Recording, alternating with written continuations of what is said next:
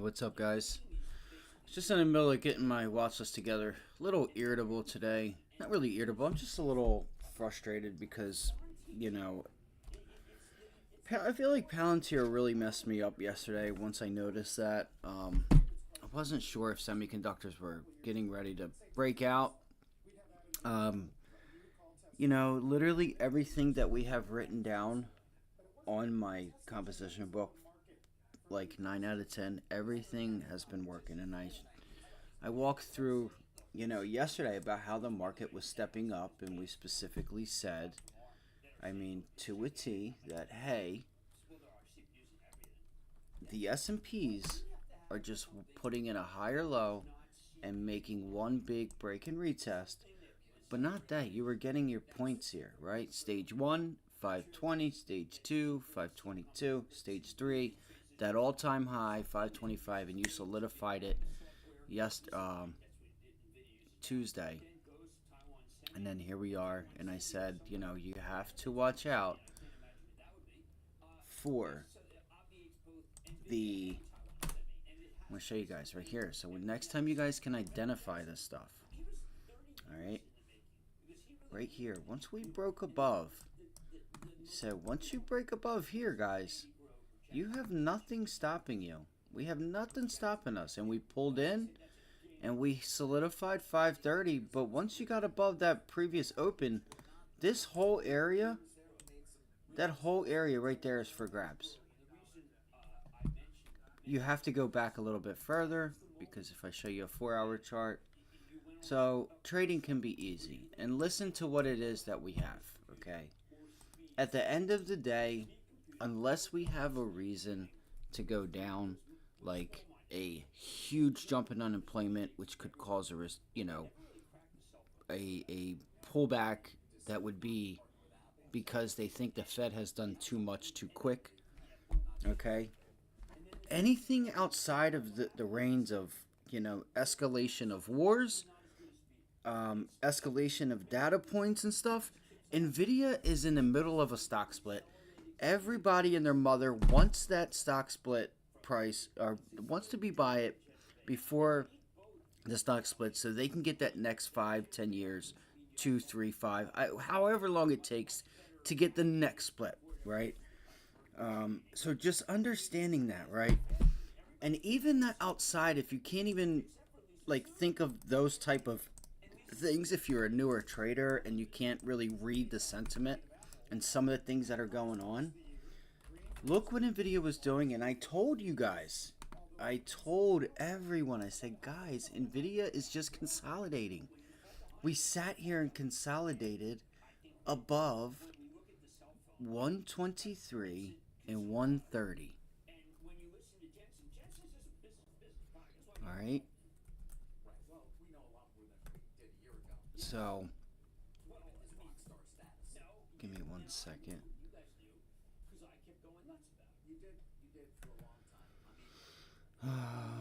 What was I doing? So anyway, if you're new here, welcome. I'm Justin. This is the Ivy League live stream. We're going to go over a couple of trade ideas that I have for today. If you're new here, welcome. Hit the like button, subscribe. If you make any money off of the trades, or even if you just want to give back to the stream, donations are in the description below. You guys are more than welcome to if you'd like. But thank you guys for being here. So anyway, I'm going to focus on what it is that I have to do today. So I'm not really going to, if there's questions and stuff, that's fine. I want to be able to focus, because I do not want to get like this again, man. It's so frustrating to really get sidetracked. So what happened to me yesterday, I had a break-even trade. It was a small loss. It was pretty much a small loss. I stayed in it. Now, I traded Palantir yesterday because I seen this really nice volume break, right? And anytime you see the highest volume of the day, it's already in a consolidated uptrend on Palantir, right? And I've been saying for the past few days, I said, guys, look at this, right? So we're putting in a base here. That's a nice double bottom, right? You start to break out, you pull back, and that right there, you solidified $21 when off the open, bang, right? So I said, okay, we have strength. We opened above the 50-day, right? You opened above that, which is that red line right there in this red box. So I said, okay, cool. I'd pull backs to it. Look for it to hold and consolidate, and I said yesterday, we could you could have put in a candle just like this yesterday, and then you could have had the breakout today up to 23. So I stayed in it for a little bit. It gave me my money back, and I got rid of it because it's so hard for me personally to just sit in something that is like watching paint dry. So I was watching, semiconductors were on the list. Technology was on our list, top of the list, for a few different reasons. We're watching NVIDIA and the ARM. They're just consolidating and breaking out to a new high. So I seen this big volume break right here, guys, yesterday. This volume break right here. So I said, okay. It pulls back. I think I got long right around here. Right around there on that one. Right there. Right on that pullback. I sat through this because I said, hey, you still have the 50-day in this double bottom low a day. I was going to make VWAP my stop loss, but I said, no, let me give this room because it needs room. It gapped above the 50-day, so I was going to give it that double bottom in the 50-day. I was just going to give it some room. It was a small position, and then she just took off. So once we got back to here at 22.50, I said, I don't even want to be in here because by then it's 10:30. I got in this thing at like 9:48. And like, man, I've been in this thing for an hour and I'm like, it's not doing anything. So that kind of messed me up because once that happened and I'm watching that, I was really, really, really liking ARM. This 2-day consolidation was just NVIDIA, everything. Like, so, and then we get the huge increase in volume. So, but we'll move on. That's just why today I'm going to focus on what it is I have to do. But if you guys do have questions and you would like to, if there's any tickers or anything you guys want to cover, you can always post it in the chat below. Anmal, what's up, buddy? For 4 to 5 hours a day. I mean, yeah. I mean, ones that have to manage algorithms, of course they do, because you guys have to understand, you have 3 possible major wars happening right now. 2 that are pretty much official. All right, news can drop any minute, and you need to manage risk. Do they go out for lunch? Sure, yeah, but there's always, they have risk. I mean, listen, what they do at Goldman Sachs and JP Morgan, they do a lot of algorithm setting, coding, they do a lot of things, but for the most part, yeah. They have specific people that are, assigned for, going through markets and news and doing research and all that fun stuff. So, give me 1 second. So, I have Carvana on watch. It's already breaking out. They're going to take this trade from us, guys. So, I was looking at Carvana here at this level. So, today, if you get a pullback into 107, 106, this dotted line, if we can get a pullback into there, we could probably take this up to 110 into that 20-day moving average. You have some resistance up there, like 110.75, 111. So this trade's already pretty much being taken from us, just because it's happening, right? The move is happening. This is a nice pullback into this previous high. There's more to the chart on the daily chart and stuff that I won't go into. But I would look for this to get back to 111, Carvana.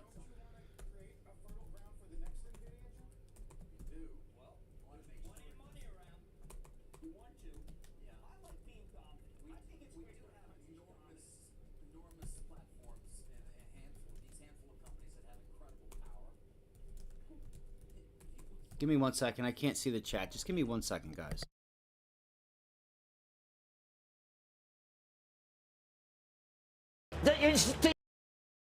It's stupid? What is he supposed to do, Jensen? What? What? Hey, I'm sorry. I'm sorry. I'm so good. I mean, remember that Merrick Garland holds up a phone? And he says, you know, this is the choke point? Who are these people? Who are these people when we're finally good at something? Don't you want to create a fertile ground for the next NVIDIA, Jim? You do. Well, there's plenty of money around. You want to. Yeah. I like being dominant. I think it's great that our country's dominant. Enormous platforms and these handful of companies that have incredible power over our lives. Well, I don't know. I like my phone. I like my phone. I'm not saying I like my NVIDIA. I like my. I can't prove it otherwise. They gave me the second. So I can get in even with this dog. That's how close I am. All right, so for anybody that's been struggling to figure out what's been going on. Oh, that's why my charts look like this. So does that mean that the big players are also acting like everything that novice does in the market? I'm not sure what you mean, buddy. I'm not sure what you mean.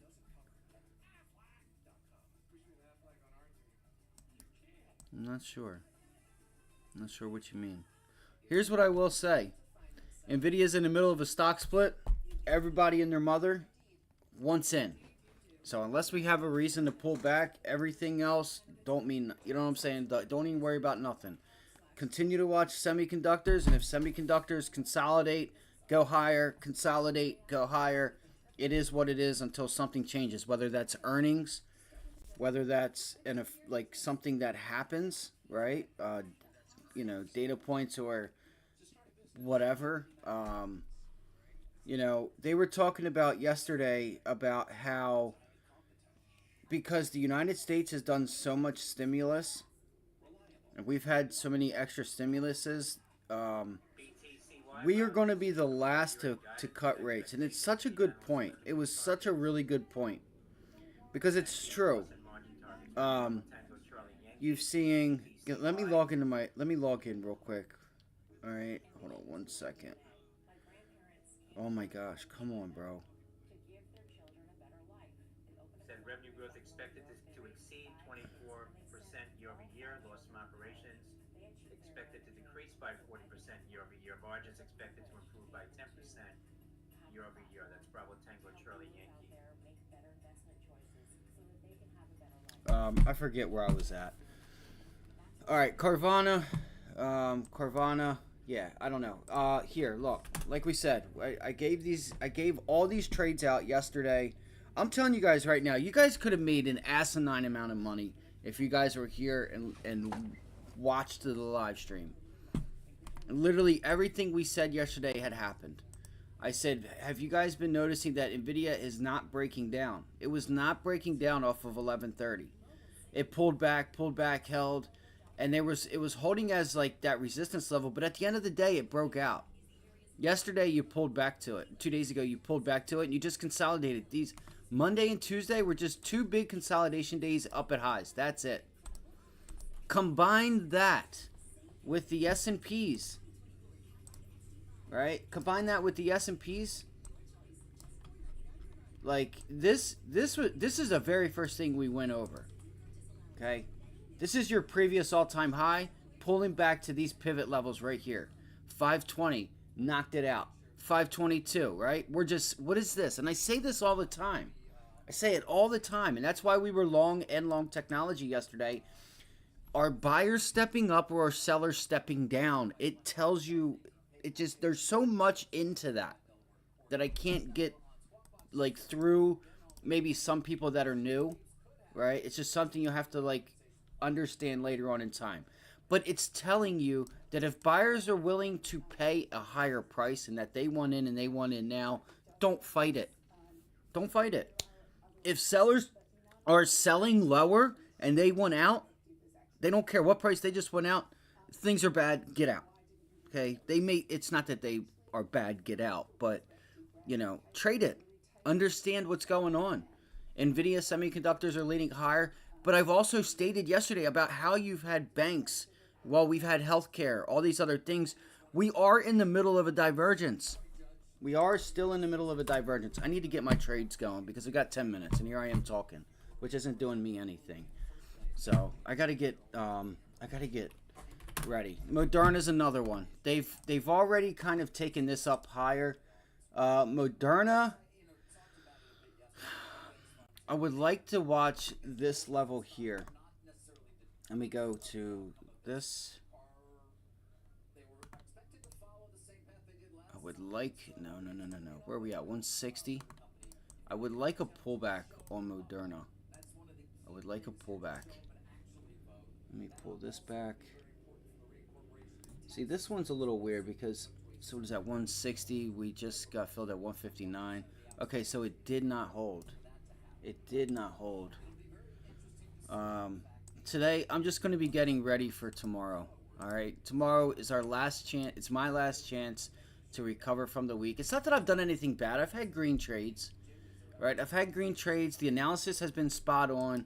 I'm just frustrated that I got caught up with Palantir, and instead of, you know, continuing to keep my focus on the Monday and Tuesday consolidations with semiconductors, and the fact that, again, NVIDIA is doing a stock split and everybody and their mother wants to own it. So, all right, Moderna, Carvana, they've already taken the trade for the most part. If you get pullbacks, you can look at it if you'd like. But Moderna, let's watch this level right here.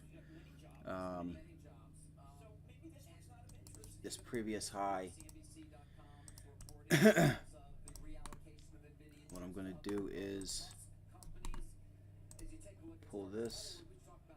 I think we could get a breakdown though. I mean, I don't know. Well, I'm not going to make any calls, but so 158 roughly. Yeah, 158. 158 into 156. So it's about a $2. So that's 2. So you're risking $2 here to make what? 164. We're at, if depending on where you buy in. So if you get in up here at 158, 157, 156, you have this pivot high here on Moderna. Let me make sure I can see this because I want to. Okay. So it's right there, but that would be our resistance zone. That pivot high right there.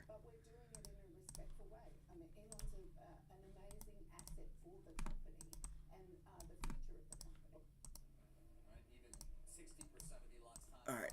So if we buy a 156, 157 or so in this area, we have what? 8, 9, 10, 11, 12. So we have 5. So you're this risk to reward is a 2 to 5. You're risking $2 to make 5. Risking 2 to make 5. You continue to do that over and over, you'll be a winning trader. And you don't have to worry about your losses. I mean, you'll have to worry about them, but all right. So that is. Let me do this. All right. So we'll watch this. mRNA. That's going to be the target, though, is these previous highs. It has some news behind it. I would like to try and get this thing up to like 166, 165. All right. This is a really nice break. We're above the 20-day. Look at this daily chart here, too, how this is a pullback. You guys know I've been watching. Shit, man, this thing's going to die. Fuck. All right, I got it. So we're going to look here to see if 155, we can get long at 155. I am at least. And then I'm going to look to get up to like, which I don't think it's going to give us 155 because it's already broken out off of 155. That's where I wanted this. Was like yesterday's close, but we'll watch it.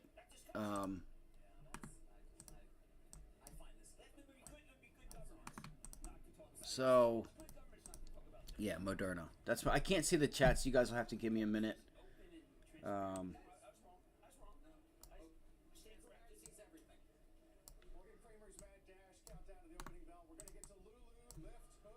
All right, Lululemon had earnings yesterday, as you guys know. All right, so there's that. All right, look for these previous pullbacks. You guys can see here, pivot high, double top. We gapped above the double top. Look for pullbacks into 155, 155.50 to 158. It's an area.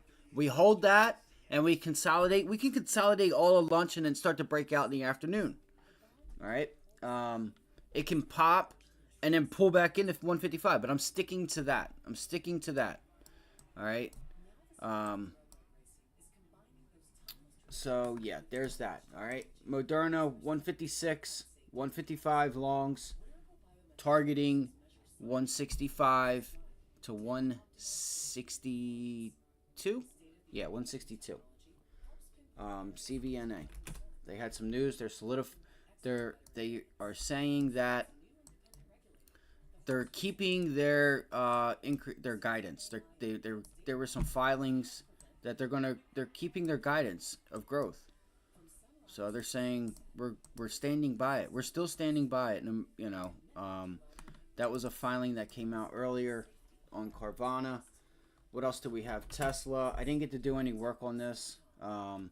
So I did a little bit. Look at this. I know we have 3 minutes left. So if you guys notice here, you guys see this wedge? You guys can see this obvious wedge, right? Well, we broke down out of the wedge yesterday. You can look at it through a daily chart, 4 hour, whatever you want to use. Along with this level here, support, resistance, resistance. You break above it, which is that 180 level, 179.50, 180. All right, resistance. And then we have this wedge. You have this huge wedge right here. Well, you broke down out of the wedge. Now you're popping into it. So I'm going to watch this orange line. And it could be up here at like 175.50, 175 area. That's what I'm going to be watching for today. I'm going to be watching Tesla. If we get another rejection, what else? We should have that 20-day moving average pull back to possibly reject on it. We could possibly use that 20-day as the other entry. So you guys can see here on the daily chart is really where you guys can see it. All right, is that wedge. I know I have to keep moving this stuff around. I know, I hate it. Bro, I'm going to lose my shit already. So you guys can see this wedge that you have here. The 50-day, 100-day. Now the 20-day is pretty much in the center. We're below the 20-day.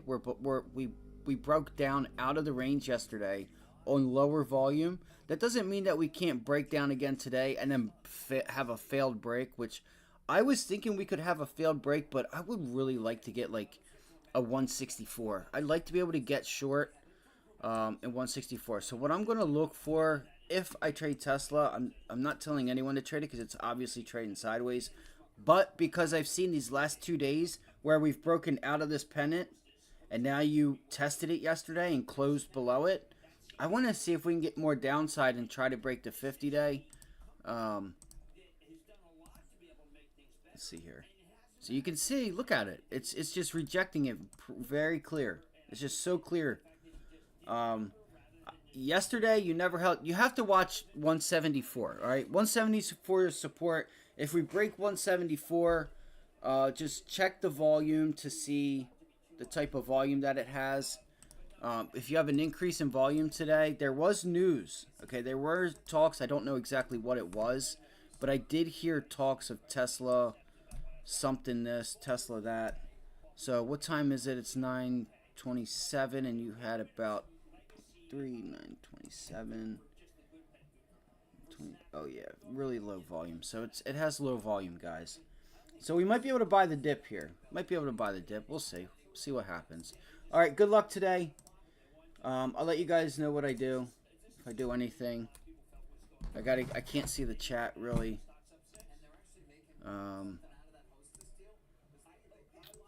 But yeah, again, hit the like button, subscribe. If you guys want to get back to the stream, you guys can donate below. Oh, ARM.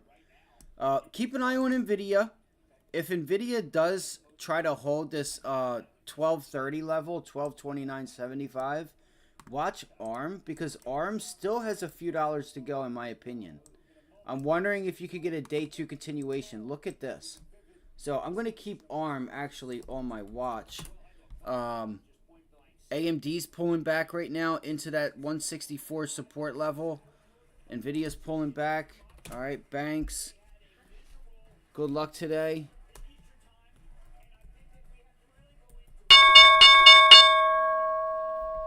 All right, there's pullbacks.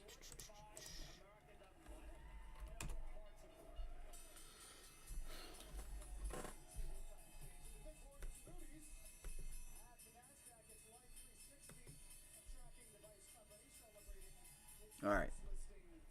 Arm. That is a really nice pullback right there, guys. That's a really nice pullback on arm. Look at that. All right, so it broke it. It broke. It hasn't broke it yet because it's going to, in my opinion, it's an area. I have not looked at this for the daily chart. I have not looked at it. That's your area. 133 to 134. 133 to 134. 133 to 134. Come on, bro.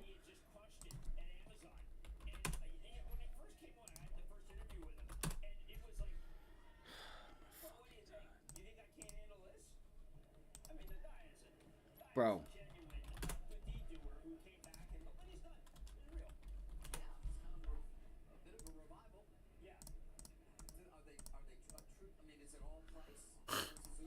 Dude, I'm just so I'm getting fucking pissed. I'm getting pissed already.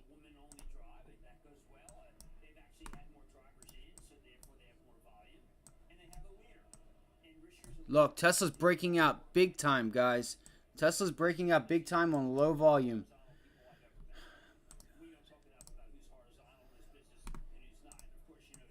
Tesla's breaking out big time on low volume. Look at this setup here on Carvana, which I got to go back to change. All right, Carvana.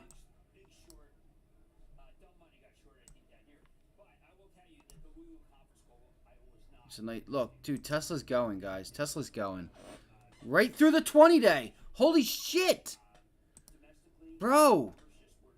Are you serious? You gotta be shitting me, man. Again, fucking again, bro. All right, S&Ps are up there at resistance.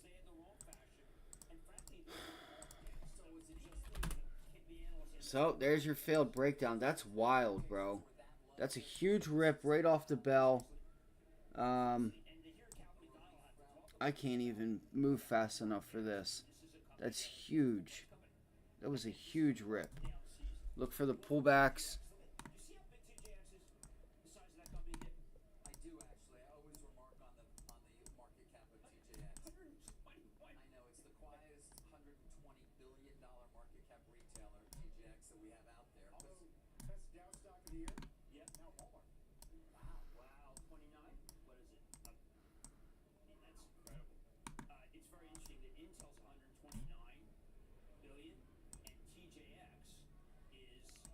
All right, so it's above the 20-day. Tesla's above the 20-day. I mean, really, that's still just a bounce back into that level. Tesla was a straight shooter today, man. There's a pullback into the 20-day moving average. It's holding yesterday's high. That could have been a buy right there.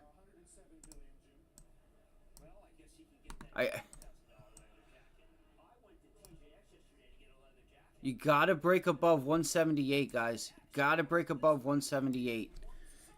I'm gonna try Tesla. I hope I'm not wasting my energy on this. I really hope I'm not wasting my energy on this. I really hope I'm not. That is your resistance zone. You gotta break above 178. Gotta get above that thing.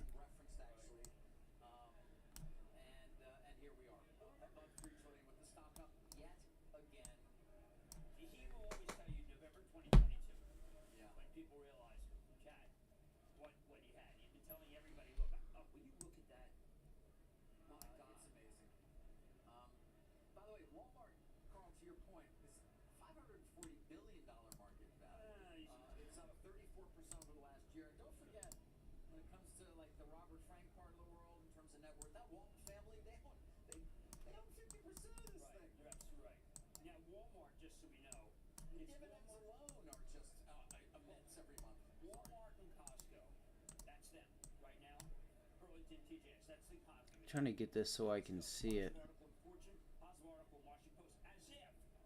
So here would be your support level of 175.50, and that takes you back under the 20-day moving average.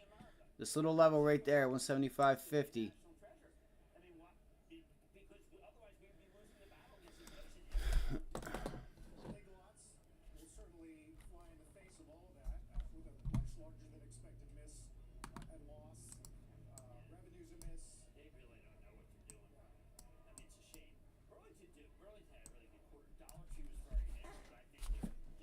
Nobody wants to do it. Nobody wants to try and be the one to buy to get in front of that breakout. You know, to try and get through that resistance level there.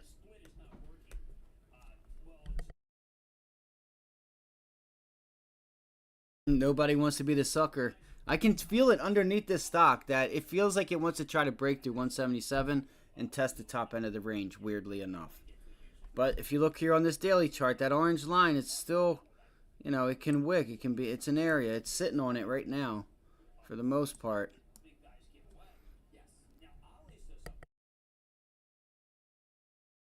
I just don't want what happened yesterday to happen. If you sit here and consolidate for a little bit, we'll see what happens. Watch VWAP. You have VWAP right here at 175.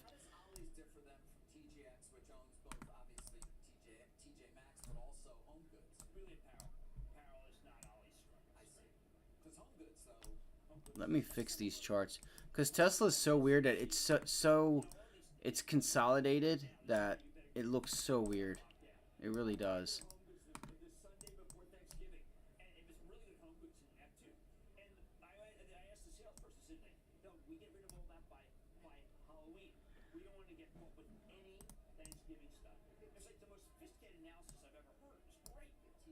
So you have that double top right there from yesterday. You guys can see that double top from yesterday. Let's go look at ARM real quick. All right, ARM's. Look, did anybody get that long on ARM? Look, it feels like it's going to reject possibly there. Feels like you might have a rejection here. Let's see. Watch 136. Well, really, you want to keep an eye on NVIDIA, because NVIDIA and the rest of the semiconductors are going to give you guys, you know, your, it'll give you your, whatchamacallit, your, confirmation, I guess you could say.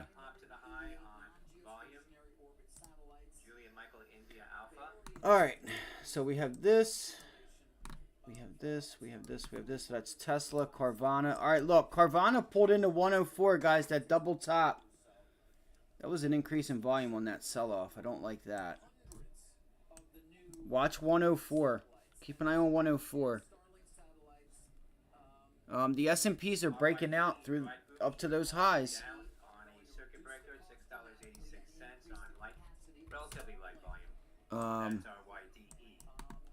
Let's see here. Come on. Alright, so ARM's pulling back. What are the Qs doing? Alright, like I said, don't think there can't be a day 2 continuation. Watch the Qs at 464. This 464 level. See if that holds and you get a pop off of that. Let's see if that happens. Watch if that happens. Reddit's popping. It's a little bit lower volume. A little lower volume, but that is kind of a nice setup there. It pulled back and now it's blasting off.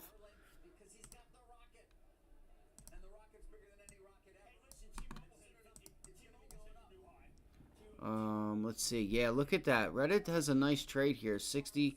You might be able to take this to $65. Yeah, Tesla pulling back now. Yeah, you could look for Reddit at those previous highs. A lot of those Carvana Reddit names, they're getting ready to pop, or you know, at least thinking about and trying to pop.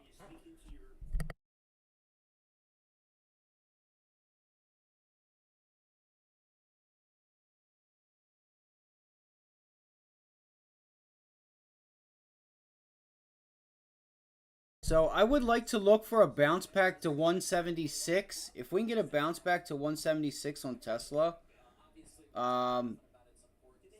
let's see. Let's see if we get a bounce back to 176 and take that 176 short. Low volume pullback right now happening on ARM and that previous high. You guys hear me, right? I don't want y'all to miss like Microsoft. Microsoft was the very first top trade idea from yesterday. Again, I'm only one person. I can only try to do so many things. You know, even just speaking for myself, you know.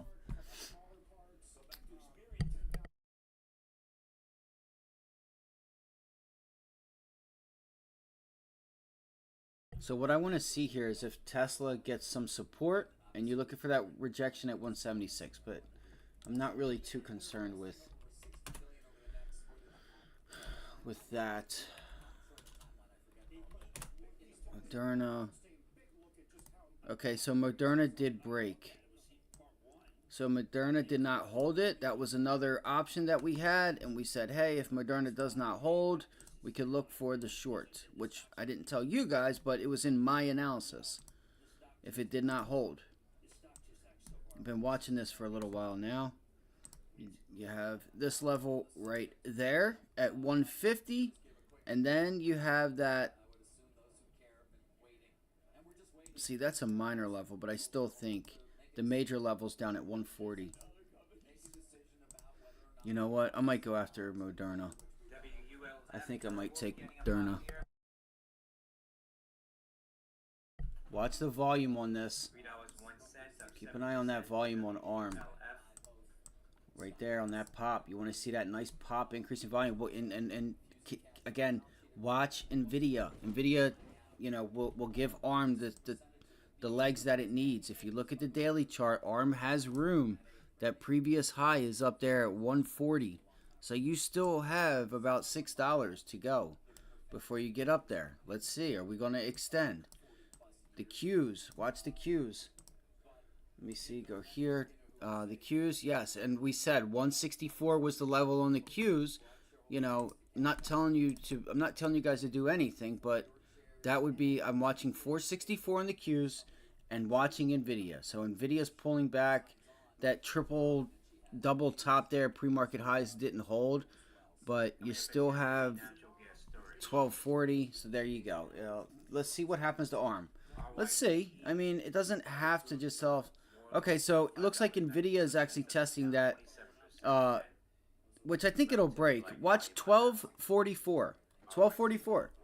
That is just a pullback and like a test of that. I'll zoom in for you if you guys can't see it. I don't want to miss mRNA. I don't want to miss it. So I need to do it right here, right? This little level of support. I think it breaks because I think what happens is it goes up here to this pre-market highs and then bang, right there it gets rejects. But I wouldn't short NVIDIA. I would not short it.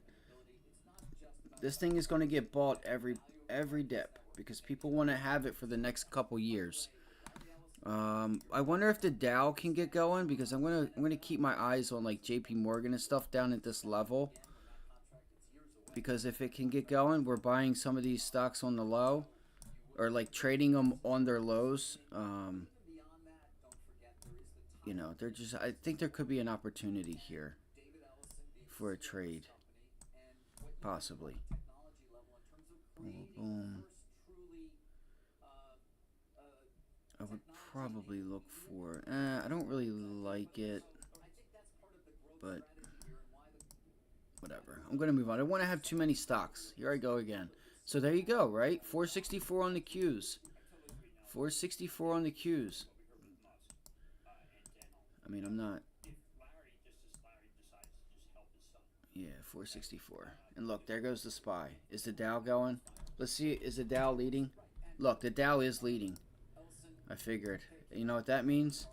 Goldman Sachs, JP Morgan, United Healthcare, Microsoft. There goes Goldman Sachs. Come on, bro. You're killing me, man. All right, Goldman Sachs looks like it has room to 465.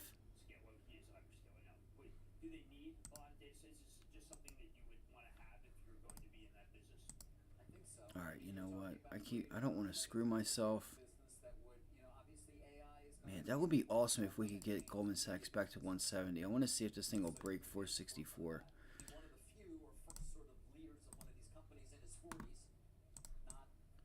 Moderna's pulling back. Looks like you're having some rotation in the banks today.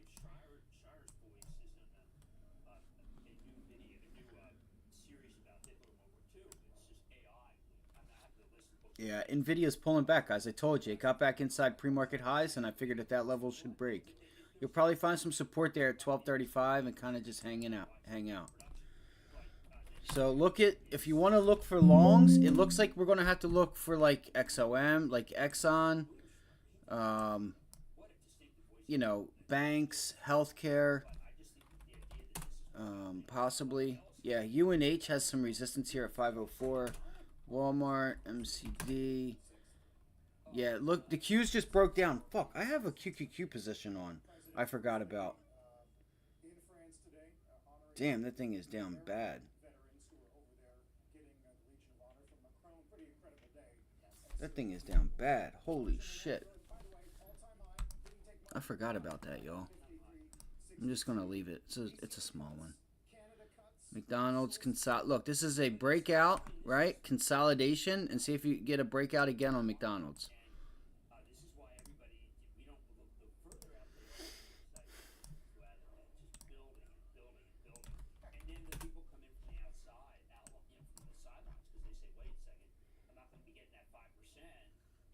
So I am currently in a position right now. It's down a lot. It's down a lot.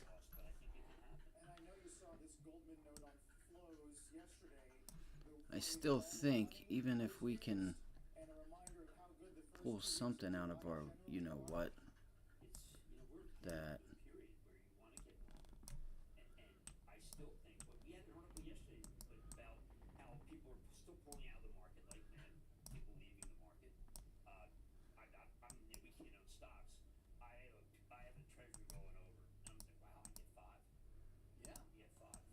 FIVE 5 below with volume now moving higher, still down about 14% following their disappointing results yesterday. That's Foxtrot India Victor Echo.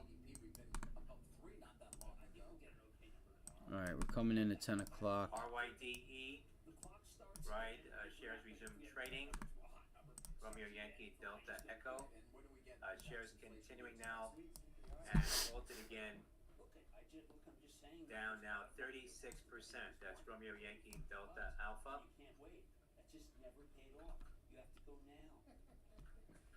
Let's see, 20, 30, 30, 32. All right.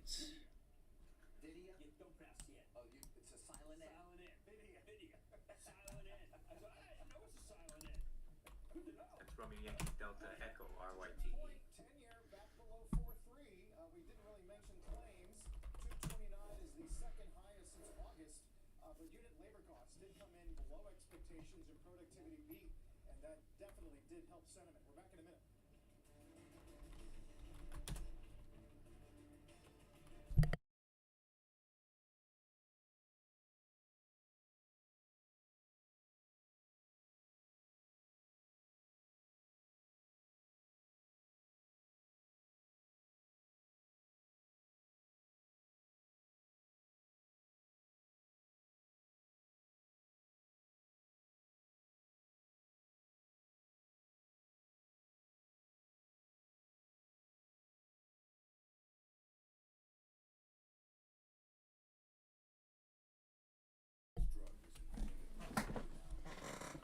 Where are we at here? All right.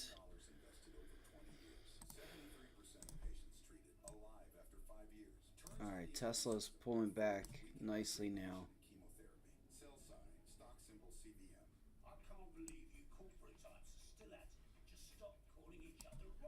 Look at NVIDIA, guys. NVIDIA's falling bad, bro. Holy shit. What's going on there? Yo, this thing just dumped, y'all. Look, where's ARM?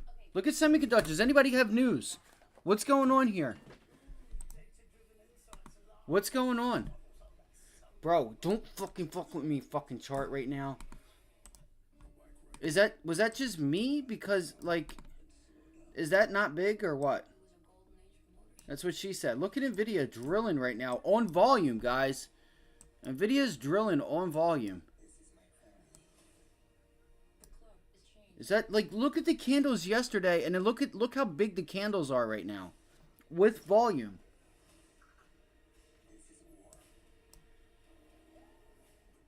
Semiconductors aren't. Why do I have McDonald's up there? That fucking thing. Don, what's up, buddy? Yeah, I'm looking at it right now. Sorry, I had to use the restroom. I don't know when you typed this. Watching 133, 134. Here's what I would say. Just like the analysis from yesterday. Watch NVIDIA, all right? Because everybody wants to buy NVIDIA to be able to have that 2, 3, 4 year. We're going to buy it before the split, and we'll get that however long it takes for the next split, right? They're looking for that long-term duration there. But watch NVIDIA. I don't know what's going on. Like, huge candles. I don't know what's going on. So I'm watching 134, 133. That's that yesterday's high. Targeting, you have room up to 140, 142. All right, on the daily chart here. I'll pull it up for you because I'm watching it too, buddy. See the top of this range here? You can see you have these wicks up here at like that. The next previous high is at 140.50. 140.50. So we still have a few more dollars to go. And I do want to see if we can get like a day 2 continuation here. And this is your previous. That's right now we're sitting on this previous high or that opening candle there on the break. So we've recovered the breakdown. Now we're trying to turn that into support, which was also yesterday's high. Or yesterday's, consolidation. Not yesterday's high, but this, wedge. Look, here we go. Let's see. Look at this volume, though. Look at the volume. So far, and here, the thing that I've learned with ARM since I've started trading it is you kind of can't go by that. Because unless you use your 5-minute and 15-minute, but it looks like we have more sell-side volume than we do anything else. Let's see here. But I'm watching it too, man. If, I would look to be a buyer down here because your risk to reward is good, but you have to watch NVIDIA. If NVIDIA is going to keep... Look at NVIDIA. It's already taken back. Wait, was that just a gap fill or no? No, it's below the gap. Dude, NVIDIA's... I don't know what's going on. I would like to know if there's any news. And how are the Qs not pulling back off of this? I don't get it. NVIDIA's drilling, y'all. There's got to be news. There's got to be some news. Hold on. Let me try to find this out. Unless they're just taking profit. Let's see if there's anything here.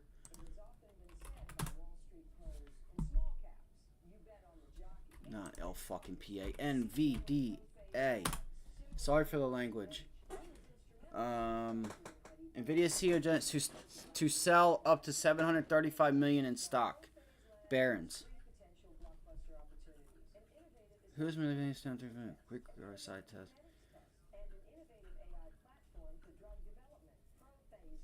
No, not a fucking correct. No, excuse me, I gotta stop cussing.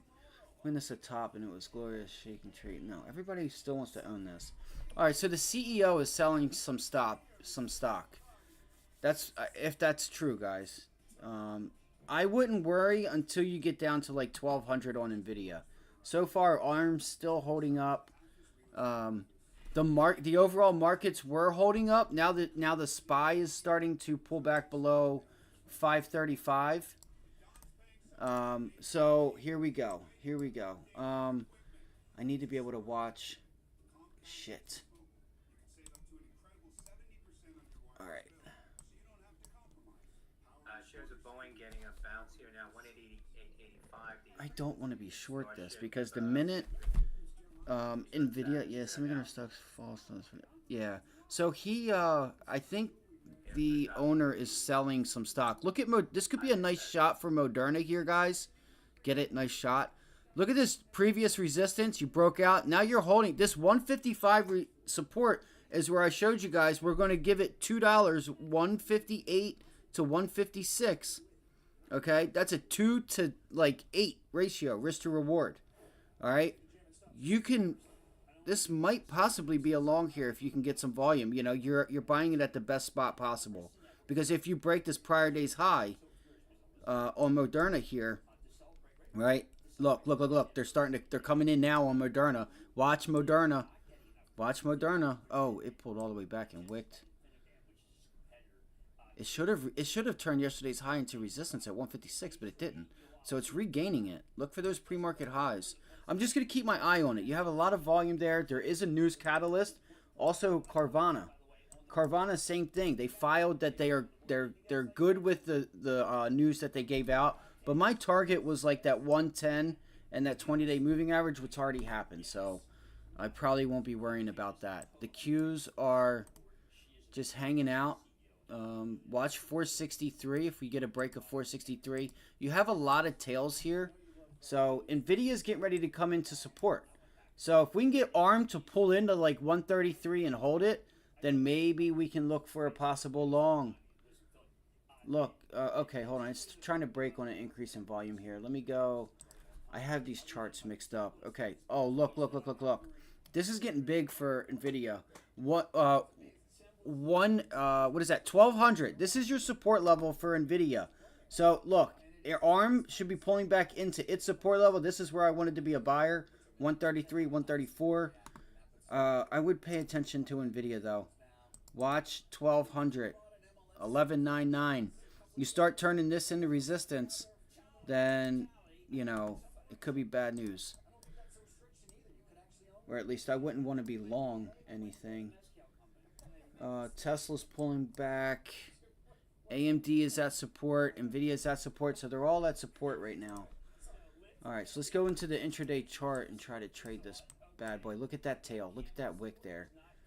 Look at that wick. Give me... Okay, so it did close green. Alright, this previous high here, your next support level is down at 129.80, 130. It's like the 130 level. Unless you have 132 minor level there. Look, it's still trying to hold here. Let's see what happens.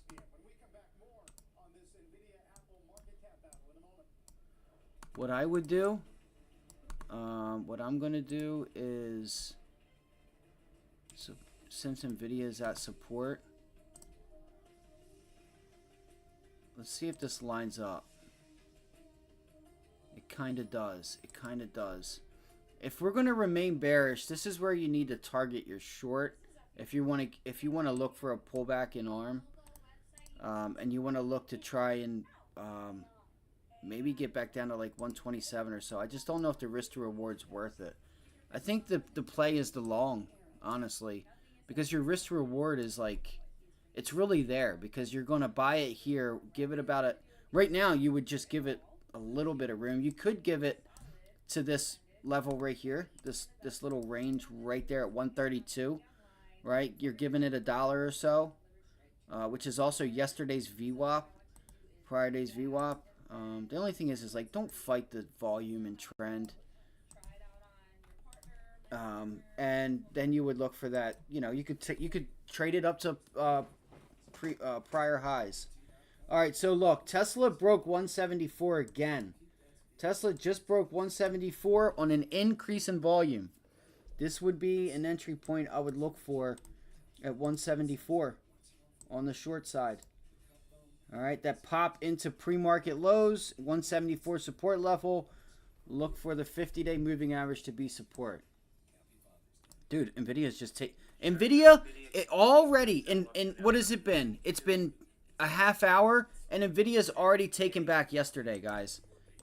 It's already pretty much taken back yesterday. I have QQQ puts on. I'm going to be down on them. Unless we can get down to like 460 or so, but whatever, you know. I don't know what that is. That is, let's see, from the high a day, that would be about 1%. So that's doable. It's kind of doable. Let's see here. From high a day, we could even do it from yesterday's close. 460. Yes, that's about 0.6, 0.64. That's a nice move for anybody that's thinking about getting short, like 463. I would look for 463 to be your entry point if you want to look for a pullback on the Qs. If you want to do that. So we're getting some rotation here. The Dow still has room to 392. IWM is just kind of stuck in this 204 to 206 range. JP Morgan. Just want to fight. I really want something today. All right, Tesla's under 174. That's an entry point there. JP Morgan still just cannot get above that level. I wonder if it sells off again. Fuck, there was a trade that I was really wanting. Where was it? Goldman. Just about 30 minutes into the trading session right now. Here's some of the movers we're watching for you this hour. NVDA, of course, front and center. The tech giant overtaking Apple to become the second most valuable. Look, CNBC's, you gotta love how they're talking bullish on it, but they're not gonna tell you NVIDIA's taking back the whole move from yesterday in a half hour. Nope. Oh, it's Apple, 3 trillion. Bullish, bullish, bullish. You know, I think it's still all good. Again, you just got that piece of news that he's selling 750 some million shares. All right, there's your break and retest on Tesla. Watch the 50-day if you do try to take that. Goldman Sachs pulling back off of that level. If Goldman can break 464, you have a straight shot to 470, guys. This could be a nice trade. Look, Goldman Sachs is pulling back to yesterday's high. I might try this, especially if the Dow is going to continue and we're going to have some rotation here. And 463 to the pre-market lows on the Qs is what I'm watching for on pullbacks there. All right, here's ARM. So Goldman Sachs and ARM. Let me do this. So yes, right here, previous highs at 462 entry. I'll have to go look at the daily chart and shit too. All right, here goes ARM. ARM is trying now. You can see now it's below this level. So this dotted line, I have it for a reason, and I'll show you guys why. So if we go here, oh, you guys know it, because that's your that's that previous candle opening price there, and we're above it. We're sitting on top of it now. So then I would look for, you know, longs and try to just get back up to the top end of the range. You know, that was a increase in volume. That was a nice breakout, and we've been watching ARM for this whole week. I actually traded it for the first time.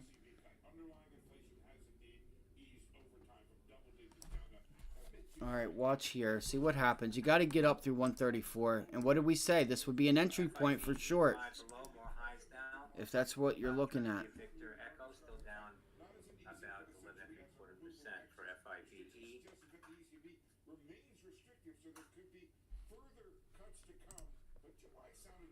Here, I'm going to go here so that you guys can see a couple other things in the overall market. So Moderna reclaimed that level. 156.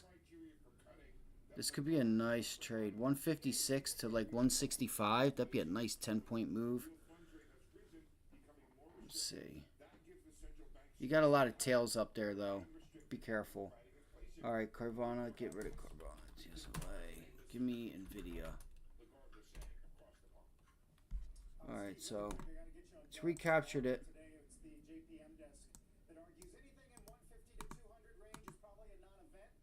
Oh my gosh.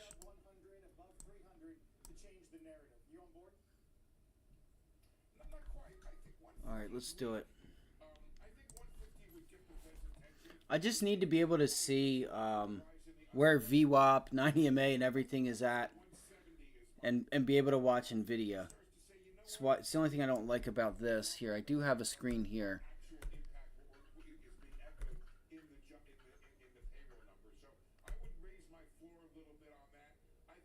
200, 225 would be a setback, though. So it's a tight window. We're looking for a little bit of that weakening, Carl, as you know. I think it was you reminding us yesterday.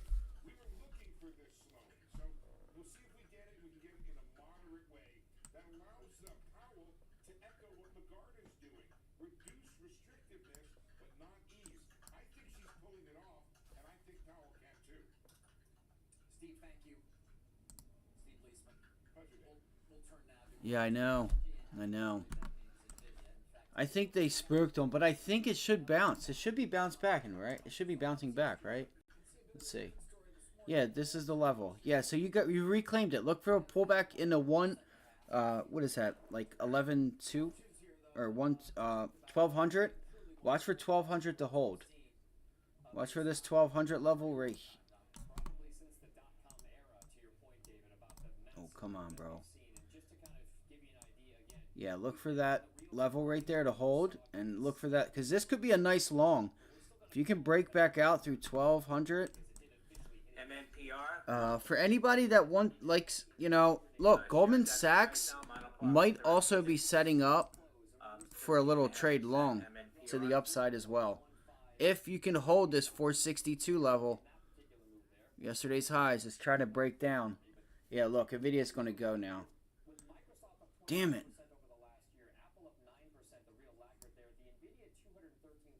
Yep, here it goes. All right, let's watch ARM now.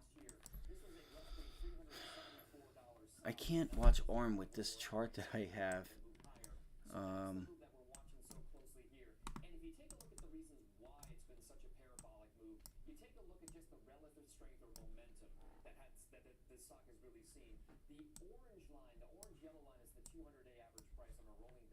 All right, NVIDIA or ARM is still struggling right here at 134. 134. Let's see if we can pull back and put in a double bottom. Yeah, that could be a nice entry point to get down to 130 again, to retest 130. If anyone out there wants to short ARM, this is about where you do it. Previous lows, 9 EMA rejecting VWAP and initial morning lows here, and you have some volume on your side to help you out there. It may be a no trade. It could just consolidate today. You don't want to get stuck in that. So you really want to pay attention to the volume that you have. Some decent volume today. All right, so you're above the 9 EMA. I'm curious to see if we can put in a double bottom here. And what I'm also watching is the 15-minute chart. I'm watching that. I'm watching this 9 EMA and VWAP. You're about to reject it now, and is that an entry point? That's what moving averages are for. They're for entries and exits. You exit once you have that huge space in between. Let's see. Does volume start to step up? Do sellers start to step in now at this level? That's what I'm watching for right now. I'm just letting you guys know what's on my mind and what I want to see. If that doesn't happen and NVIDIA continues to go higher, because we don't know yet if VWAP is going to reject or if it's going to hold, because we don't have one or the other telling us, okay, VWAP is support or the 9 EMA is support, and we have a trend. We don't have a trend just yet. We have just a consolidation, a move lower, and now we're deciding, do we make this low resistance and that yesterday's high resistance? We have NVIDIA. All right, so that's how I'm treating this. All right, that's how I'm treating it. Once we start turning this 134 into support like we are right now, okay, you see we're right in front of VWAP with low volume. This bounce here is such low volume. I don't want to pay attention to that just yet because the candle is still in the process of doing what it needs to do. Let's look at ARM real quick. Let's see.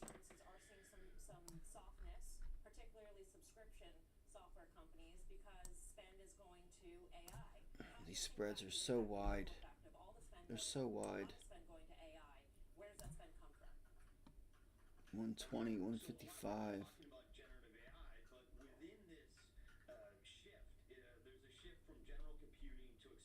computing. There had been this shift from enterprise to the cloud, and this has really accelerated that shift. And so what accelerated All right, so the SPY is about to test 435, and we'll see if it makes a new high here. and so that's getting upgraded. So as you mentioned, there are winners and losers in any technology shift, right? You had the shift to the internet, you shift to the mobile. There are going to be winners and losers, and today's winners can be tomorrow's losers, as you point out. But so we are seeing a big shift. The software companies are getting disrupted a bit here, and there are big chip and architecture companies in the general compute area that are seeing things changing for sure. Oh man, NVIDIA is running out of steam. NVIDIA is running out of steam, it looks like. I mean, you still need it to pull back. All right, let's get that. You know what I'm saying? Still need it to pull back. Goldman Sachs held. Goldman Sachs held. Let me see real quick.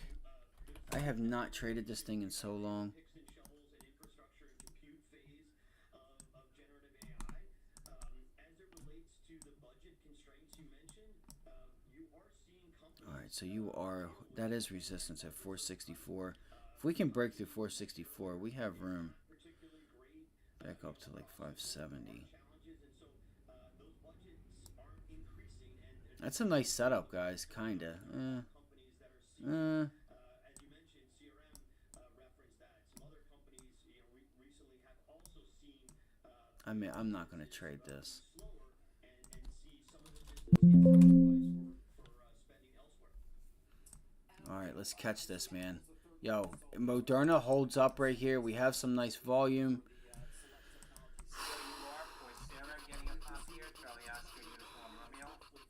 We have some room, guys. Here's a nice setup right here. This could be it. I like this. I'm gonna try it. I'm gonna go for this. Can we get a little pullback? Can we get a little shake and bake, Myrna?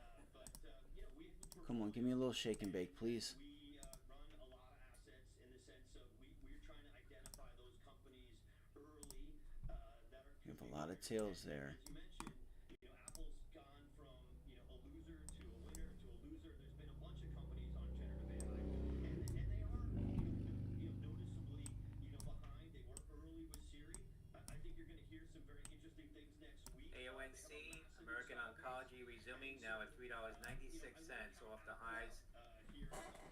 That's Alpha Oscar November Charlie. As other companies have been in some respects, but I think You know, if you guys see anything, you're more than welcome to put it in the chat. Like anything that looks like it has some really nice volume. Large cap, it don't matter what it is. Small caps, anything really. I want to see if Moderna holds here. I'm telling you guys, this could be a really nice trade. American I want to. It's got to hold. It's got to hold. Confirmed to CNBC that the Department of Justice and the Federal Trade Commission are in the final stages now of a deal. It's got to hold. Antitrust inquiries into It's just not moving because I'm telling you guys, this thing could get going. You break through these highs, we have nothing stopping us to getting to the like 164, 162. Even that is a light area. Really, the target is 165. So you're talking, a $9 move. So, and this thing will pay. This thing can pay too. It's going to break down. It's just weak. It's the other parts of this stock is I feel like the news, there's so much news with this that it might just be best to try and take this short down to 149. That's like, or really it's 150. I don't know. Maybe a no trade. Let's go back to ARM. Yeah, look, ARM's breaking out. Damn it. Alright, so that's overdone a bit. Let's see, that's a bit overdone. Be cautious on ARM, everybody. Just be careful.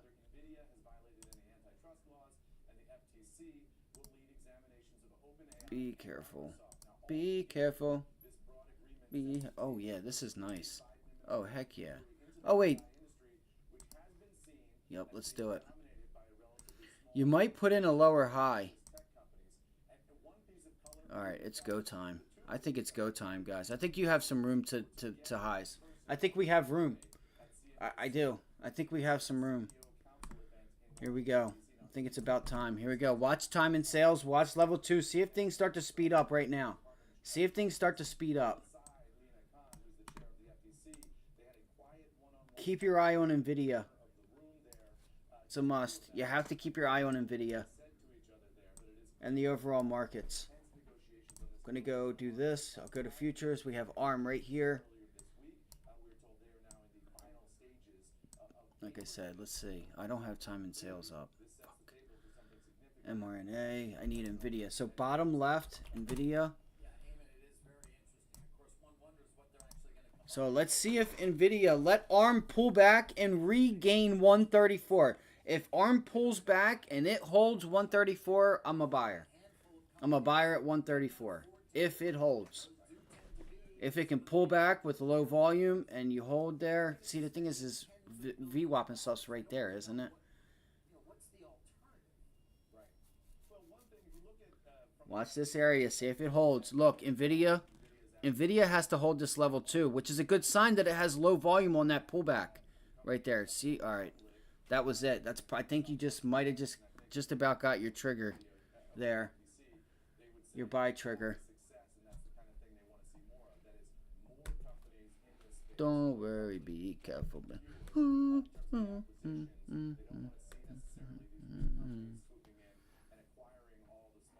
Look at that tail, baby. Let's go. Look at that tail.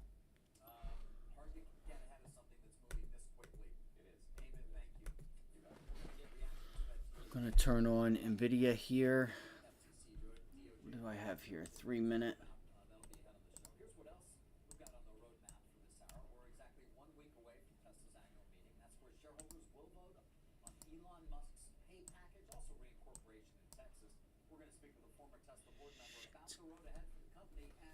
This is tough, man. I don't want to get sucked in on a damn just consolidation day. Remember Bitcoin, Coinbase, all them.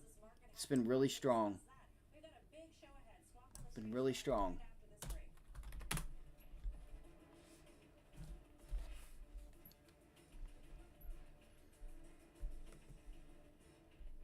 So I'm just waiting to let it show me. I want to know if NVIDIA is going to hold or not. Keep an eye on, like, you could also watch TSM. Let's go look at, it's probably going to go now, or like, you know, it's weird that it's not speeding up, that the tape's not speeding up. Where's ARM? Just give me 1 second, guys. I'll have this stuff back on. Okay, so ARM is in this. Okay.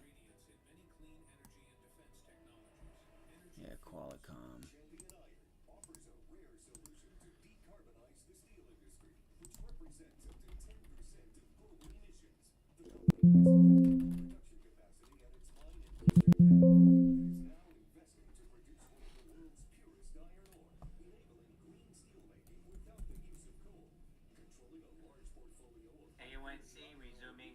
All right, NVIDIA broke.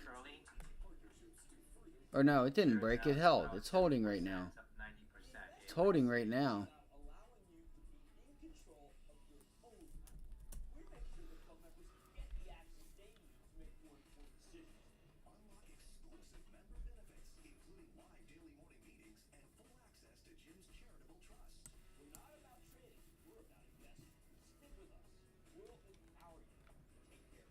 Alright, I don't want this to be a waste of a time, man. I don't want to sit here and this thing just consolidate all day. That's not what I'm here for. Fuck. I need something, guys. I need y'all's help. I need something. I need your guys' help. We had a bad storm yesterday. Did any of you guys get tornadoes yesterday? Was anybody in the past tornadoes yesterday? Or close to them? They actually put down some clean ones yesterday.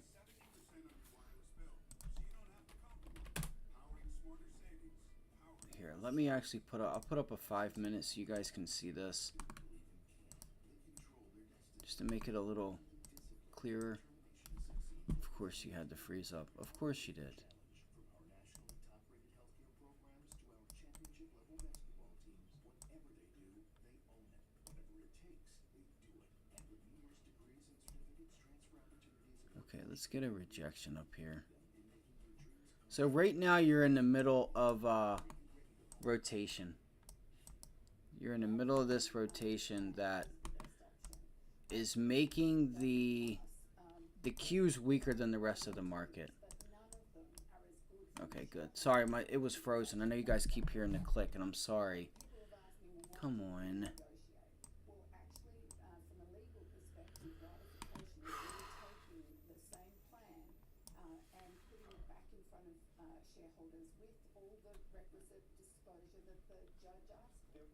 Palantir was a nice long yesterday. We took that long.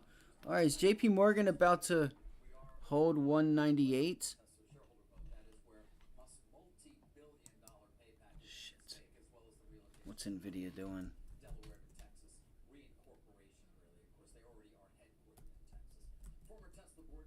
All right, let's see here. All right, NVIDIA broke again, guys.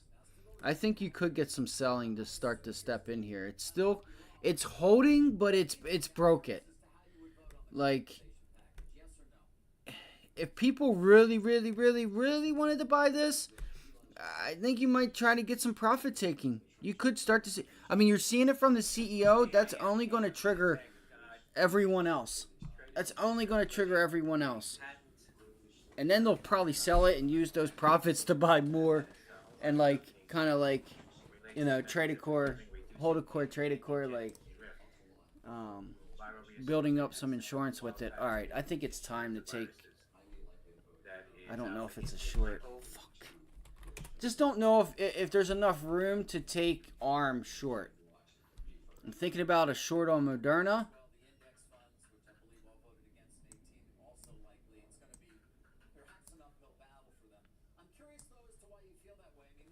I have not watched Meta.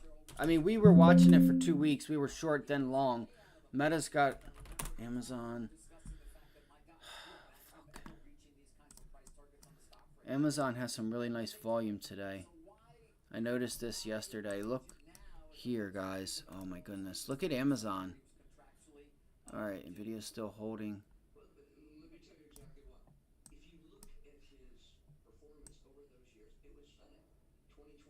184. Yeah, so you're looking at like 184. Let me pull this down. Okay, so we're in the 50-day right now. And the 20-day is right there also. Come on, I'm trying to click it.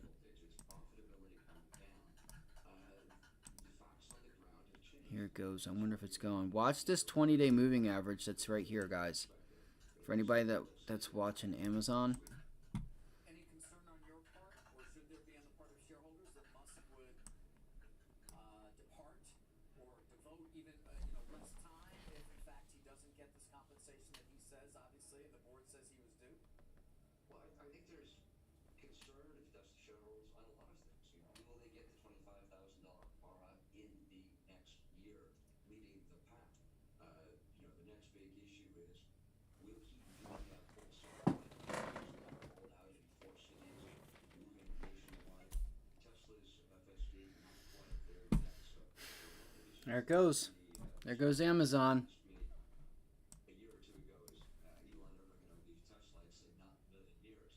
That prospect is a little cloudier. We'll see. Do you think the best days of Tesla are behind it, Steve?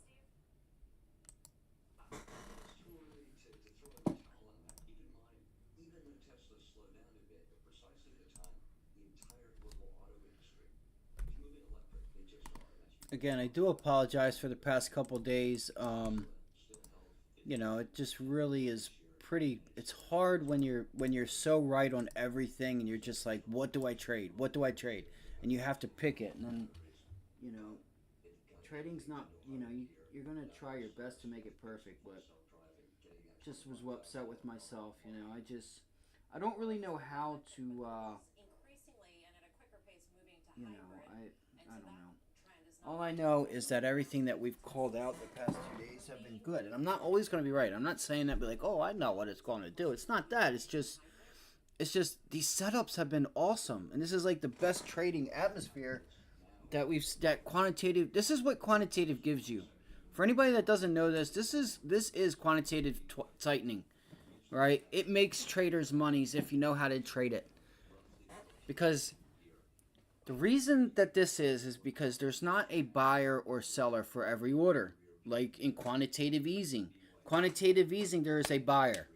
There's always a buyer there. So it subdues the volatility, right? Prices don't move around rapidly because there's interference there with, okay, well, here we have, the Fed. It's like, it's not like the Fed saying, hey, we're going to step in and take these orders and buy them.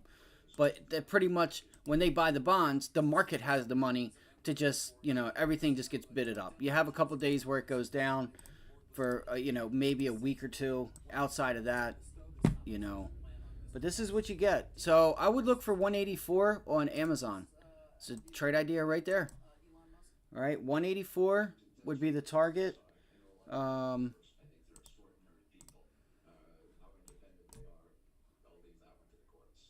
Yeah, 184. 184 is your target. All right, let me go back to semiconductors.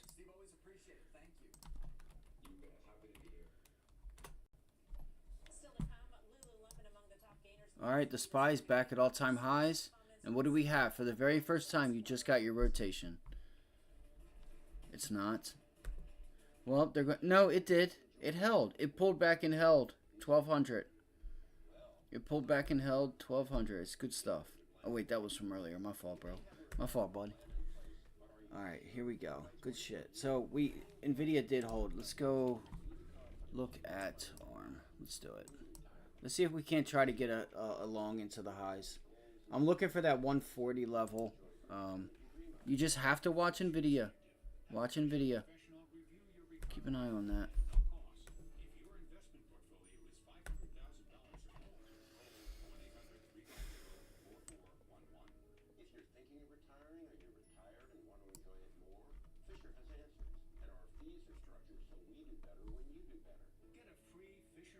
Oh, damn. They've already cranked these things up. Oh, that sucks. See if you can get a pullback to VWAP. See if we can pull it back to VWAP or so. I need a pullback. I need us to pull back, hold VWAP, get like a 134 entry or so. You may not get it. Here it goes. It's pulling back now.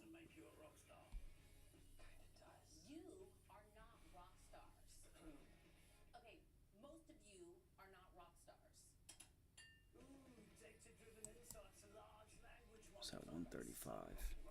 Municipal bonds don't usually get the media coverage the stock market does. In fact, most people don't find them all that exciting. But if you're looking for the potential for consistent income that's federally tax-free, now is I would watch these previous highs up here. I'm serious. 136. You have to watch it. $10,000 to invest. Call and talk with one of our bonds. Because chances are it's probably going to. You might break it, and then it. FRGT, Freight Technology. Yeah, I think we still have some room to go higher. I need to back it up with my own money, though. I'm just like. 89 BCF build is the consensus that's coming up at 10:38. I just feel like a doo-doo for not buying it back here. For not buying it down here. Because I seen what these contracts were. Right? You know what I'm saying? We could look at AMD 35. Here we go. Getting your extension. That's a nice pullback hold. We have many truths to speak. Our truths are vast. They are unique. They are always evolving. Most of all, our truths are universal. Pride is universal. Is anybody long these names? NVIDIA's holding, kinda. Wait. Is that volume dying off? Yo, that volume died off on the bounce. Be careful. Be careful, guys. Be careful. Be careful. I keep thinking of don't wear it, be happy. Every time I say it. I need something to fucking trade, guys. Fuck. I'm just so pissed that I traded Palantir yesterday, or I wouldn't have to worry about trading today. Look at the volume on Palantir today again. Yo, this thing is on a roll. Look at the volume. Palantir's got 2-3 times the volume, guys. This could be a nice setup for a swing trade. God, this is such a beautiful setup. Into the gap. I knew it. So, I guess I was right. I need to start having some faith in myself, I guess, or something. I don't know. It's just Palantir trades so slow. It's like watching paint dry. $24 would be your next level on Palantir. We've been watching this for 2 weeks now. On this pullback here, this ascending wedge, and now you're getting the breakout. This could be really nice. There goes arm. God, I'm an idiot.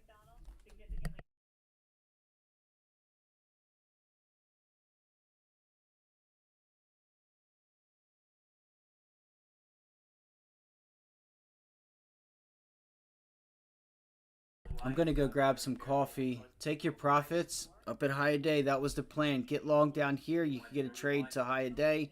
Take some off. See if you get that extension. Over the course of a couple days, you would look for 142, 141. Up there at that low 140 area. Alright, so now we look for, now that we got our direction, can we get a pullback into and get an opportunity to get long that we've got our direction.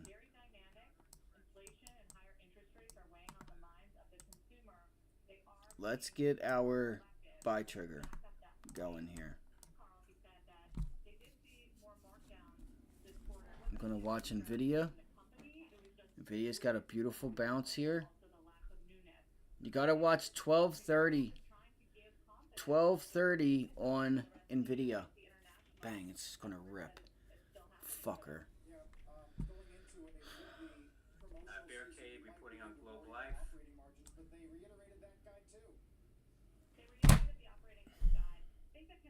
They're already up like 25%. Allegations of insurance fraud and a host of ethical charges. I can't buy those. I need a pullback. Wondering how bad is it? These things were like $200, and now they're already up. You're paying 50% a contract at least. God, I'm fucking hopeful. I might have put myself on tilt. I might have.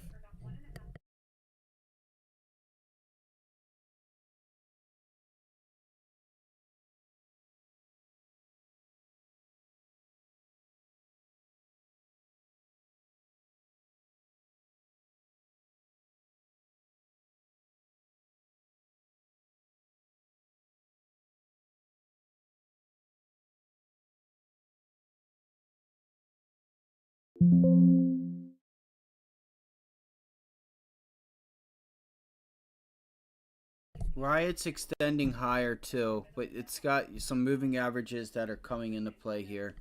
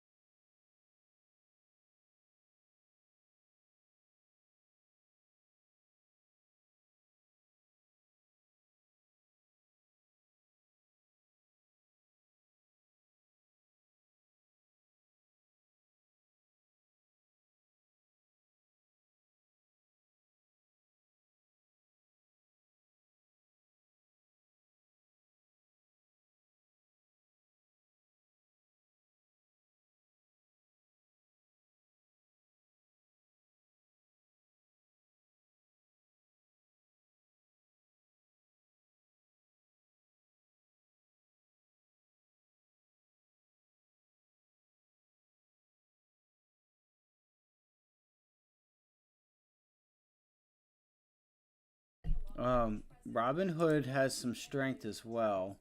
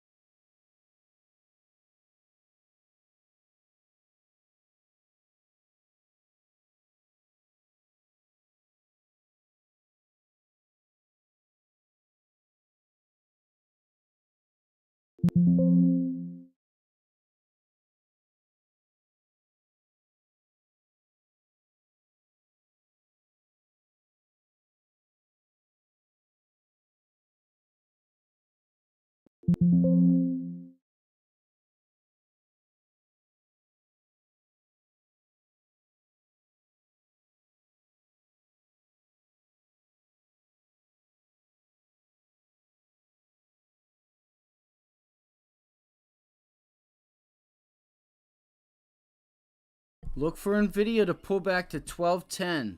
Look for pullbacks to 1210. If that can hold and crank a little higher, that's where I would buy NVIDIA if you're wanting to trade the intraday action.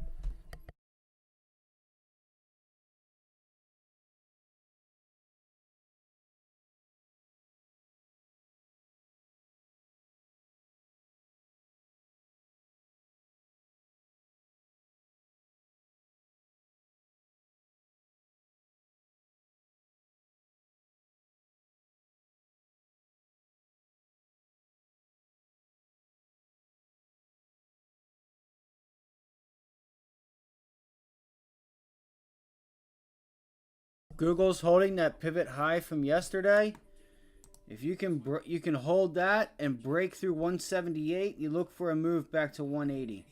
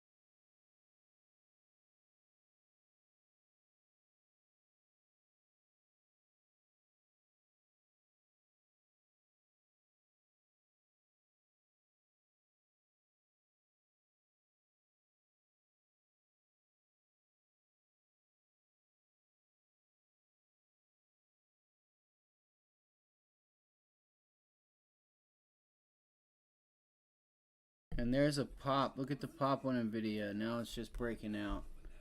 It's just breaking out there. Come on.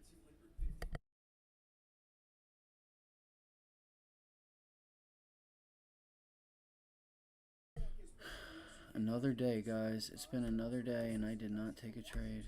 With Treasury, DOJ, the FTC all taking steps to look into AI's biggest play. I gotta figure this out. I know tomorrow's gonna be a big day. I know tomorrow's a big day. Roger, good morning. I did take note of something you wrote a couple of days ago, and that is thanks to the manic pursuit.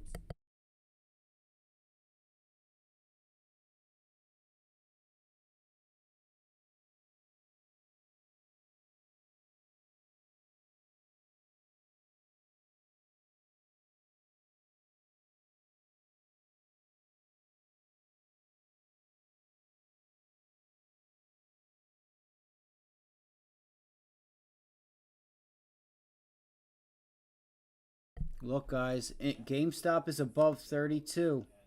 We said if GameStop got above 32, you got to look for a long to 40 bucks.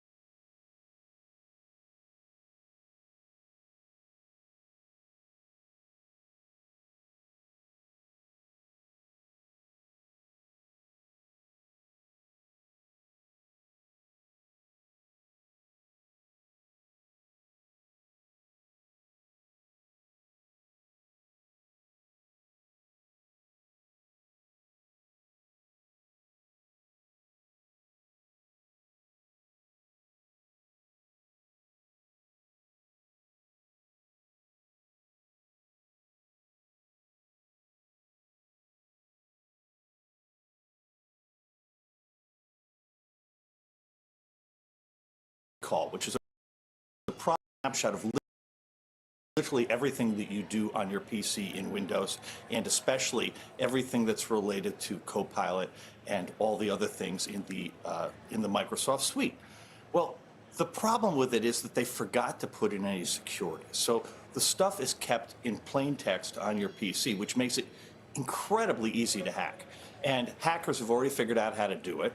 And you look at this and you say to yourself, well, what could possibly go wrong? Obviously, stalkers, hackers, ransomware, all of those things are there. And the problem is that there's no protection for the consumer on this.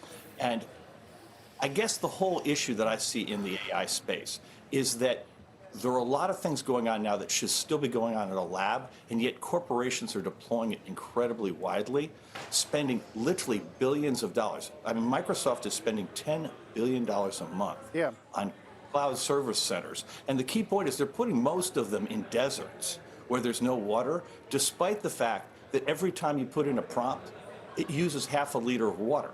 And so when you get the stuff to scale, it's just going to have environmental damage that we may not be able to recover from. That's a separate, I guess, ball of wax, Roger. But to the product element and the unreliability aspect, if the consumer's not smart enough, aren't corporates at least smart enough to turn their backs on products that give you that kind of misinformation? So far, there's no evidence of that. I believe that Microsoft and OpenAI have executed the greatest marketing campaign I've ever seen. And I've been in the business 40 plus years. And it's really extraordinary what they've done. And I would argue that the validation of OpenAI and ChatGPT by Microsoft caused corporations to relax their processes.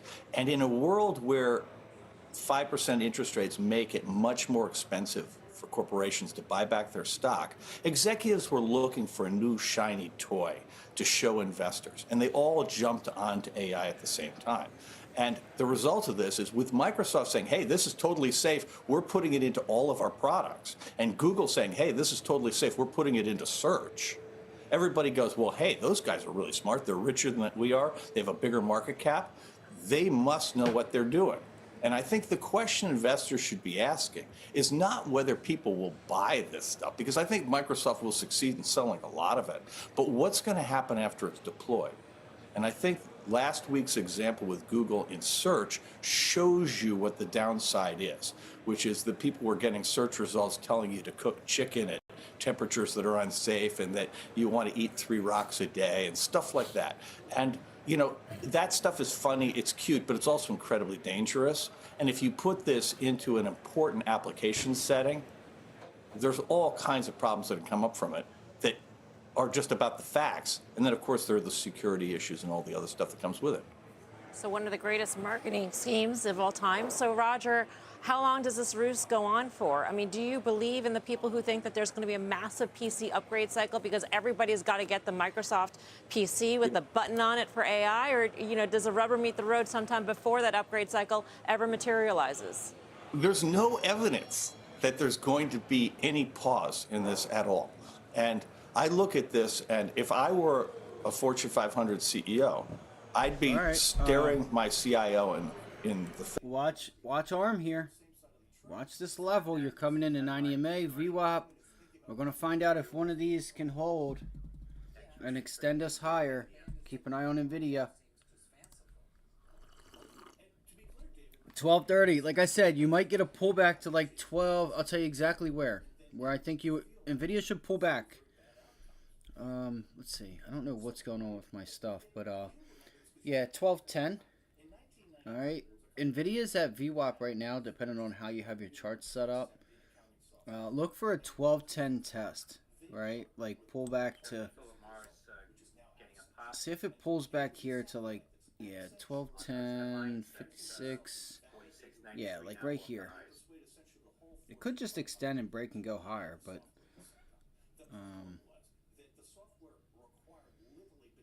yeah, you're up at yesterday's close. Yesterday close lines up with VWAP, so it's going to be interesting to see. Watch this pullback. If you can get that pullback and see if it goes higher, that could take ARM up to a new high.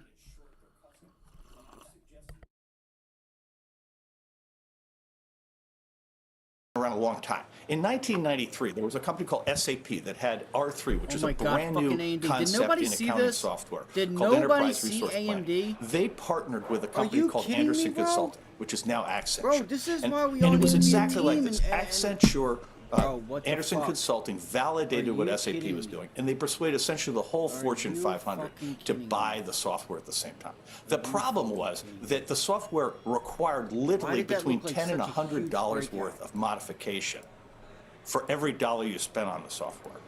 And that God. proved to be a disaster for almost everybody.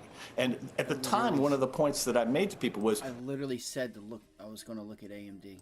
and I'm suggesting we may be in a repeat of that, okay? And, you know, like I said, I think Microsoft can sell ice to Eskimos, and, you know, they're very good at this, but that doesn't mean that they're right or that the product's going to be any good. Roger, next time we'll talk about the actual regulators themselves and whether they can do anything. We'll save it for next time. That's a whole separate Yes, question. exactly. That'll be fun. Good. Roger See you. McNamee, thanks. Coming up next hour on Money Mover.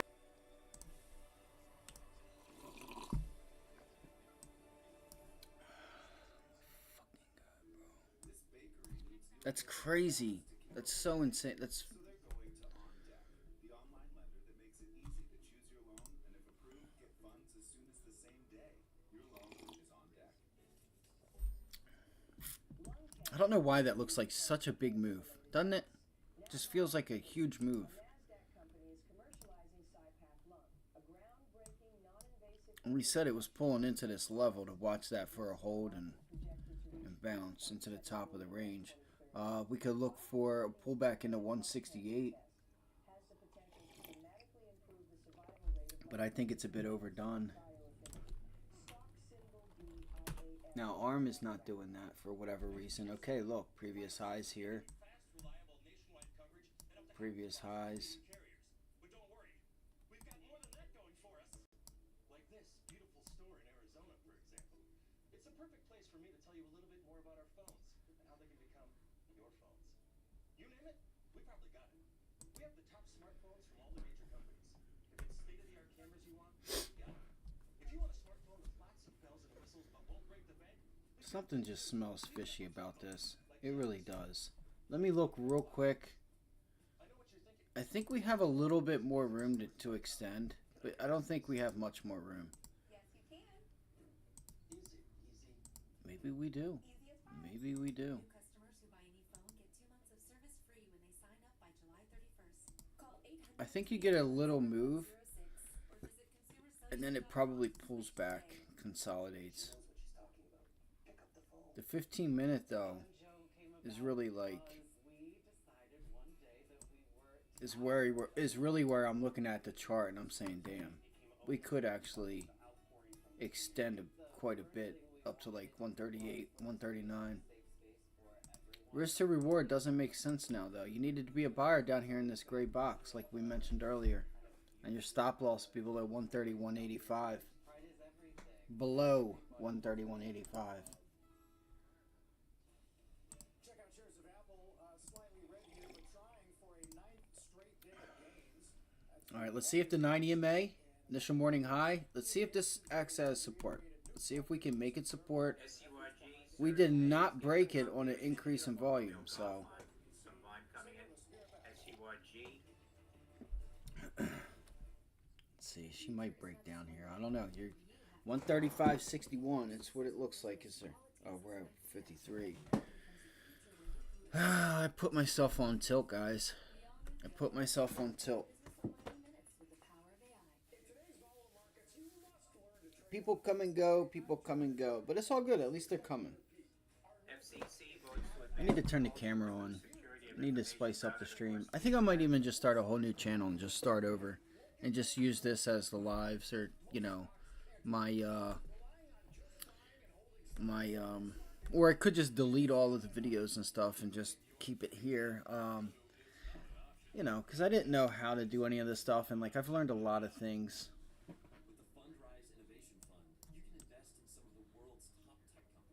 Let's see, you're going to get your pullback.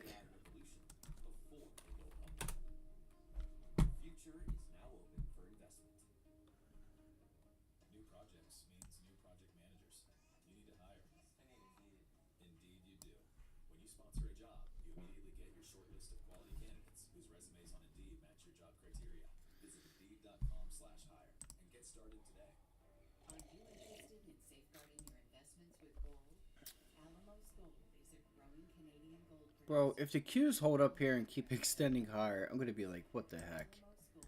I'm going to be pissed. Tomorrow, a critical jobs report. Will payrolls continue to soften and help pave the way for Fed rate cuts? What the data could signal, employment numbers and analysis. Squawk Box, tomorrow, 8:30 a.m. Eastern, CNBC.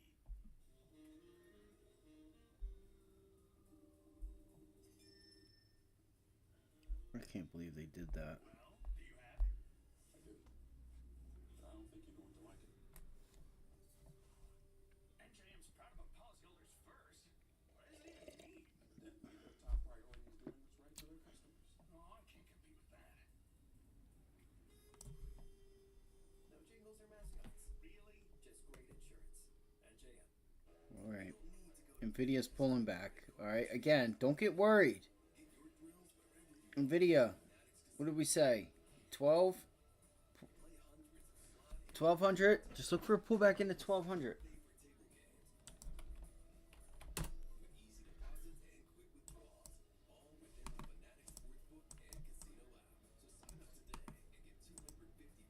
Damn, the Dow is just hurting. Welcome back to Squawk on the Street. Euro stock 600 hitting an intraday all-time high today after the European Central Bank cuts rates for the first time in 5 years. Our next guest prefers opportunities outside the U.S. David Harrow, Harris Associates CIO, International Equities and Portfolio Manager, joins us right now. David, great to have you with us. Thank you for the invite this morning. European stocks have been on fire, so where specifically outside the United States do you like?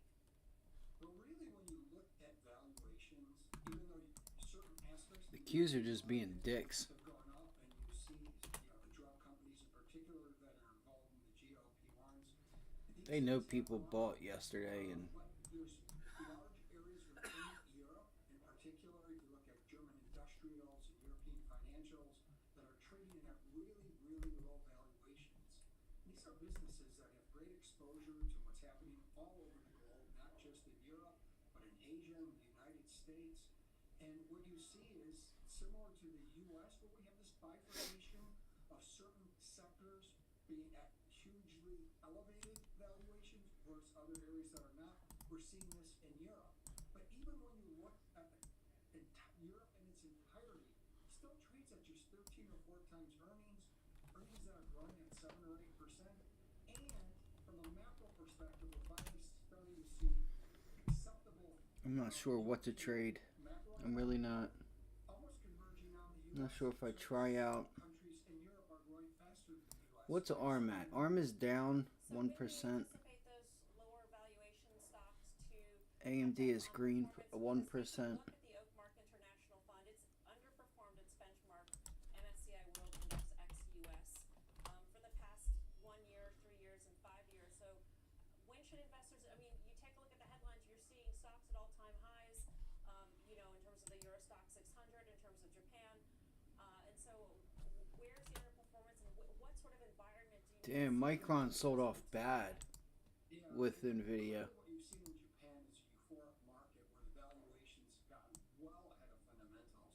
You have a market trading at 15 or 16 times earnings, and the corporate sector that could barely deliver on average a 9% return on equity. So, we're value investors at Harris Oakmark. We look at the price you pay for what you get.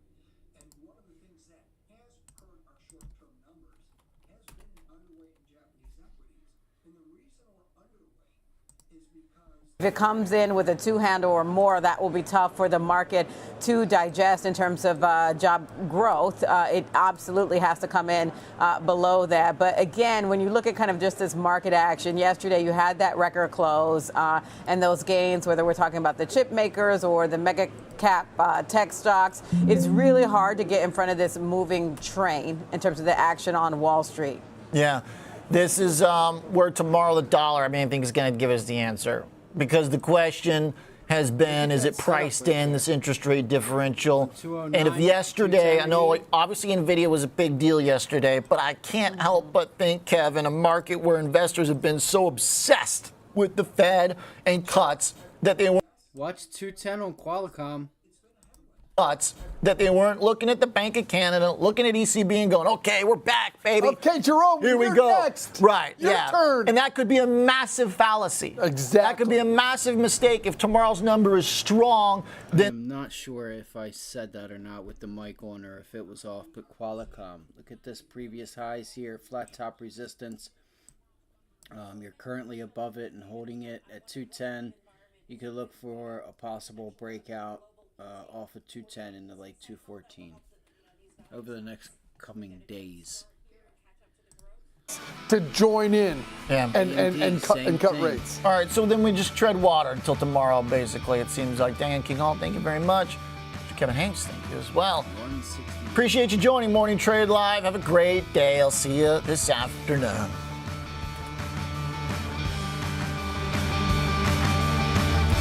Get each and every angle, the whole picture. Everything comes full circle on Trading 360.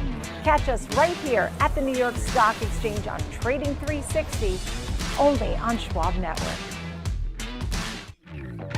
Accelerate your market knowledge And shift your perspective into full gear.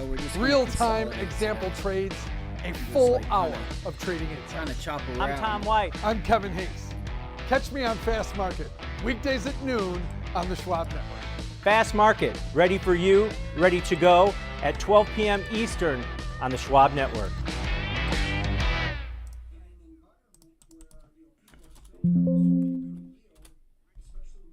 I'm Nicole Petalides, live from the New York Stock Exchange. Catch me on Schwab Network, available anytime, anywhere, any device, for free. Schwab Network. Watch 1020. Her old ass. She's got to be the hottest Schwab old Bank lady Investor Checking, the checking account built for investors. Named highest in client satisfaction by J.D. Power for 5 years in a row.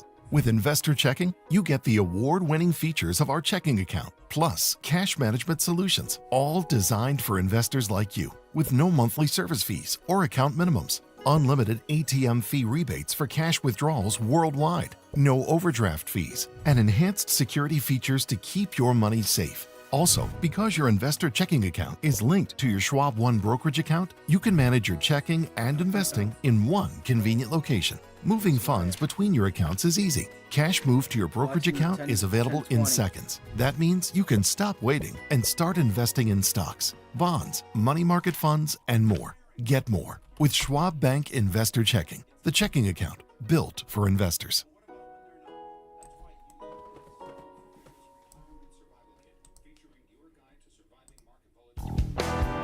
Kickstart your morning with a full dose of commodities, technical analysis, economic data, and live reaction in global markets. Available anytime, anywhere, on any device for free. And available on all of your favorite streaming services. Futures with Ben Lichtenstein every weekday, 8 a.m. Eastern on the Schwab Network.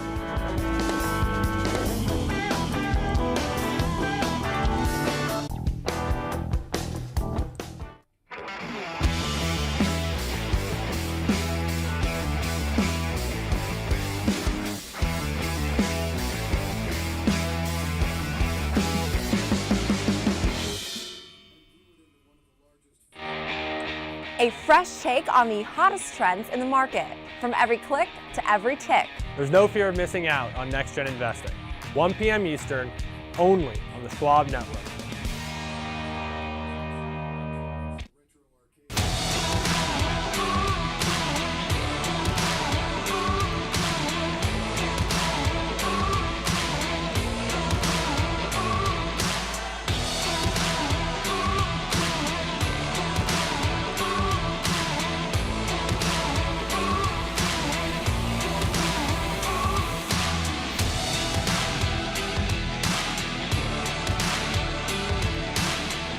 Good morning. We are 90 minutes into the trading day. Welcome to Trading 360. I'm Nicole Petalides, live on the floor of the New York Stock Exchange.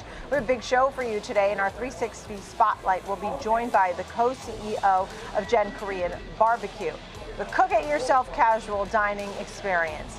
Today's disruptor, Snowflake. This after Goldman Sachs calls it a long-term Gen AI winner. And our 360 round, we will dive into the earnings from Five Below. In the meantime, take a look at stocks here. We're coming off the heels of rate cuts from abroad, jobless claims that came in. Right now you're seeing the S&P, and by the way, some new highs as well that we've hit, but we've since pulled back. S&P 53.52 down 1. The NASDAQ is up 3 points. The Dow is up 26 points, and the Russell down about 0.5%. Oil and gold are both higher on the day. Gold's up about $8, and oil's sitting at 74.63 the barrel. The VIX at 12.62. Bitcoin at 72,085. That is up 195. We also have a couple of stocks that we are watching today, and that includes Lululemon. Shares have been higher on the day after the beat on the top and bottom line. In its earnings report, the company saw comp sales rise 6% in the quarter, and the board authorized a $1 billion increase in the stock buyback program. We're also watching big tech. New York Times reporting the Justice Department and the FTC reached a deal that will allow them to proceed with antitrust investigations into the roles of Microsoft, OpenAI, and NVIDIA play in AI. The Justice Department will investigate whether NVIDIA violated antitrust laws, while the FTC will look at Microsoft and OpenAI. Let's get some insights, big picture on the market, the news, everything that shapes your portfolio. And for that, we welcome in Vance Howard, CEO, Portfolio Manager at Howard Capital Management. Thank you for being here. Hi, Nicole. How are you? Good to see you. So I'm doing great. I mean, last night, a lot of folks at an event I was at, they were happy to see the S&P new high, NASDAQ new high. And while they expect labor to pull back a little bit, right, unemployment may rise, jobless claims are showing the highest in some time. The big picture is, at least right now, people are making some money. What are your thoughts? I think the market's going higher. The trend's up. Yeah, the trend's definitely up. We saw a crack in the 10-year last night from 4.6 to 4.3, so organically interest rates are starting to drop. You know, the JOLTS number came in a little bit, it's getting to where bad news is good news. We've heard that over and over, but I think the Fed also needs to be cautious that all of a sudden bad news can become bad news.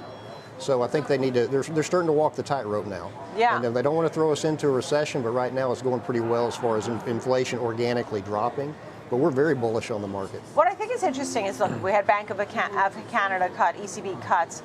Now, with the data that we've been getting in, maybe it's more likely we may see a cut from the Fed. Yes. Maybe September, maybe sooner. I don't know. What do you think? I think the past week was a game changer. I think the Fed's got to be alert because they can't do this for much longer because you don't want employment dropping. And you saw a crack in employment a week and a half ago. Right. It was small. It was only 4,000 to 5,000 jobs, but that's still a crack. And the point being is they need to be very careful here, but I think September is definitely on the table. How many cuts do you think we'll actually see for 2024? I think we'll see one, but all you need is one. And I think all you need is one for the market to do very, very well. I think this market could reach 56, 5,700 by the end of the year. Here's an interesting stat. Did you know since 1927 that any time the first quarter was up and April was down, June was an up month 11 out of 11 times.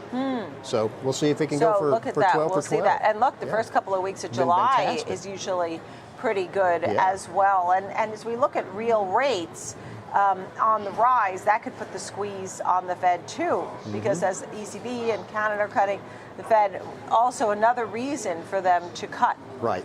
Overall, I mean, what do you think about the Mag 7? I mean, NVIDIA topping $3 trillion, in fact, now becoming the second largest company by market cap. Any of those Mag 7 names jump out at you? We own them all. We own them all. But here, Yeah. but listen to this though. With what's happening now, the market's actually starting to broaden out now. If you get lower rates, that's going to help small caps. And small caps have been dead in the water for 2 years, so they're overdue. So another thing, look at biotech. Biotech's starting to broaden out too. This is the sign of a very, very healthy bull market, and that's what you're in. Yeah, let's go over some of the advice that you have. You mentioned tech, that you like tech. You mentioned small caps. What's your advice to investors, some of the definites for the portfolio? I think small caps need to be looked at. I don't think I'd go, head first in, but there's a lot of opportunity in small caps now. And if rates start to drop, that's going to benefit small caps dramatically because they live off of rates in some form or fashion. There's a lot of other areas. I was talking the other day about Salesforce. What a gift it is. If you haven't bought Salesforce yet, that 20% drop is a true gift. But if you look at things like Salesforce, Nicole, think about this. Okay, number one, they have recurring revenues. They're a subscription-based company, which we love. But what can AI do for them? What if AI can make them 10% more efficient? They can reduce their overhead or their staff by 10%. Think of the earnings increase that's going to have for Salesforce. I think it's a great buy down here. Interesting. I'm glad you mentioned that because we've had that conversation this week. I mean, when you saw it drop 20%, people, were calling me and, I don't know what to tell them. Like, I'm their financial advisor, but I do understand the pain when you start to see, you know, a drop 20%. Let's talk about some of the names you like and some that would be in the healthcare space. You have Merck, Regeneron, Moderna. I see. Tell me a little bit about that. Well, as the market broadens out, you're starting to see interest rates organically drop. That's going to help biotechs also. But if you look at the sector, you know, play IBB, which is the ETF, of which if you don't want to buy the individual stocks, but Regeneron broke out to a new 52-week high. I love 52-week highs because that's telling us something. And remember one thing, a stock can't double unless it's hitting 52-week highs. So you want them hitting 52-week highs. That's the energy behind the stock that plows it forward. So those three are great names, great buys right now. Yeah, and you mentioned Salesforce is another one that you would pick up on the pullbacks that we've seen. TLT, you're watching bonds very closely. Well, you know, I had somebody call the other day and they said, what about the 60-40 portfolio, which I hate the 60-40 portfolio. And I think everybody learned that 60-40 portfolio may not be that smart because if you look at TLT, it was around 180, 185 a share 2 years ago, and now it's 93. It's cut in half. It's as risky as the S&P 500, if not more so. Right. But it's starting to break out, and it's starting to break out of that 93 range. If it'll break out of that 93, it could shoot to 100 pretty quick. But bonds are going to become very tradable. What about any other sectors? I mean, we've seen, we talked a little bit about semis because that goes into the Mag 7, but what else are you watching? I mean, we've gotten a lot on home sales. I mean, do you have any interest in real estate or REITs or energy? D.H. Horton looks good to us as far as a home builder. Oh, yeah? And, you know, we are so far behind on housing now, they're going to have to start to build homes, that's for sure. But as interest rates drop, this is going to help REITs. It's going to help builders. It's going to help the real estate side of the equation. So it could really expand pretty quick going into the last 2 quarters of the year. Yeah, and what about when we think about some of the things, what the consumer is doing? We've heard a lot from retail, and we've seen a Brazilian consumer. They're very selective where they spend the money. Is it going to be certain stores? Is it going to be cruise lines or travel? Right. And I think that's a great question, too. But you look at the airlines, they're doing wonderful. I got a text from a guy that's flying in this morning because we're having dinner tonight. He says packed, just absolutely packed at the airport down in Houston. And this is the way it is across the board. People are moving around. They're having fun. But think about this, too, Nicole. You've got $6 trillion of cash sitting on the sideline, and that needle is barely budged going into the market. The reason being, if you got 5% interest, they're taking that interest and throwing it into stocks without touching the cash. So, I mean, you're looking at it could be a really large run-up in the market the next, 12, 24 months. And what is the HCM, the tactical growth, the dividend sector, the income plus? What are all these funds that are under the umbrella? Well, every one of ours is under the HCM buy line. Because, the buy line's positive, that means the trend is up. And we buy on every pullback until it changes. And we've been positive for months and months now, and I don't see it changing. The buy line's incredibly strong. I think investors need to be 100% invested. They need to buy on every pullback until the trend changes, and that may be a while out. That may be a year or two out. Right. So the income plus HCMEX, the dividend sector HCMNX, and HCMGX would be tactical growth. All of those, in your opinion, among others, look like winners, right? They're winners. We're trading them. We're actively moving them. Vance Howard, great to see you. You too, Thank Nicole. you so much. Glad Vance Howard's here. Howard Capital Management. Plenty more to come here on Trading 360. Up next is the big three. 3 stocks, 3 charts, 3 trades. Ben Lichtenstein goes through the technicals. Achilles Larea takes us through the trades for Home Depot, Hilton, Taiwan Semi, right here, Trading 360, Schwab Network. We'll be right back.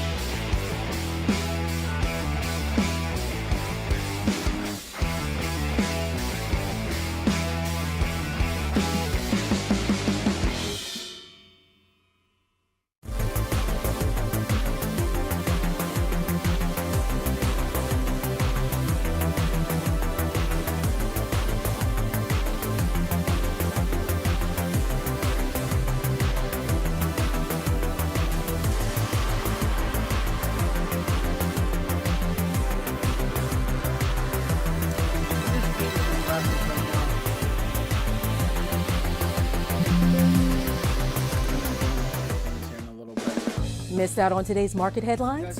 Get caught up and catch the wrap at schwabnetwork.com.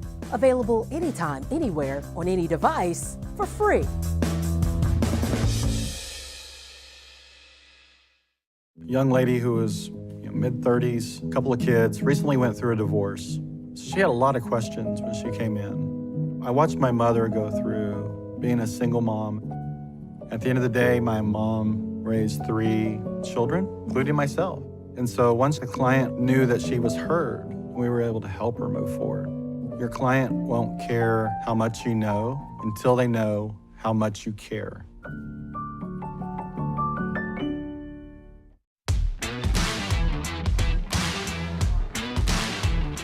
Welcome back to Trading 360. I'm Nicole Petalides. It's time for the Big Three.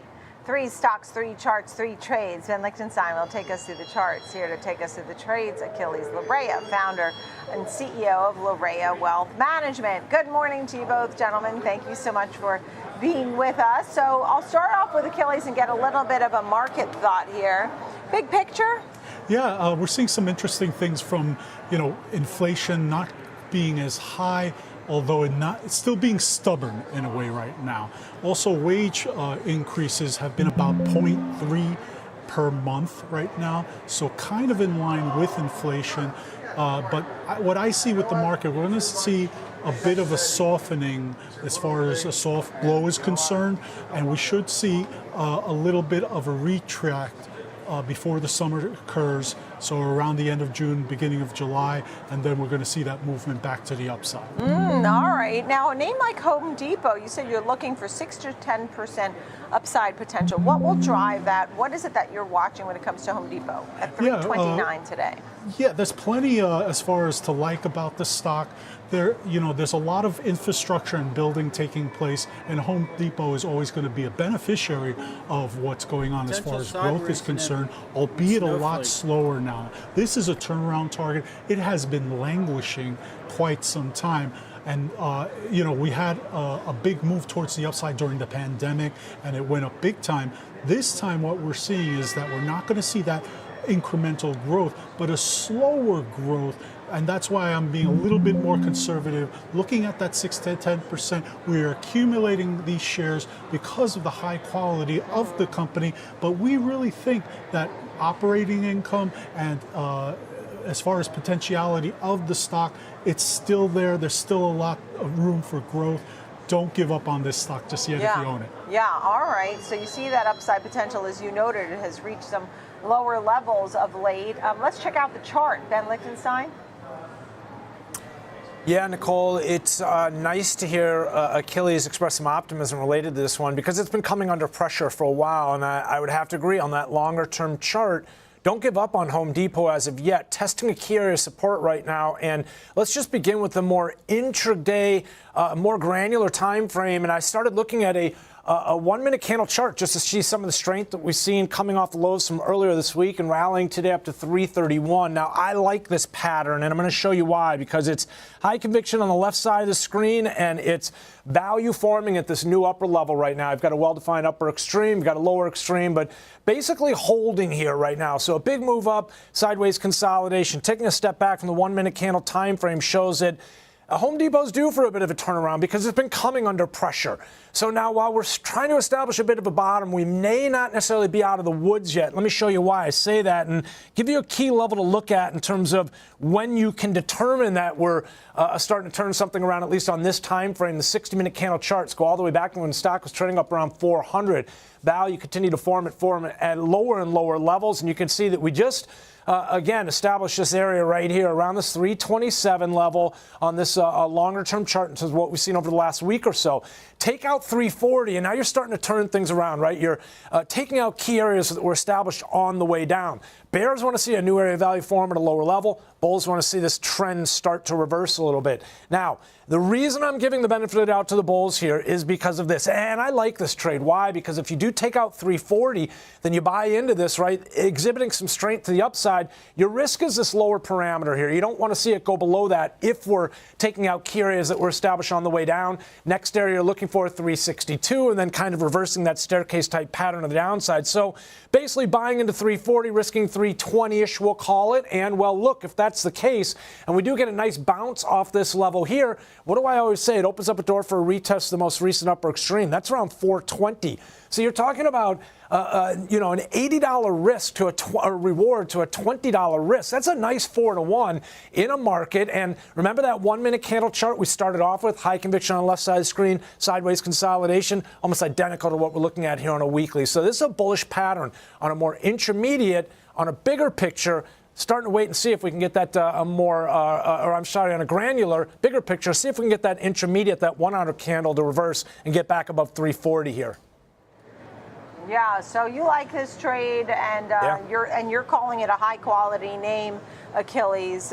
So I think we'll leave that one there. Why don't we get to Hilton, where you expect some volatility in the near term, but see upside potential? Yeah, actually, this is one where I said there's going to be a lot of push resistance right now, and for the next 2 months or so, of a lot of consolidation. We think that the stock is a winner because it's one of the dominators in its sector. Hilton, a lot of people don't know is that there's a lot of franchise Hiltons, and these companies continue to make money for the Hilton Corporation. We also see roughly about 70 or 75 different franchisees out there that are in a higher name, should I say a higher branding, and so there's a lot of opportunity to make money there. But more importantly, since the stock has been, since COVID, has been one of the leaders in the sector. I mean, there are other names obviously to consider, but we feel that this is the best name to hang on to. We also see a very decent move to the upside, a double-digit increase in the next 18 months. You will have to hold on to this. This is not a quick trade, Nicole, but we do believe that this is an excellent, high-quality opportunity to get back in and accumulate again. Look, you said 10 points, so what do you mean, $213 plus, etc. And just really thinking that any weakness is a buying opportunity. That's what Achilles is saying. Let's take a look at the technicals, Ben. Agree with that in many ways in terms of what the chart's telling us. Longer term, very much a bullish pattern playing out. Let's just begin again with a more granular. We'll work our way up as we always do and start off with the 5-minute candle chart. I like this one. Look at this, well-defined trend up here. We're talking migration of value to the upside, 197. 200. This is where the market kind of consolidates, regains composure.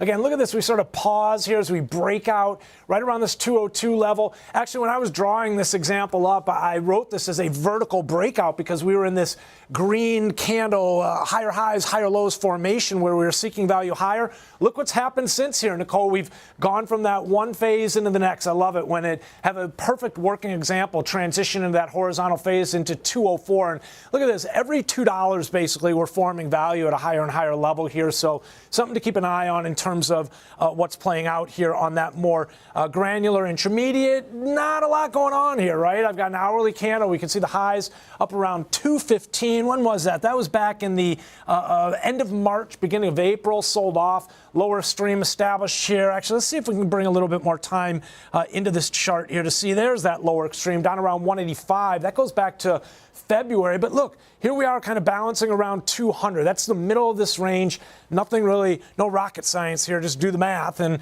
you can see here. So that's sort of a pivot zone holding above that. Very bullish, right? So we're talking about two separate time frames that are exhibiting a bullish type pattern. Speaking of that 200 level here, you can see the significance associated with it.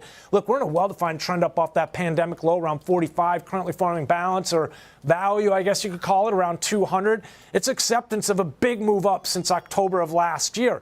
Remember, those are the lows that we saw, October of last year. Here we go. There's that big move up that we saw, that sideways consolidation. And even if you wanted to, again, you could establish this pattern exhibiting itself multiple times within that larger pattern that plays out here. So this is exactly what the bulls are looking for, Nicole. Yeah. And to your point, thank you for that. You see this trend up off the pandemic lows. And Achilles, you really think this is a leader, a behemoth in the space, right? And that's another catalyst. Yeah, it's one of the leaders in the space. It was one of the first stocks that came back super strong. So once again, we believe they're taking that leadership position in the sector and are going to run with it, like I said, about 10 points in the next 18 months. All right, well, we know, let's move to semiconductors. Everybody's been loving the semiconductor names. You're watching Taiwan Semi in particular. Again, a winner. Tell me a little bit about the story here. Well, this is not NVIDIA, this is not Intel, but it is in a great sector right now. What we have to watch out for stocks like this on the move up is that move down. Is it going to be a precipitous drop when it happens? Or, is the shoe going to drop when the N word says we drop? Or is it going to hold its own? We believe that even with the geopolitical risk, that Taiwan Semiconductor is going to hold its own. It's going to make moves towards the upside. We definitely see a double-digit growth. I'm saying 18 months to be on the conservative side, but that could be 3-4 months, and then we got to reevaluate it. But it's a high-quality name. Right. It is one of the leaders in the semiconductor industry, and they are prepared should there be something going on with China in terms of conflict and so forth. We talked about geopolitical risk. Now, I would also add to that, we are going to see some near-term move to the upside, fast moves to the upside, but then we're going to hit resistance probably in around July or August. We're going to hit resistance with this stock, and it's not going to be much ado about nothing should that take place because of the other stocks in the sector. Right, so it may be slow or I guess some resistance, but over 12 months you see the upside here. That could happen. Let's hear what Ben has to say about the charts. Yeah, I can buy into that sentiment as well here. Technicals are very supportive of that fundamental narrative, Nicole. I wanted to begin, again, as always, taking a look at the 5-minute candle, work our way up into a bigger picture. You're going to see a bullish pattern playing out here across all 3 time frames that we look at. Just starting off here with some of the price activity this week, the big rally we saw up to 167 and how we've been just establishing value at this upper level here, holding. And again, a 5-minute candle chart, 164 is the range that we're in right now, around that area. But you can see the separation between these two areas of value. So again, basically the bulls in control here, simply put here. They're running this one up. Let's take a look here. Stepping away from 5 into a 30-minute candle chart. This is good for the bulls because it was getting a little cloudy in here for a little while. We actually looked at this one, I think it was on Next Gen yesterday or the day before this week, but talked about how we were seeing migration of value to the upside. And then look at this. We started to roll over a little bit here. I said there's a couple different ways of looking at it. This is a bit more of a kind of bearish way of looking at it, unable to sustain this area around 154. Bulls, while we were bouncing around 160, wanted to see us take that level out, but we were unable to. In fact, we traded down to that 148, 149 level, so briefly below 150. But I was giving the benefit of the doubt to the bulls while we were discussing this and saying, hey, it actually looks to me like we're just kind of forming this as one larger area balance around 156, right? And that ended up proving to be the case. And why did we give the benefit of the doubt to the bulls? Well, take a look. Because this longer-term chart. I mean, when you have this kind of energy to the upside, right, you're sort of just relying on eventually that pattern, that trend to kind of hold up. Well defined off that 2022 low we saw around 60, recently just shy of 165. Actually, that didn't get updated now that I think of it from the last time we talked about this. Currently in a vertical phase, that did get updated because we're seeking value higher right now, simply put. Look at this. This is a breakout phase where, again, the bulls are going to look for something a little bit more horizontal and consolidative to form at that higher level in acceptance of this recent run-up. But, yeah, a bullish pattern across multiple time frames here as well. All right. Thank you for that. Given the benefit of the doubt to the bulls there, I mean, you have bullish picks, all 3 of your picks today, Home Depot, Hilton, and Taiwan Semi. Final thought? Yeah, we're looking at a market right now where some people are saying, hey, we're off to the races. I said that the last time I was here, and I still believe that. I do believe we are going to face some near-term resistance towards the end of June, beginning of July, but that's not going to be anything to be afraid of at this point. So it's off to the races, and just be careful what sector you get into because sometimes it doesn't work out, and you got to be ready to get out. All right. Achilles, great to see you. Achilles, Larea, and our own Ben Lichtenstein. Thank you both so much for the big 3 today. Excuse me. Coming up next, we're going to spotlight Gen Korean Barbecue. This CEO, co-CEO, will join us and tell us all about this barbecue place where you can do it yourself, exciting new menu items, the expansion plans, and more. Trading 360. We'll be right back. I'll let you guys know as soon as I get my entry and stuff.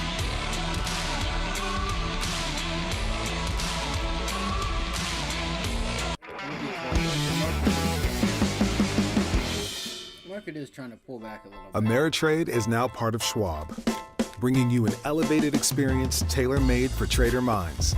Oh, wait, no, hold on. Go deeper with Thinkorswim, our award-winning trading platforms. Unlock support from the Schwab Trade Desk, our team of passionate traders who live and breathe trading. And sharpen your skills with immersive online education, crafted just for traders. Also, you can trade brilliantly.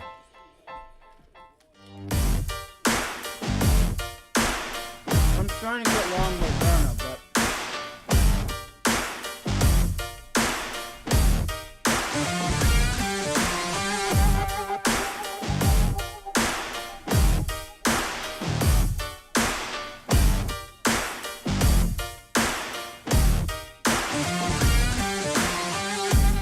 Young lady who was mid-30s, a couple of kids, recently went through a divorce.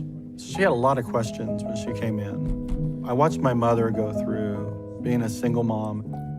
At the end of the day, my mom raised 3 children, including myself. And so once the client knew that she was heard, we were able to help her move forward. Your client won't care how much you know until they know how much you care.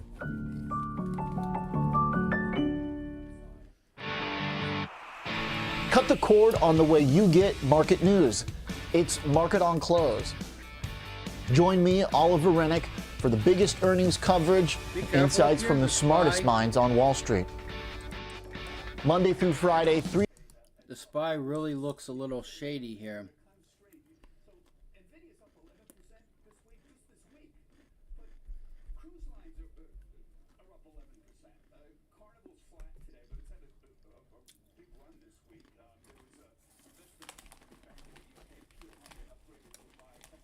So, mRNA will,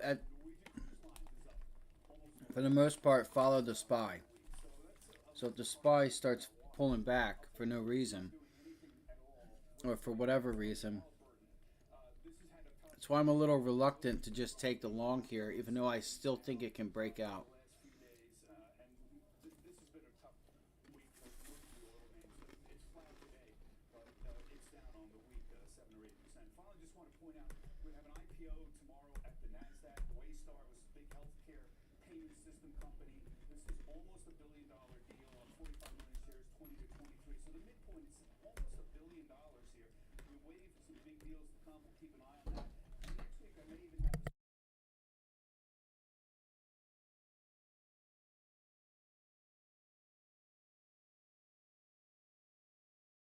Let's go, Moderna.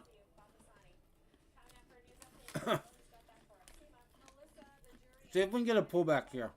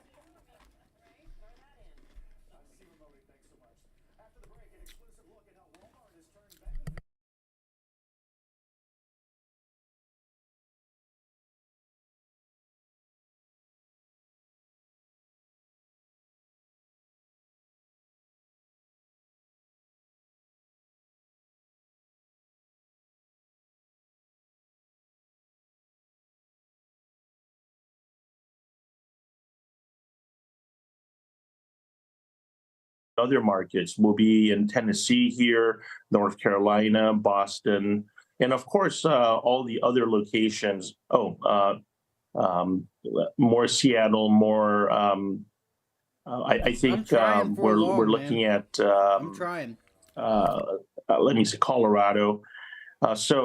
And then we're infilling all the locations that we're in already. So by expansion-wise, we're probably looking at about another 10 this year. And, our whole objective is to not just expand, but actually have a great experience with our guests and what they experience. So numbers-wise, we're doing really well. We'll continue this pace. It's interesting, too, because you're giving the folks what they want. Almost everybody I speak with is more into protein lately. One woman yesterday talking about her healthy lifestyle, and she eats protein 4 times a day. You have 10 gourmet protein options as you continue to revamp the menu, more premium menu. Tell me a little bit about some of the ideas that you float around in the conversations, and clearly protein's one of them. Yes, so we have a menu base of over 30 products, 35, and they consist of beef, pork, chicken, and vegetables. And we did some math. When you come into our restaurants, you get to order 4 proteins at a time. And the math turns out to be where you have like over 2 million options at that rate. So it's all you can eat concept. It is not a buffet. You get full service. Servers come to your table and they bring the food to you. And the beauty about our concept is you actually get to cook your own food. So we have a grill on every table, and everybody is a chef now because with all the chefs coming on the news and TVs and all that. So everybody's experiencing cooking it in their own ways. And the new premium menu that we just rolled out are much higher premium meats that we serve. Yeah, and it's interesting because as people battle high costs and inflation, they are willing to spend if it's something that they really want. And you're noting that. I mean, you talk about other fast food restaurants that have raised their prices, and is it okay where you are? I mean, how do you handle the pricing issues and getting people in? We continuously look at that. Our pricing, it's a one price. Lunches are below 20, dinners are in the low 30s, and you get to order as much as you want. So in terms of value proposition, I don't think anybody's out there with this kind of value. So in terms of the pricing structure and the consumers wanting a value, we really hit that point very well. Right. Well, so what names are under the umbrella specifically?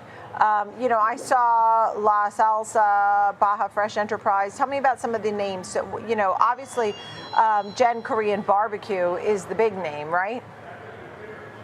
Yeah, the Baja and La Salsa was companies that I used to own previously. I don't own them anymore. So we went public last year just under the brand name of Gen Korean Barbecue. I see. I'll tell you, here in New York City, it's extremely popular. And to your point, with your expansion, you're being well received.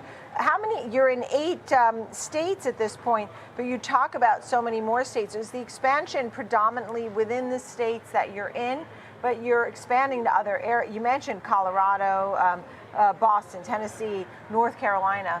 Are you doing expansion within the states you're in even more quickly because people love it already? Correct. So, for example, yes, like in New York, we'll probably do 4 more within a year. Texas, we'll probably build another 10 more. Yeah, so we are expanding a lot in the areas that we're in right now, yes. How do you find staffing or any other overhead costs? Are there supply chain issues? Do you have churn in the staffing? Are you concerned about wage increases or demands for wage increases, things like that? As a CEO, co-CEO, people love your goods, but at the same time, how difficult is it running the business? For the industry, it is difficult, especially post-COVID, but now it's stabilizing. But our concept, because you cook your own food as a guest, our requirement to train staff is much less than perhaps other concepts. Therefore, it's easier for us to get staff. It's easier for us to train them. So in terms of the pressure of opening restaurants quickly and staffing them and training them to get to the speed of the service cycle, we're actually at a much better advantage than other concepts. But it's getting better. The market, the labor market is getting better. Yeah. And look, just as a final thought here, and your experience in the restaurant industry, serving the customers and now making everyone their own chef where they can have fun and have protein and vegetables. Just a final quick thought about, your vision here for Gen Korean barbecue over the next 10 years. So our immediate goal probably within the first 5 years is get to over 250 locations, and we're starting to talk to international expansion too. So right now we're so blessed that we're so well received across the country, and it's just not Asians. We're getting other demographics, much bigger demographics than Asians coming through. So it's very well received, and we are not just excited, but I know with our management group here we can execute those numbers. Yeah, David, great to speak with you. Come back again soon. I know New York City loves Korean barbecue, so good luck with your continued expansion there. You said maybe 4 more in New York. David Kim, co-CEO, director of Gen Korean Barbecue. A great quarter and expansion plans ahead. Thank you so much. Wonderful to see you. GENK is the ticker symbol. Coming up next, George Silas is standing by. He's going to take a close look at Snowflake. In fact, Goldman Sachs saying it's a long-term winner in the world of Gen AI. He'll give us the details and an example trade next.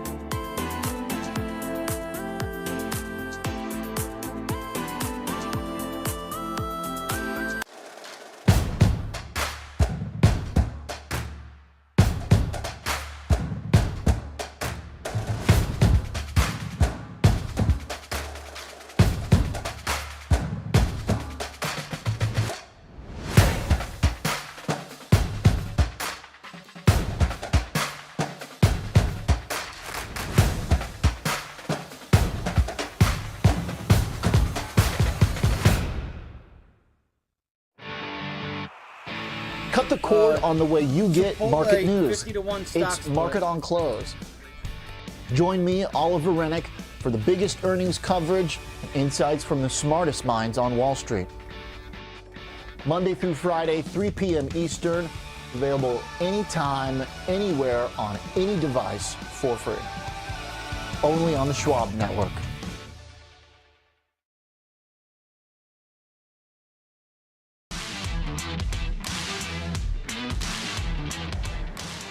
Welcome back to Trading 360. I'm Nicole Petalides, live on the floor of the New York Stock Exchange.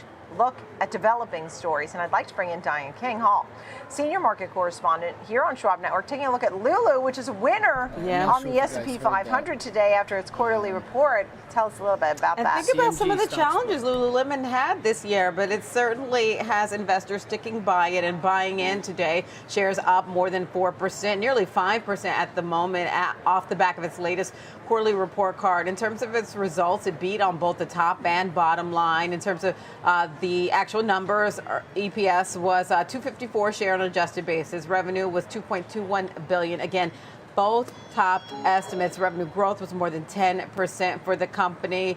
Gross margins above 50%. Operating margin nearly 20% for Lululemon. Now, in terms of comps, they saw comps increase by 6%, but a lot of that had to do with international because in the Americas, comps were flat, actually. And so the company said on their earnings call that, look, they missed it in terms of some of their inventory, right? They didn't have the right sizes or colors in its store, so that hurt sales. In terms of the U.S., the Americas customer, they're still kind of dealing with that as well. They said their color assortment was just wasn't enough in terms of the leggings and the colors that people are looking for, and they've been out of stock of the sizes that customers need that they're looking for as well. So they have to get that right, and they said they've been working on that. And look, investors are like, okay, we believe you. We're buying back into this one. So the stock, again, up more than 4% today. All right, sounds good. They have that buyback and the winner, the leader in the S&P 500. Thank you so much, Diane King-Hall. Great to see you. Appreciate that. Now let's continue and take a look at disruptors because Snowflake is on our mind. George Sillis, senior markets correspondent, is here, and our disruptor today is Snowflake. This is Goldman Sachs keeps its buy rating on the stock and has quite the bullish outlook for the company. Can you give us some of the details? Yeah, I mean, if you look at Goldman's call on Snowflake, Nicole, they're actually looking at what they publish as a company in terms of their Data Cloud Summit and Investment Day. And so they're essentially releasing some new products and giving some guidance in terms of their technology, which integrates artificial intelligence alongside their cloud and, of course, their the data warehousing infrastructure. And it's more of a call based upon some technology that I think Goldman's analyst, which maintains an overweight rating and has a $220 price target on the stock. They're looking at, of course, the value proposition that Snowflake provides its major mainstay enterprise customers, which essentially allows customers to separate the computing and storage components of their data needs. But AI integration, of course, is key for Snowflake, which is a very popular cloud and data warehousing-based infrastructure product across the large-scale customers. But I think the challenges for the company itself have been relatively valuation because if you look at the stock over the last week, obviously it's down since it reported earnings a couple of weeks back ago. Relative to the overall markets, we can actually see that the market seems to be still preferring at this time the technology hardware companies associated with artificial intelligence versus right now the software companies, which unfortunately for Snowflake investors, it's part of. Understood. So at this point now, how would you go about an example trade? Yeah, so I mean, I think, looking at the technology, this is a pretty unique technology because it allows the customers to have that separate computing and storage. But I think the challenge for Snowflake is not product, it's essentially the financials. It's an expensive company. If you look at the forward earnings, looking at, let's say, 2025's earnings around 160 times. So I think that's the challenge overall for Snowflake. And if you look at the chart, it's in a bear trend. And if you consider some of the areas of support, which were $145 going back to August and October of last year and even April of this year, it's broken below that. So I think that's going to be an area of resistance. So what I'm going to do in this case is I'm going to structure a bear call spread with that $145 level in mind as resistance. So we're essentially going to look at selling the July monthly with 42 days expiration 145 call, and then we're going to buy the 150 call above that. So it's a two-legged structure. We could sell for $1.25 credit per share, $125 a contract. So if you think the stock is going to drift lower, that's fine because the premium that we receive will erode to zero in the next 42 days. But in case it does rebound. I don't necessarily think it's going to break above that 145 area in 42 days. And essentially, that's the whole objective. We want to keep it below that level to have that premium we sell for a credit road to zero. All right. Thank you for that. George Sillis, great to see you. Appreciate it with our disrupted today, Snowflake, which is at 132 at this moment. Coming up next, we're going to have our 360 round. I don't know if you've been watching. Five Below is down about 13%, 52-week lows after its quarterly report. We will break down those numbers and the consumer, the overall state of the consumer. A lot more to take a look at in the world of retail. Our panel is ready.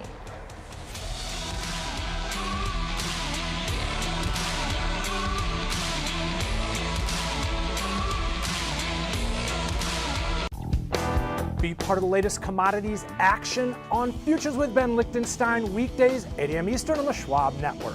Available anytime, anywhere, on any device for free. I was born on the south side of Chicago. It's been a long road, but now I'm working for Schwab. I love to help people understand the world through their lens and invest accordingly. You can call us Christmas Eve at 4 o'clock in the morning. We're gonna always make sure that you have all of the financial tools and support to secure your financial future. That means a lot for my community and for every community. Download the Schwab Network app and join us to follow all the market trends. Schwab Network is available anytime, anywhere, on any device for free. Schwab Network. Ethan, how's my favorite client? Great. I started using Schwab investing themes, so now I can easily invest in trends, like wearable tech. Trends? All that research sounds exhausting. Nope, Schwab's technology does the work. So if I spot an opportunity in robotics or pets, I can buy those stocks in a few clicks. Can't be that easy. It is with Schwab. Schwab Investing Themes. 40 customizable themes, up to 25 stocks in just a few clicks. It's time to look forward. Find the next trend. From every click to every tick. There's no fear of missing out on next-gen investing. Available anytime, anywhere, on any device for free. Empower your portfolio with the Schwab Network. He's Alex Coffey. I'm Jenny Horn. Join us for Next Gen Investing. 1 p.m. Eastern, only on the Schwab Network.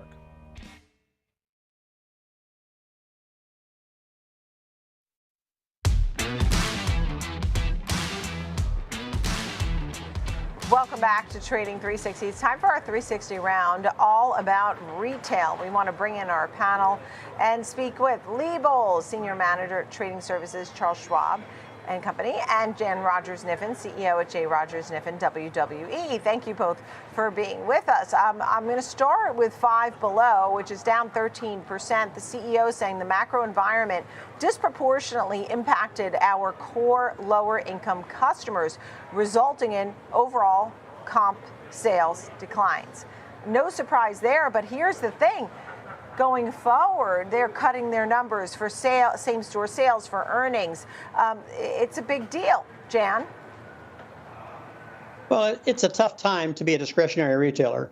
It's really a tough time to be a discretionary retailer who deals with a lower-end consumer in a lot of cases, and who is also depending on some trade down to get the business. And none of that's really happening the way Five Below would like to see it happen. So I think this struggle will go on for a while, as long as that bifurcated consumer, where the upper is doing fine and the lowest end consumers and the most discretionary parts of the business are struggling. Yeah. Lee, some of your takeaways, I know you always have positive and negatives. Some thoughts? Well, let's look at the discount industry as a whole. I think there's kind of an interesting thesis going on here, right? There's two different types of economies that customers tend to go to discount stores more often, right? The first is a recession, and the second is an inflationary period. Obviously, right now we're in the inflationary period. But there's a major difference, Nicole, in how some retailers' bottom lines differ between these two types of economies. During a recession, for instance, retailers are able often to negotiate better pricing and get very cheap merchandise from companies that are struggling or going bankrupt, which helps their their inventory at a lower price and their margins go up. However, during inflationary periods, they can't negotiate good deals from vendors, and so they get squeezed more on their margins. And I think that is what's happening here as well. And as far as the macro environment goes, retail sales month over month were basically flat, and they're up about 2.67% year over year. So it's slowed down a little bit overall, as well as just in the discount space. And, it's interesting as we take a look at all these different spaces, right? Because, for example, you did see some folks shopping at Lululemon, for example, right? And some good news there. But when you look at Big Lots, that's down almost 20%. And their net sales declined. The loss widened. Profit missed. Oh, and Jen Rogers-Niffen, I mean, what's going on here? Well, I think you just described it. Lululemon is, even though they're discretionary retailers, a very strong brand.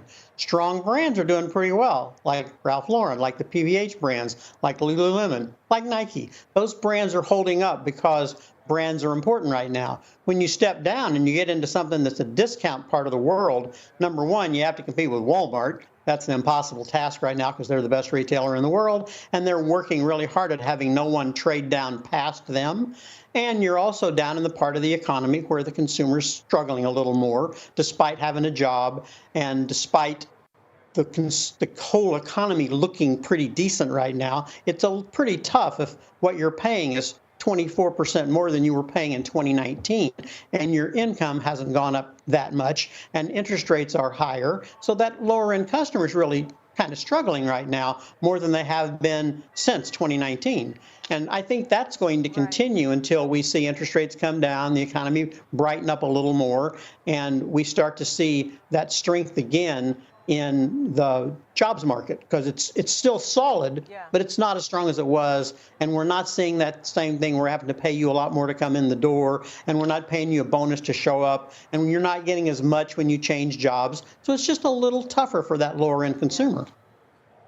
Yeah, and look, I mean, I love how you so nonchalantly mentioned, well, Walmart's just the best retailer in the world, from our retail expert. I mean, that's huge. I know you have other names on that list there. You had Costco, Home Depot. You even said Dick's is making a run for it. Jen, quickly, for back to school and holidays, how do you think we will fare, these retailers? Which ones are best set up? Is denim going to be hot? What's hot for the holidays and back to school? Where do you see some success happening? I'm going to make a fearless prediction.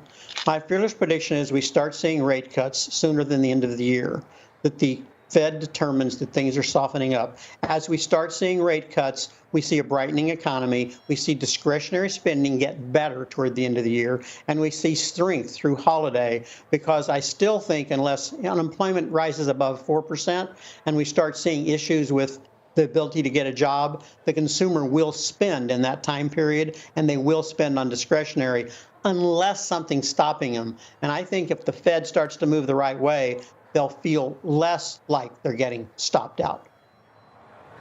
Yeah.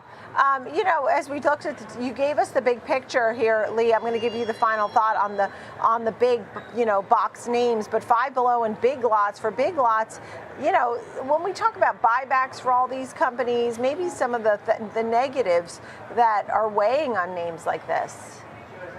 Yeah, absolutely. I think Big Lots is an example of when stock buybacks don't actually help. I mean, they spent over $690 million over the last few years as the stock keeps going down and down. So that money is going down and down as well when they could be doing other things with it. The only interesting thing, I'll just leave this as a thought.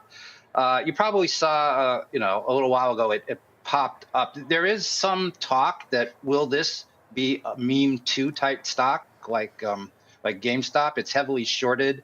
Over 10% short interest. It's very low priced.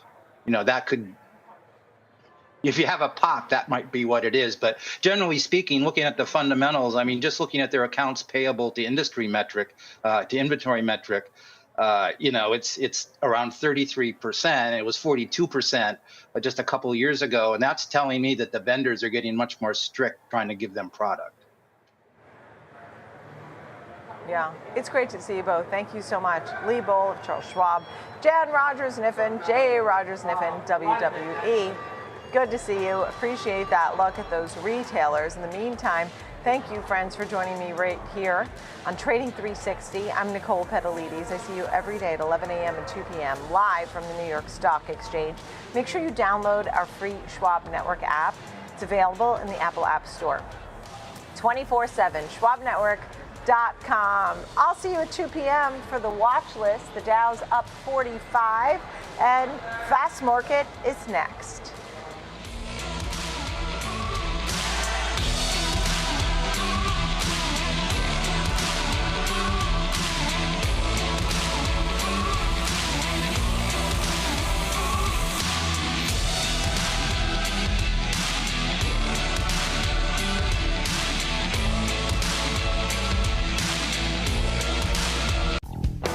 Be part of the latest commodities action on Futures with Ben Lichtenstein, weekdays, 8 a.m. Eastern on the Schwab Network.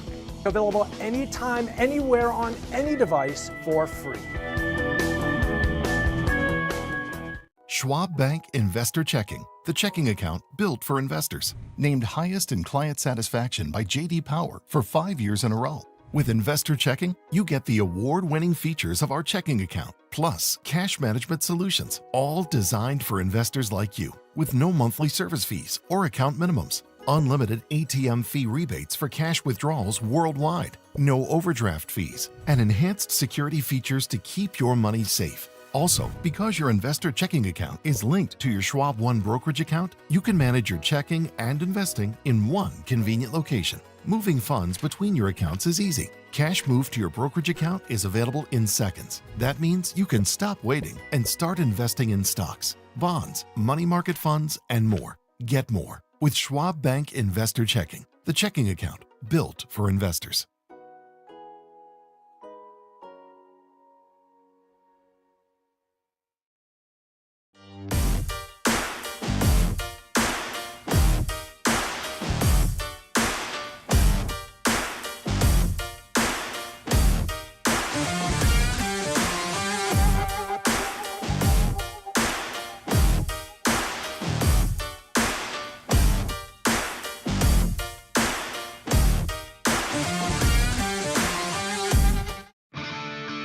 Every morning, every trade, always live. Expert earnings analysis, in-depth technical insights on every changing trend in markets. Available anytime, anywhere, on any device for free. Welcome to Morning Trade Live on the Schwab Network. I'm Oliver Rennick.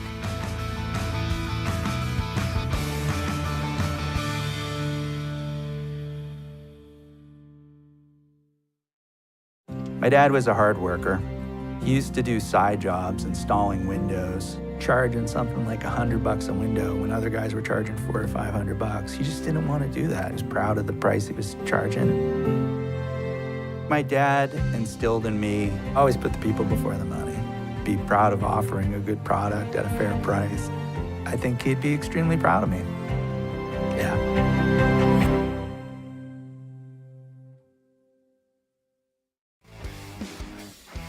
Binge watch the market with the Schwab Network. Tune in 24 hours a day, 7 days a week at schwabnetwork.com and on all your favorite streaming services. Schwab Network, available anytime, anywhere, on any device for free. Schwab Network.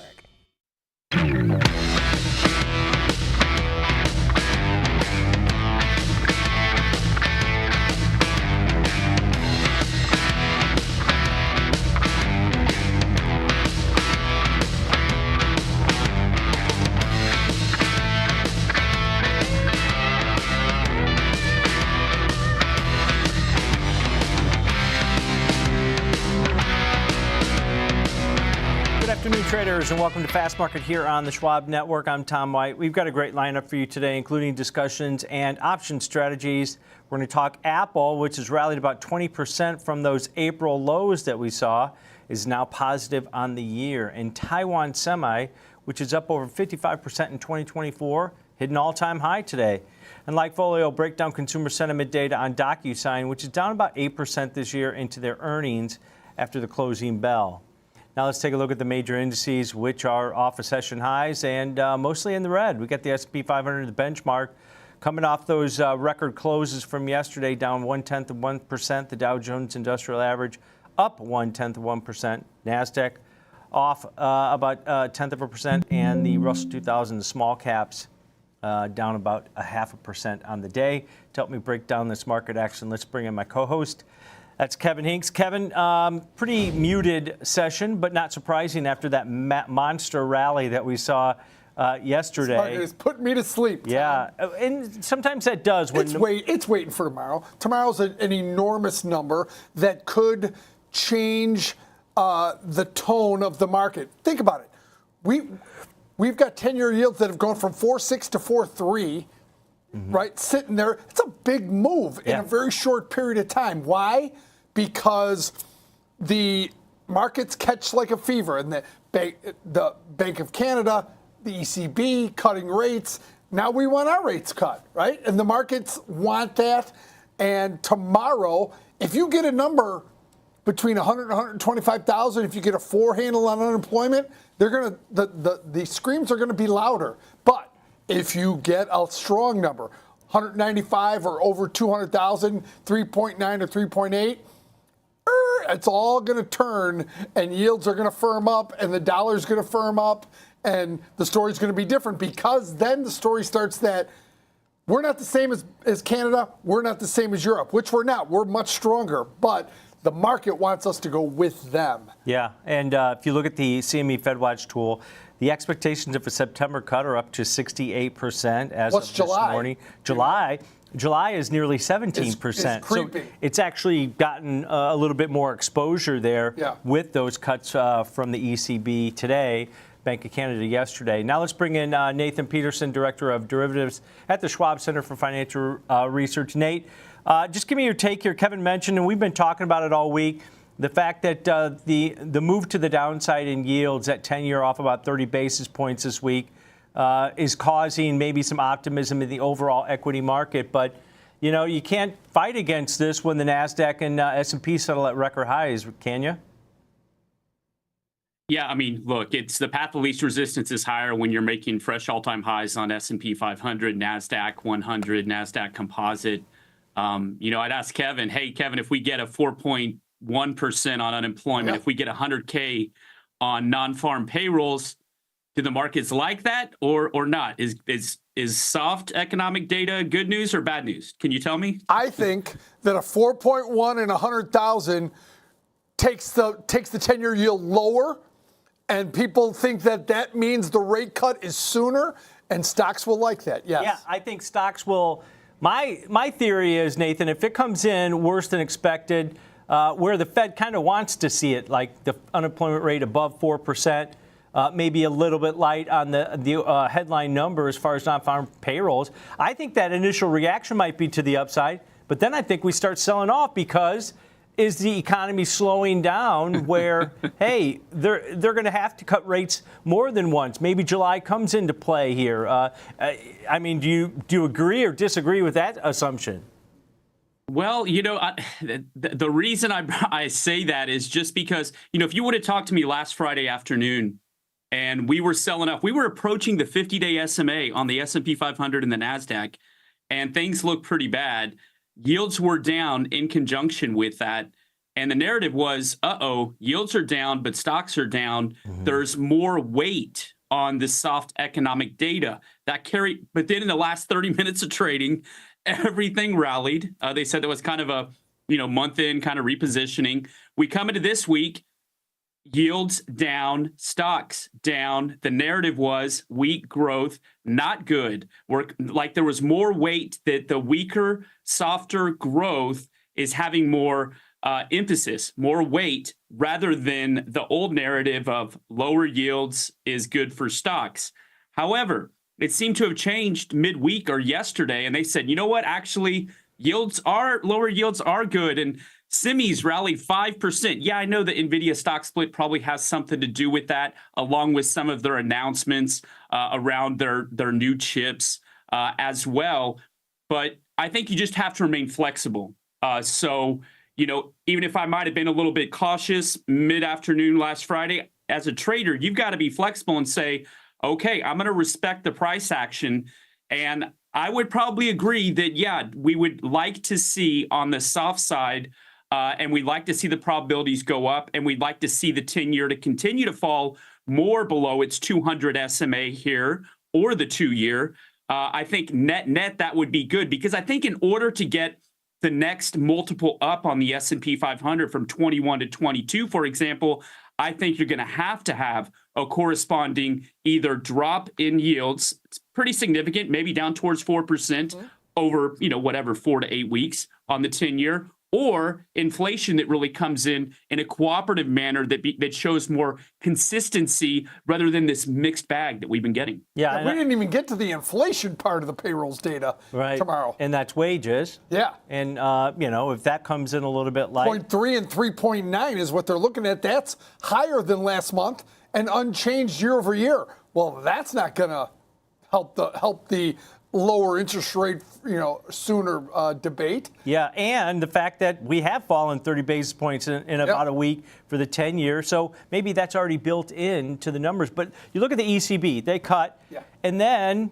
Lagarde comes out with some commentary saying our projections are showing that's, because inflation's starting to firm there. It's not continuing to go down. She says our projections are reflective that we should cut rates now. I'm like, when have your projections ever been correct? You're as bad as the Fed with their projections. It's like George Costanza in that scene. The opposite. Yeah. I should do exactly the opposite of what I'm thinking. I mean, I just kind of scratched my head, and I saw some commentaries online about what she stated, where, Nate, you look at, the Bank of Canada, ECB cutting rates. Now everybody thinks we have to also. We've been stronger than every other economy, which is why we're at this restrictive territory at this point. But I don't think that sways the Fed, do you?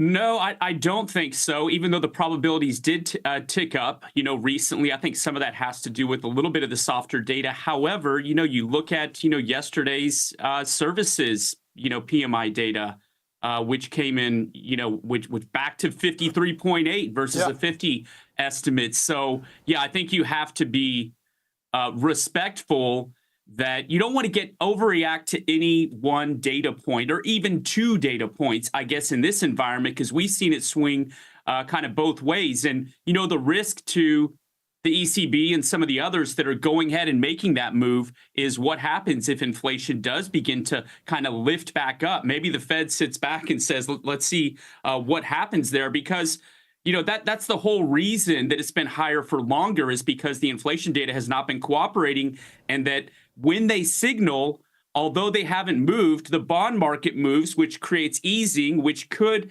bring economic activity up, which could then translate into inflation and make their job more difficult. That's been the narrative for 2024. So no, I think the Fed still is going to be relatively patient.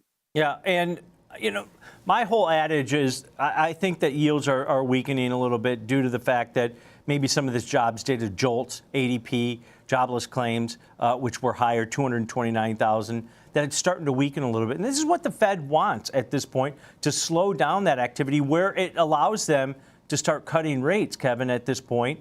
And maybe we're finally starting to see a trend start to set, because it seems like they're all coming in a little bit, worse than projections. And that's probably, if you want rate cuts, that's good. And if you want inflation to come down and job losses start, ticking up a little bit and consumer spending pulls back, that's probably the soft landing scenario. When you look at the entirety of the economic data, it's been mixed over the last couple of weeks.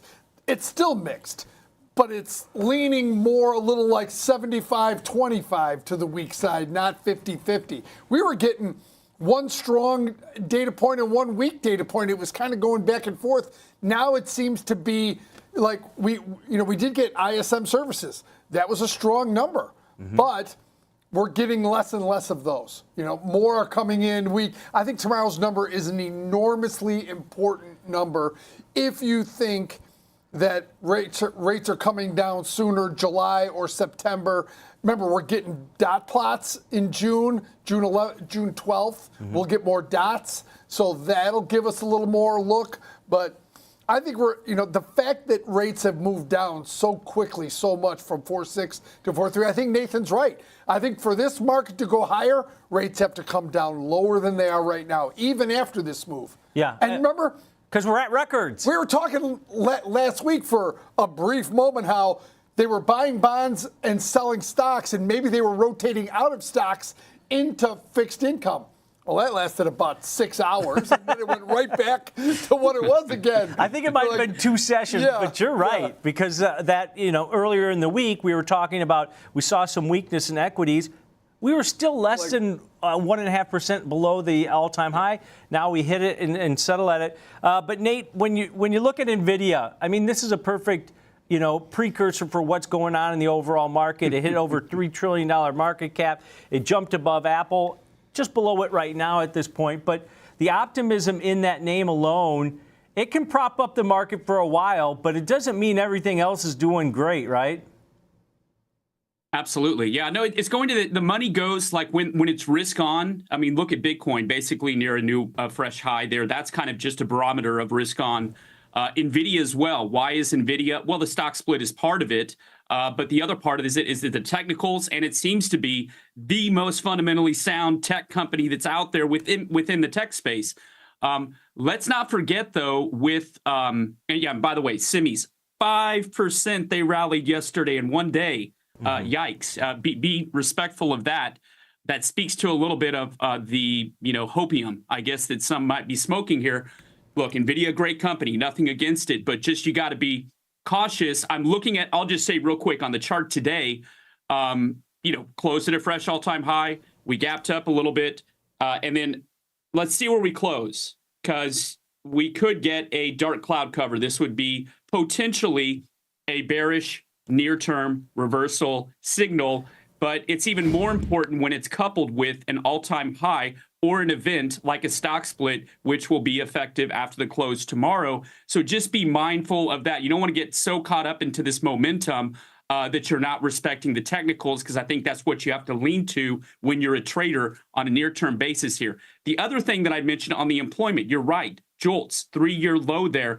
That is kind of showing or signaling there is some contraction in terms of the economy. We're still above pre-pandemic levels, but jobs data is going to kind of be the lagging indicator. That's when it shows up last. What's more concerning to me is that enterprise cloud spend that everybody seems to have forgotten about now because NVIDIA and chips are doing so well. That is a leading indicator. And let's go to next earnings report, fast forward 6-7 weeks. And if we get continued weakness within enterprise cloud spend here, we'll see if the markets are able to just overlook it once again. Yeah, and you're going into that CRM trade, Workday, Snowflake, which fell post earnings because so that CapEx been getting pushed a little bit because everybody's pushing in to buy an NVIDIA stuff. And remember, the final thought: what can screw up the perfect stock having the perfect run? Regulators. Did you forget about regulators? Yeah, more regulation warranted at this point, maybe. Let's talk real quick, Kevin. Lulu and Five Below. I mean, because we talked about them yesterday. Lululemon having a nice day, but it was down 40% this year going into those results. But it's not like extending those gains. I saw a note out of Jefferies that said, hey, sell any strength, because this wasn't a great report by any stretch of the imagination. Yeah, but I actually think it was a pretty solid report, because what they did, they reiterated all their growth numbers, and they beat on earnings per share. They matched on revenue when everyone thought they were going to miss. So, yeah, is part of this a relief rally? Absolutely. Mm-hmm. It goes back to the old adage. At some point I want to be long, and at some point I want to be short it. Lululemon, they annihilated the stock into beating and matching numbers and reconfirming full year numbers. Yeah, but I think they're banking that they're going to see a resurgence in the second half. Well, so that's second half projections. Yeah. But Q2 numbers are down below expectations. $1 billion buyback doesn't hurt either, on that one. All right. Five Below getting hammered again today. basically due to the fact that they missed on earnings, they missed guidance moving forward. Sales came in lighter than expected. So, yeah, a couple big movers there in the retail space. All right, let's take a quick break, guys. When we come back, we're going to get into a discussion about Apple and the stock moves. The stock finally positive again this year after the nice 20% rally we've seen from those April lows. Stick around. Fast Market's coming right back.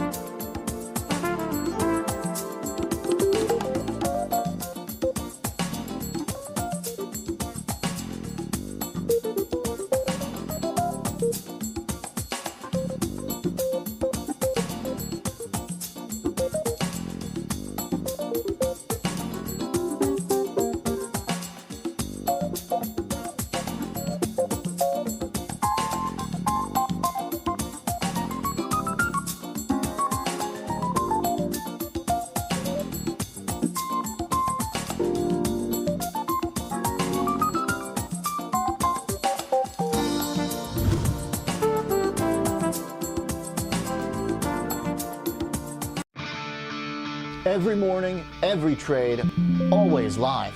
Expert earnings analysis, in-depth technical insights on every changing trend in markets. Available anytime, anywhere, on any device for free. Welcome to Morning Trade Live on the Schwab Network. I'm Oliver Rennick.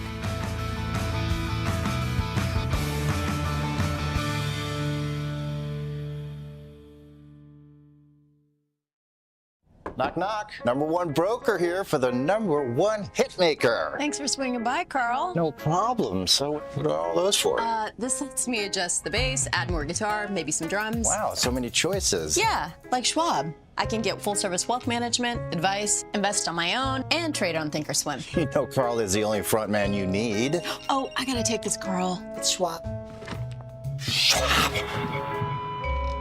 Have a choice in how you invest with Schwab.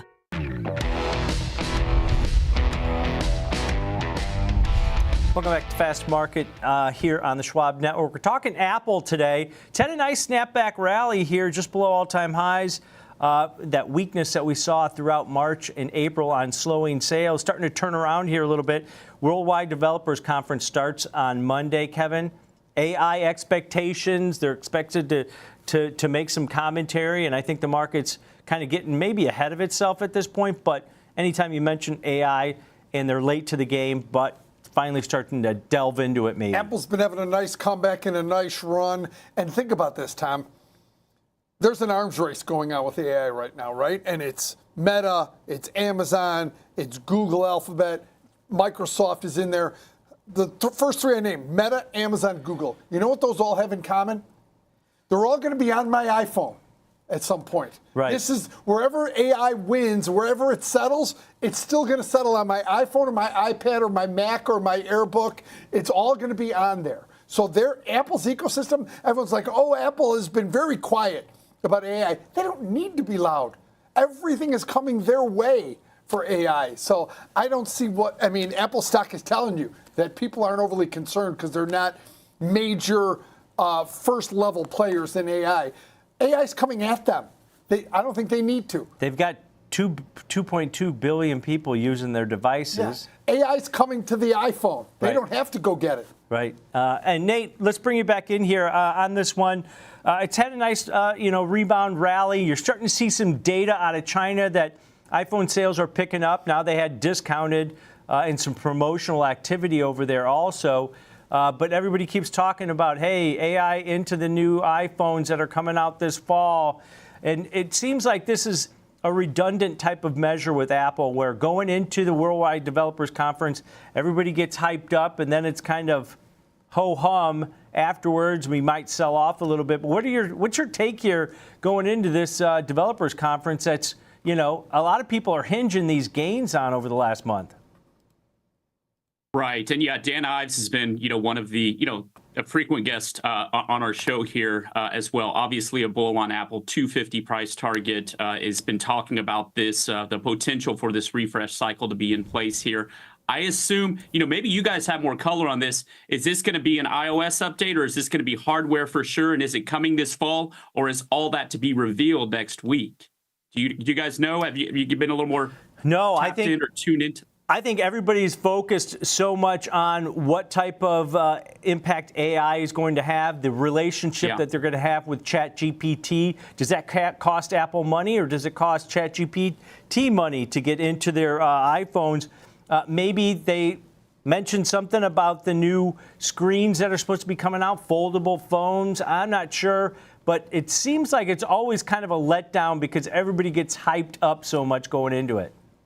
Yeah, and look, and it's been, it's a gradual, if you look at the history of Apple and these types of, conferences, and you're right, they tend to run up and then sell off. And why is that? Lack of innovation. They just basically make it faster and give it a better camera, and it tends to kind of disappoint. Having said that, on this potential refresh cycle here, I think this WWDC has the potential to actually provide some kind of a surprise, more so than I'd say over the past, 5 or 6. Even Vision Pro that came out, that kind of flopped a little bit too after we saw some of the, A, it's got this cord sticking out of it. B, you've got, some of the headaches that were reported, all that kind of stuff. But this, I think, in terms of AI, as what's really kind of brought the stock back to life, that with the recovery of sales in China as well. Technically speaking, I think you have to respect the fact that over the past 52 weeks, between this 195 and 200, it's been resistance. And all-time high 199.62 in December. Going into this report, Nathan, implied volatility levels elevated a little bit into next week. Next week, right? Yeah, which isn't surprising because we have a 4-day event that they're sponsoring. How do you want to look at this from an example trade? Yeah, so just as an example trade, taking history into consideration, like you mentioned, typically tends to run up and then, sell off or basically soften after that. Also taking into consideration as well, hey, we're at all-time highs on the S&P 500 and the NASDAQ and the NASDAQ 100. Okay, let's keep that in context as well. So that sentiment tends to tilt a little bit bullish here. And then also taking into consideration that perhaps this WWDC is a little bit, has the potential to have some kind of a surprise versus prior years. If you take all that into consideration, if you have a slightly bullish view, but you don't want to, go to gangbusters around some kind of a bullish strategy here, then you might look and say,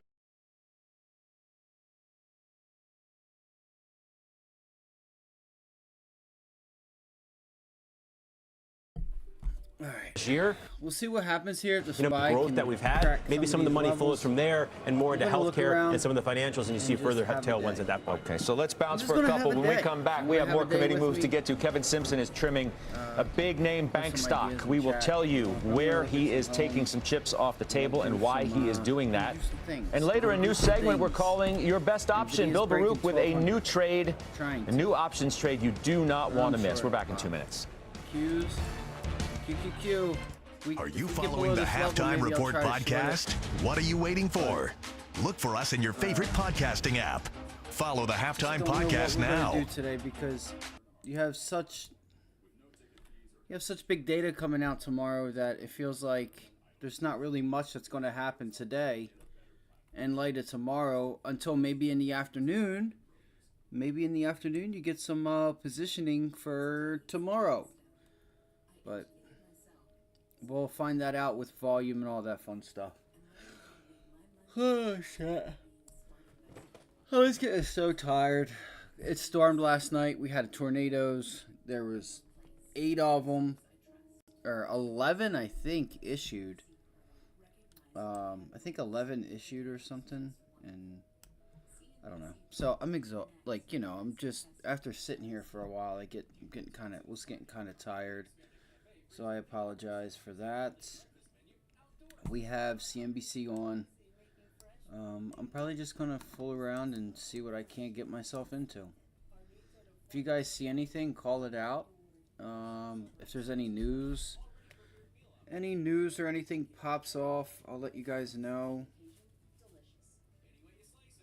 Other than that, appreciate you guys joining us. I've really been thinking lately what I'm going to do with either this stream or a new stream. I've been thinking like really hard, like what I need to do, what I'm going to do. Just not sure yet. So, because I need to learn how to edit. I need to learn how to get some... It's just a lot. It's just a lot of things that I need to learn how to do. And I just weigh out, is it worth it? Is it even worth it?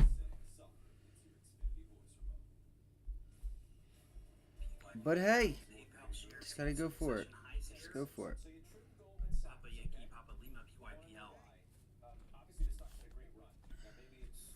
Let's go look and see what we have going on here in the markets. Here is Google Trends. Google Trends. Matter of fact, so those Moderna calls went from 140, they went up into the 200s. That was a nice little play. Let's see here. Kit. Is there really a kit?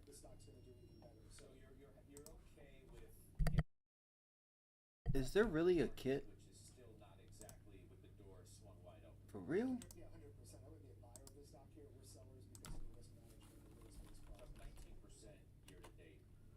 Holy shit, there is. You know why they're trying to squeeze this thing. Keep an eye on GME. I will say this: GME is above 32, and I was telling. Oh, I did Google. Hold on. I think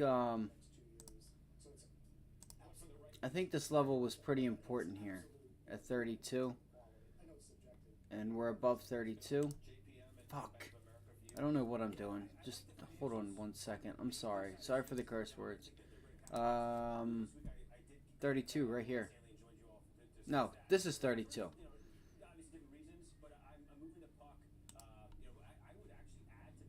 Dude, what is going on? Alright, so I mentioned to you guys, I said watch $32, and if we can break above $32, we would pay attention. This level, we're like right around here. So we're above it now. So we're above it, holding 32.59. We could have a straight run to $40. So be prepared later in the day, towards lunch. We broke above. We have nothing stopping us to go to 40 bucks on GME. So fucking $40. And what do they want? Do they want $1? Oh my god. Let me see. For like a 40 call. Let's just see what a 40 call they want for. That's so far out of the money. They want $1. Dude, this is nothing but a ripoff. I hope you guys know this, right? I want you guys to know GameStop is nothing but a ripoff if you're trading the options. I'm telling you right now. If you're paying $1 for a $10 move, that's kind of not bad, but you have 1 day left. You have today and tomorrow. You have a day and a half. So it's pretty much, you're paying 10 cents a share. I mean, I still feel like $1 is too much for a $10 move. That is a huge move. That's huge. Those things should be like 5 cents. They should be like 30 cents to a nickel. Not $1. Not, hey, we're going to charge you $10. We're not going to we're going to charge you, you know, 10x for a 10x move. It's not a 10x move, but you know what I'm saying? It's a $10 move and we're going to charge you $10 pretty much. It's not good. You can probably still make money, but here's the thing.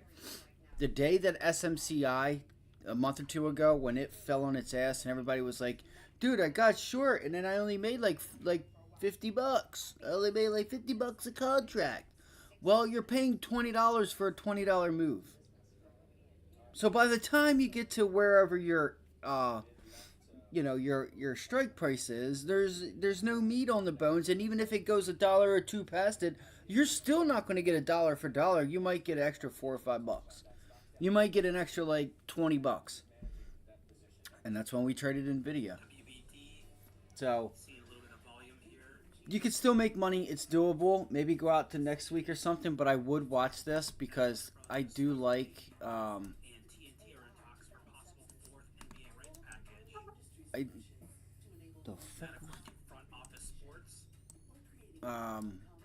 I do like this trade idea though, because I like it because we're above, we're holding, we have an increase in volume, and we have nothing to stop us. Like, this is a clear, cut and dry move. We just need to get going. We just got to get this thing popping off like right now. I might try it. I might try it.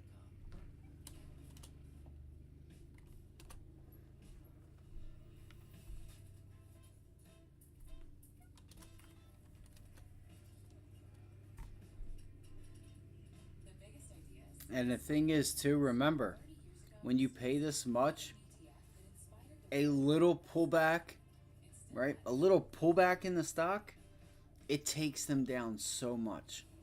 Like, it'll mess with you, and then it'll make it harder for you to stay in them. So maybe look at next week's. Let's see, what do they want for next week's? On a $10 move.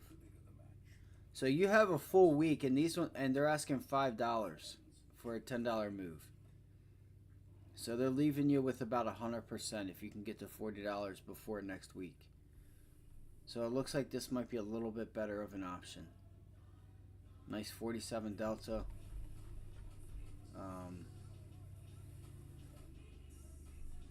There's a good chance we get there. The longer this consolidates up here, better opportunity we have. I don't want to do it at lunchtime. I would like... What time is this? 12:30? This is cool. This is working out. 1:15, 1:30 or so, we start breaking out. So the timing's nice. As long as we're, above this... As long as we're up here, just hanging out in this area right there. The minute we start breaking down. So... There's that. I do like this. Again, I don't like trading GME, but I do like the long because it's just like it's a straight shot. This thing gets going, there's nothing stopping it, and you've already reclaimed the levels with an increase in volume. So now we just need to, it's just time. In my opinion, it's just time at this point. I feel like it's going to go back to test $40.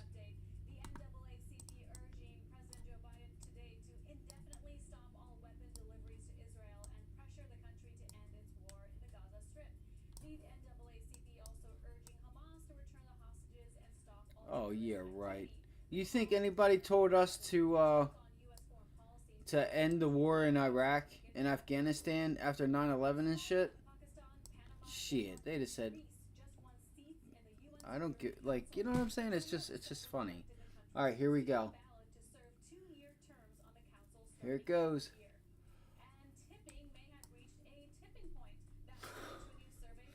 Keep an eye on the overall markets.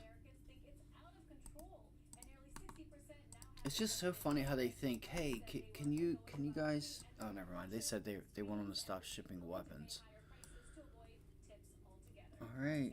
Let's see if you can't get an increase in volume here.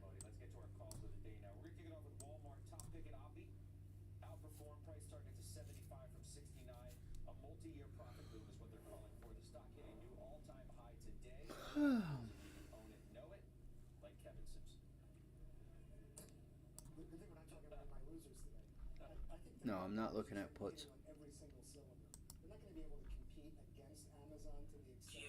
Look at that. God damn it. Told you guys. Told you it was coming. And the share prices are moving higher, up around 9.7%. Gulf Mike Echo.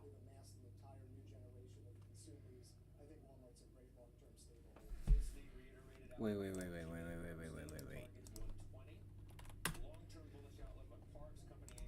This is so fucking stupid. It really is. Everything about this is so stupid.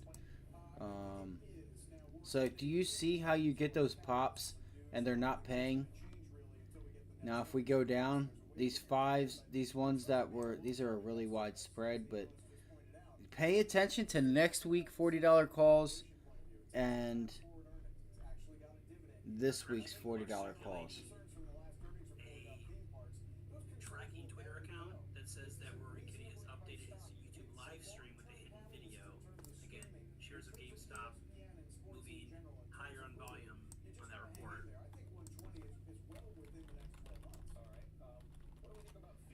Bro, he didn't even do nothing, bro. This thing just fucking set up. This thing just set itself up.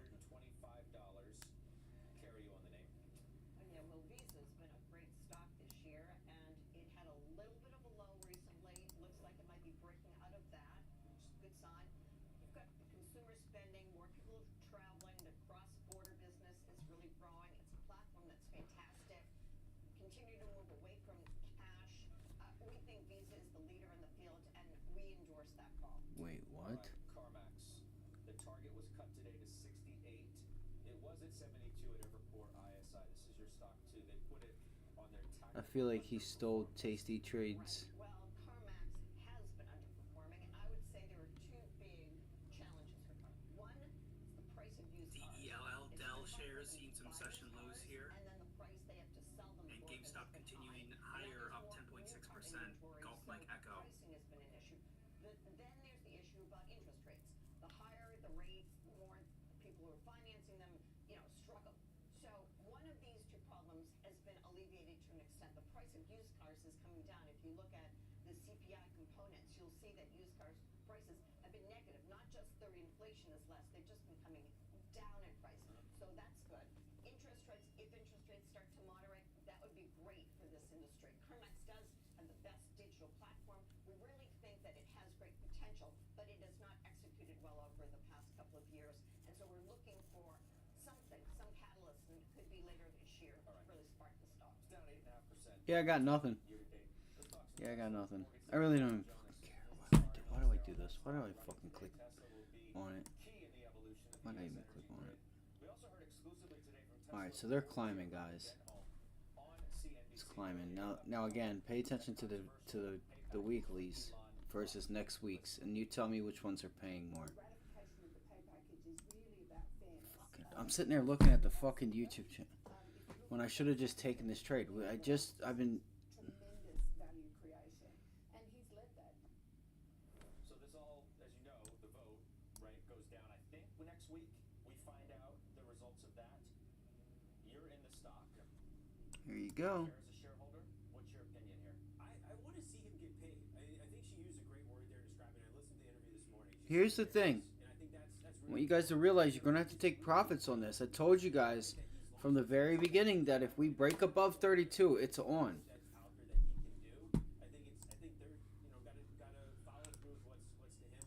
Now I like that her comments as well, in that how he does drive controversy, and which everybody knows, and they may not always have the board so happy about it, but they do in private. I think Damn, look at that pullback, and it. they have a really great relationship. I think his relationship with the board is really solid. That's crazy. So what about this call reiterated by Jonas as overweight? The stock's down 30% year to date, right? So it hasn't traded well at all. Does the call make sense to you? Yeah, we're long for about 190. We put it in earlier this year. I may be adding to this position sometime in the near future, as I think it is bottoming out. Speaking of Elon Musk, he is teasing a potential new line of cars later this year in 2025. So look at the rebound in China EV demand, as well as the drop in battery costs. I think we're lining up for a potential nice move back above 200 here later this year at Tesla. Okay. We still have your best option trade coming up in a little bit. Next, we have Mike Santoli with his midday word when we come back. CNBC News Update is sponsored by Morgan Stanley, where old school hard work meets bold new thinking. Stupid. Really fucking stupid. Who's gonna win it? The cell Celtics because there's no other reason why. The Celtics are the balls. Who's What?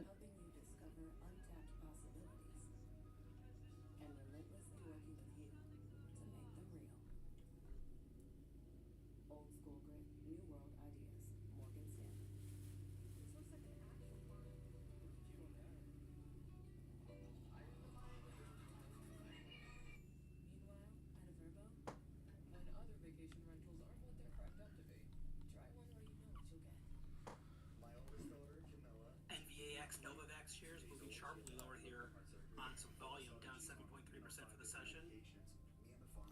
Damn, we just got that pullback, didn't we? Told you guys. Did anybody take it? I mean, did anybody see the setup to take it? I sure did. I sure did. It's a beautiful thing right there. It's a beautiful thing. This was it right there. $32. There's still room, guys. I'll tell you guys.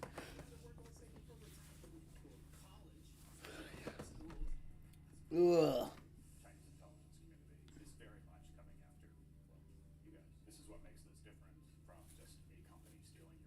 Let's see. Some of those prices are still high, some of those margins are still high. All of our tools are squarely taking on the very problem of corporations using their power to hike prices. See, that's to hike prices. Did you just hear what she said on CNBC? I hope to God they play this. They're not going to. Just overtly admitting we're going after companies who we think shouldn't be charging what they want to charge. Get the fuck out of here. She needs to be slapped. Let me tell you right now, she needs to be slapped. Bitch, who the fuck you think you are? How about you go worry about your damn self? I don't give a fuck if you're a federal government or not. Guess what? That price is too high and nobody buys it. Somebody else will step in.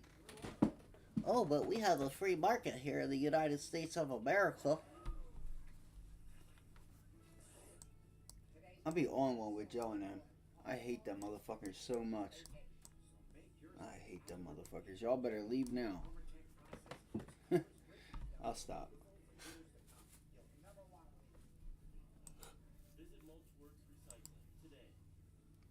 Oh,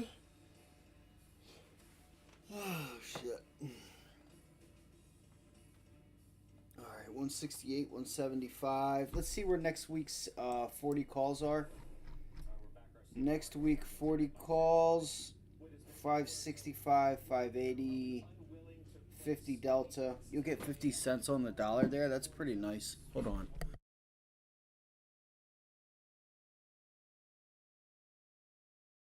This, by the way, is a picture-perfect setup. Picture-perfect entry right there.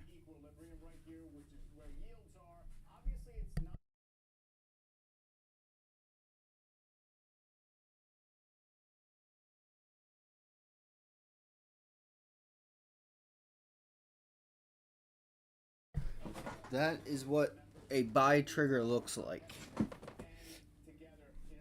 The only bad part about this for a continuation, now do you say to yourself, can we continue this rally or not? Comes down to the volume. And chances are the break of this initial morning high and stuff, like the volume is kind of cooling off. So that's why I was hoping like 115. You know what I'm saying? That's why I didn't pull the trigger just yet, because I was kind of wanting to wait for like 1 o'clock. But it's whatever. We'll see here. If we pull back, I might go ahead and take it. I'd like it to consolidate just a little bit longer. Just a little bit longer. I wonder, listen, I wonder if they'll go after the NASDAQ for charging too high at option prices. You think they'll do that?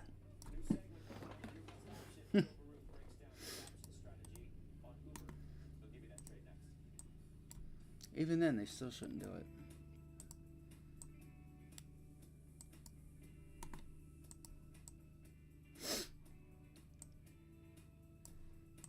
Every time the VIX gets to $22, hey, I'm gonna need you to come in here and here. I just submitted a form because they're charging way too much for these options. I'm gonna need you to bring them down. All right, let's get this 15-minute pullback. Let's get this pullback.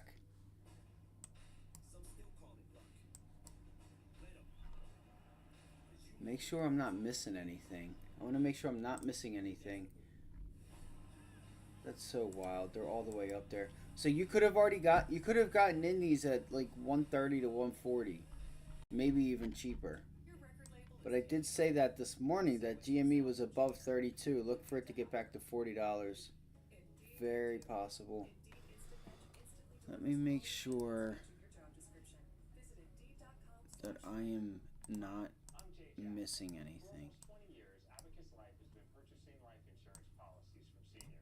And I don't think I am.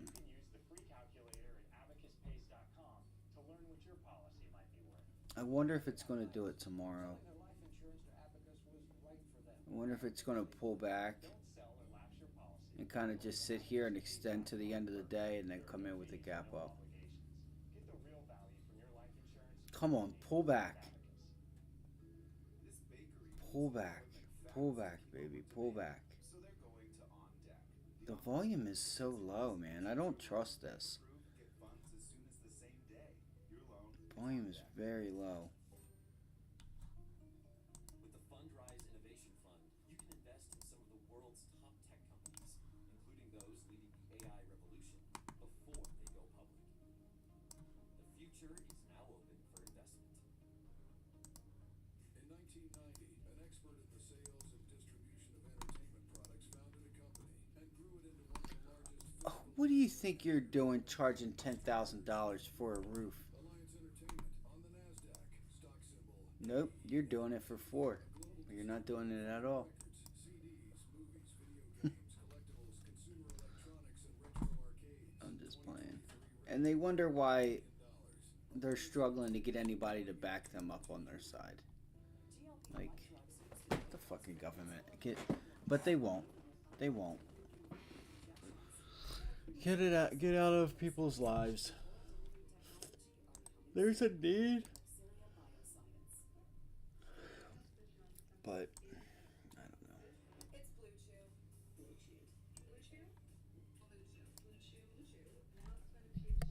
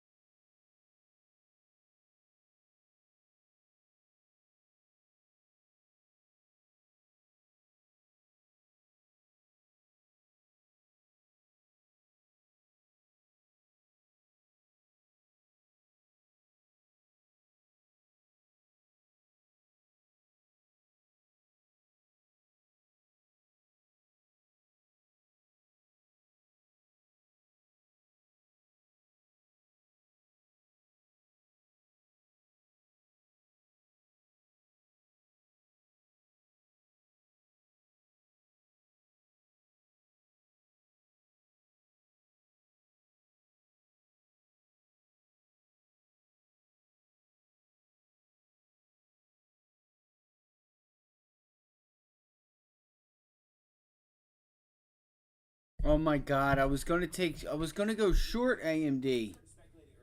Bro. Is ARM about to pull back?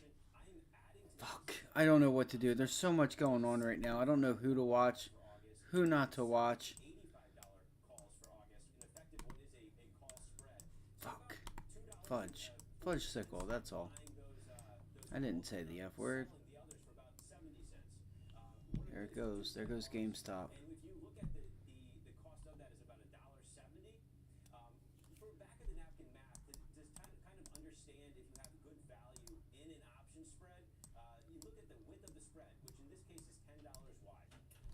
Abby, come on.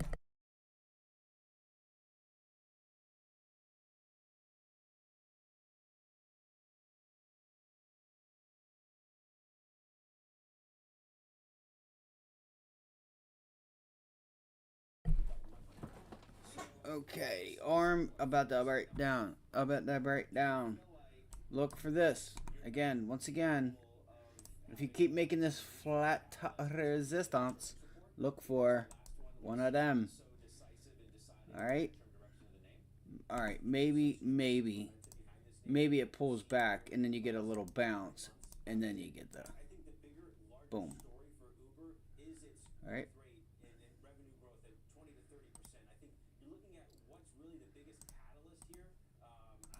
All right, come on, Q's. Let's go. Let's go, QQQ.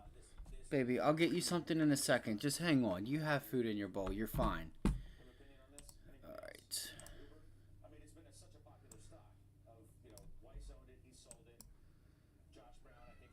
You're right. All right. AMD is range bound. It's a name that is obviously on a tear. I mean, it came down, but now you see that little. So NVIDIA has taken back that move from yesterday, but yet the Qs and the SPY haven't. I keep thinking it's ARM that's broken out.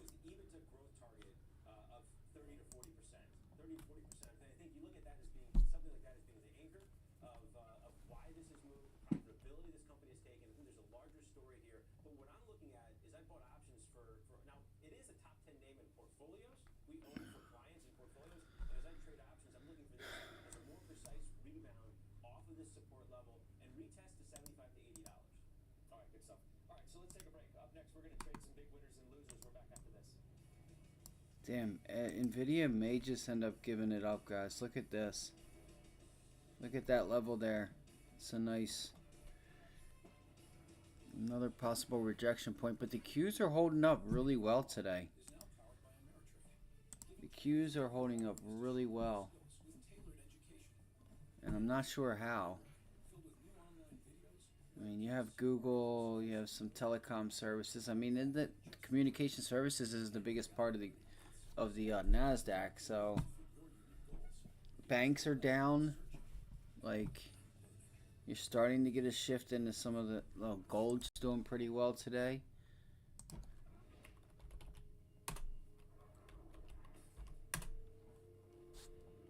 Newport Corp. This looks like Newport, doesn't it? Every time I see it. Damn, look at Newmont, bro. It's ripping. Look at CCJ. Bro, did CCJ bounce back? What the fuck? Yo, we had our second opportunity to get short up at 56. I'll be damned. I'll be damned if this market ain't rigged. No, I'm just playing. I'm just kidding. Alright, what are you going to do, Arm? GameStop is still going. I think that was a really nice setup that you could see from a mile away on man, hold up. I might try and short Arm on GameStop. GameStop, I need a pullback. I need a pullback here. We'll get this 34 level. If it pulls back to 34, you're still okay. Not ATM, ARM. Alright, let's see here. Give me a 4. Give me a 3. 4.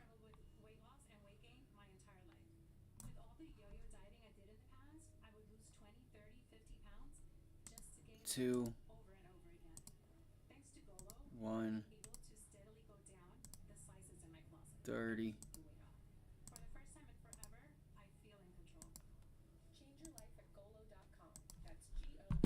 15. It's about to break out. Where's the 1 minute? Yep, here it goes. It's about to go. You okay, Turkey?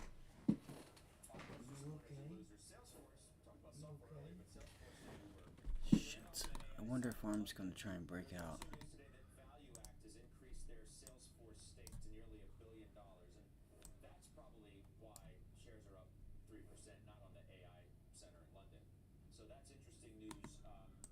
So if you guys don't know, gold is absolutely on a tear today. On a tear. Keep buying value, keep buying. No, we do. We like CRM. It got punished a lot. 20% roughly on its earnings last week. The earnings swings back. Fuck, I wish I would have taken that trade there. All of these enterprise software companies are feeling the pull of money that's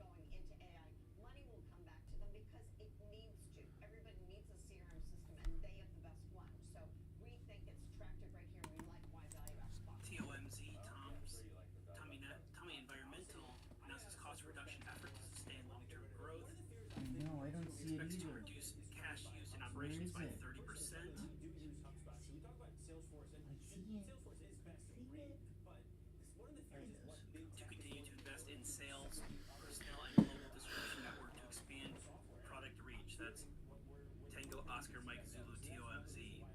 Salesforce, I'm just a little questionable going forward. Now, my timing exit is not So much perfect. better than HubSpot and what they do. All right, we'll do final trades just after this quick break.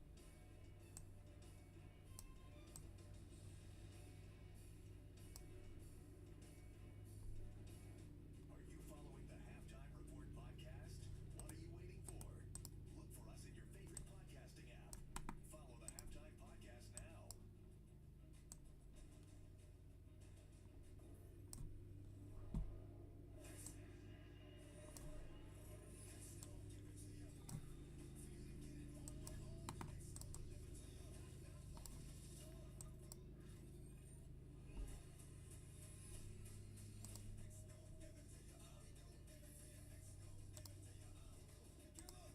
Come on, what are you gonna do? What are you gonna do? You okay, Turkey? You okay, Mama?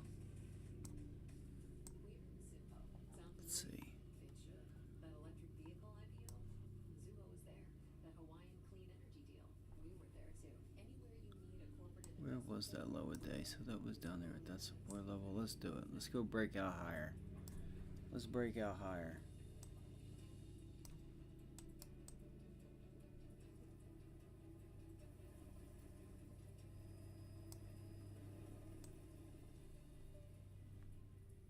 What Tractor Supply customers experience is personalized service made possible by T-Mobile for Business. With T-Mobile's reliable 5G business internet, employees get the information they need instantly. Who thinks it's gonna break out? A great man once said, persistence There it goes. Meet sell side on the NYSE stock symbol CVM, cleared by the FDA for a phase 3 pivotal trial for head and There neck she cancer. goes. Cell-size drug was invented at the world-renowned Max Planck Institute with $500 million invested over 20 years. 73% of patients treated alive after 5 years. Turns on the immune system before it is weakened by radiation and chemotherapy. Sell side, stock symbol CVM. Okay, ready to watch this? Gonna absolutely fucking destroy it. One second. Use Rinse. What's Rinse? The company that will pick up, wash, fold, and deliver your laundry or dry cleaning at the touch of a button. I do not trust other people with my laundry. Rinse guarantees your I do not trust other people with my laundry and my shit stains on my underwear. I'm nasty. I do not trust people. Bitch, we don't trust you. I'm just playing. I'm just talking shit. I'm just talking crazy because I need to find something to do with my life.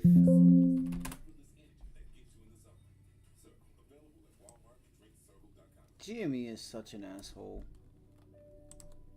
GameStop's such an asshole. All I asked was say, hey, could you wait just a little bit? What's also crazy is you've moved. You moved a little over $1. No, 33,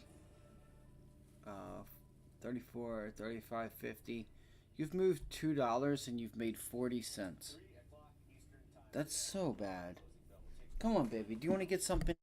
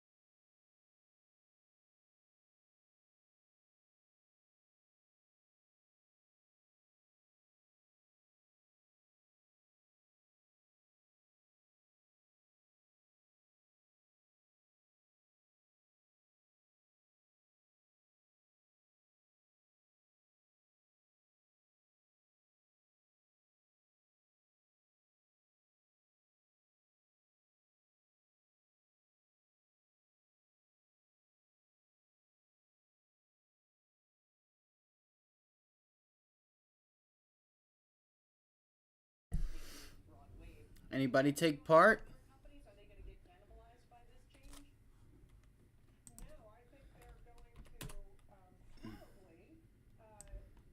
Here goes Arm. Did anybody take part? Yo, you gotta be kidding me.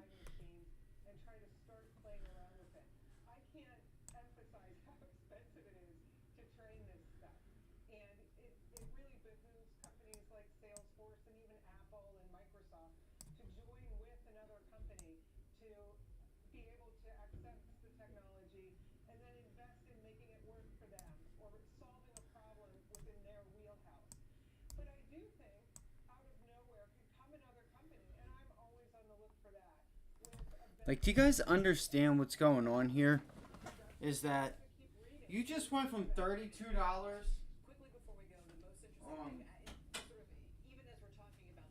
$32, you know, a $30 stock to 40.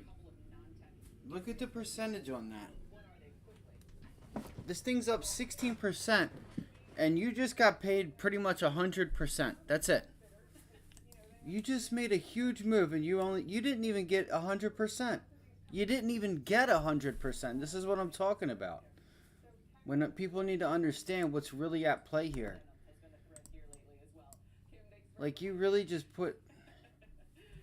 The thing is this breaks out, I guarantee you, GameStop people are going to be starting to do, while they can, they're going to do an offering. It wouldn't surprise me. So that was a nice hit. I mean, you guys can clarify, right? Y'all were here that I said, hey, $32. We break and close above. We get above 32 bucks. We're going to 40. I know you guys were here for that. So, I am curious about ARM, though, because I want to see if this is going to fail or hold. Like I said, GME just isn't paying.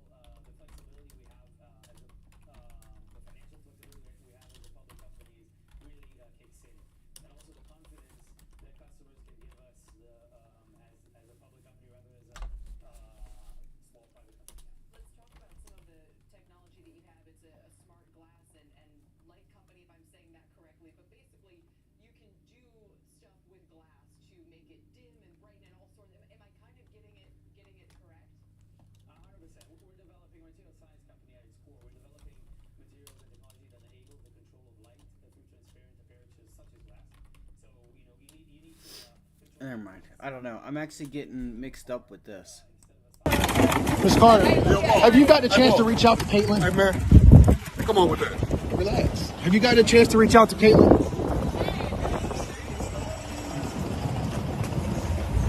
Trinity, have you gotten a chance? The basketball world wants to know if you've gotten a chance to reach out to her. Ms. Carter, have you gotten a chance to reach out to Caitlin? Hey, man. Come on with that. Relax. Have you got a chance to reach out to Caitlin?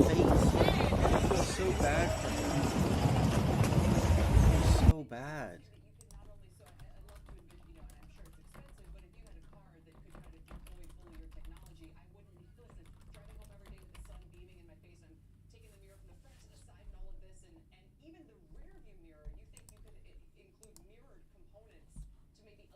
That's so bad. Caitlin, Hey, man. I would be so mad. Carter, have you got a chance to reach out to Caitlin? Hey, man. That fucking knows. Come on with that. Relax. But I'm gonna be, you know, Michelle, fellow American, it's cool. You know what I'm saying? You know what I mean? This is the type of stuff that keeps people interested. Like, because you have a villain and you have you know, a white little girl who just overreacts when she gets touched. Like, let's call it for what it is. 39-year-old man starts shooting at random cars in San Jacinto, California, killing a father of 4. What a little piece of shit. This is why y'all keep carrying. Because you get little lunatics out here. What a little piece of shit. What a faggot, yo. You gotta be kidding me. What a piece of shit. That's unbelievable. It's not that hard, actually. It's really not that hard. It's not that hard. It can be time consuming. We're very proud to be headquartered in Tel Aviv, an Israeli company. We're a global company today. About 25% of our Did they get him? are in Tel Aviv, but we are incorporated in Germany and France and the US. Tried buying a shot of liquor and I knew I get enough money. You didn't left for Even better in Q1 in 2024. We have not been impacted. Of course, we took some measures. 20% of our production is in Israel, so we had some unique production capabilities redundant in other. What the fuck? But we're really a global company, and What a real piece of shit. What a real piece of shit. as a company, as also as a country, and we're very proud to be here today. Look at the way his fat ass walks. With his little short legs. His...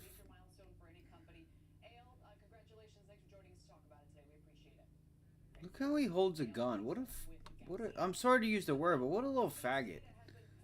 He looked like a fairy motherfucker smoking a, like there's people that smoke a cigarette with like their hands are like they have their two fingers out and they're like I'm like, bro, what are you doing? You just letting somebody know you suck dick?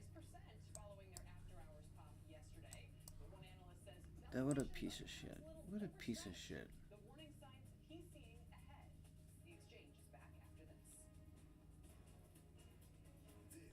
I can't get over this because I feel so terrible. Then they want to make it harder for people to get guns and shit. Like I know it's gonna be hard to be unexpecting, to just you know what I'm saying. It's a little hard, but if we make it out, there ain't no way in hell you ain't telling me that I ain't turning around and mowing the fuck out of that motherfucker. I am mowing him down, keeping him barely alive.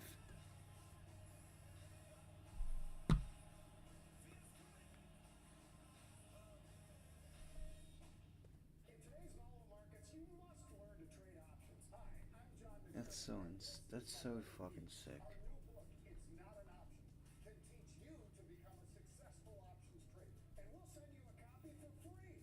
Look at the return on options. Most stocks can't even compare. Relying on just buying and holding stocks in this market? It's not an option. To claim your Okay, it's the same old retards that are always.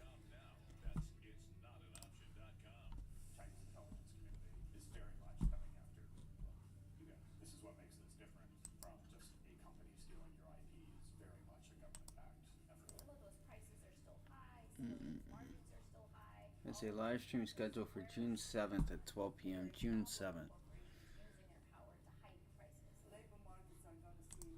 Alright, where's GameStop? Pulling back 36. Again, GameStop has some room to $40.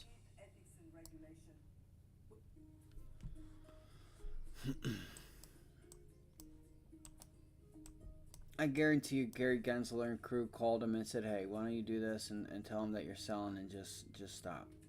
Just leave it alone. But who knows? With over 50 years of loving kindness, we salute our residents who remind us every day that each is just enough. Craig here pays too much for Verizon Wireless, so he sublet half his real estate office to a pet shop. Meg's moving company uses T-Mobile, so she scaled down her fleet to save money.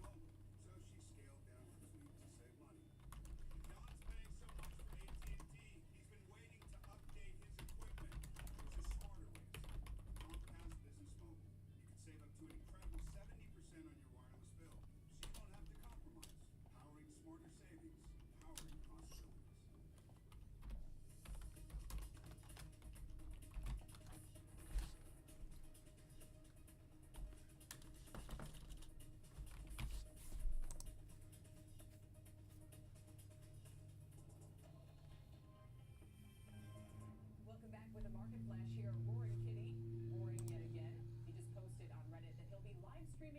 YouTube tomorrow at noon Eastern to discuss his GameStop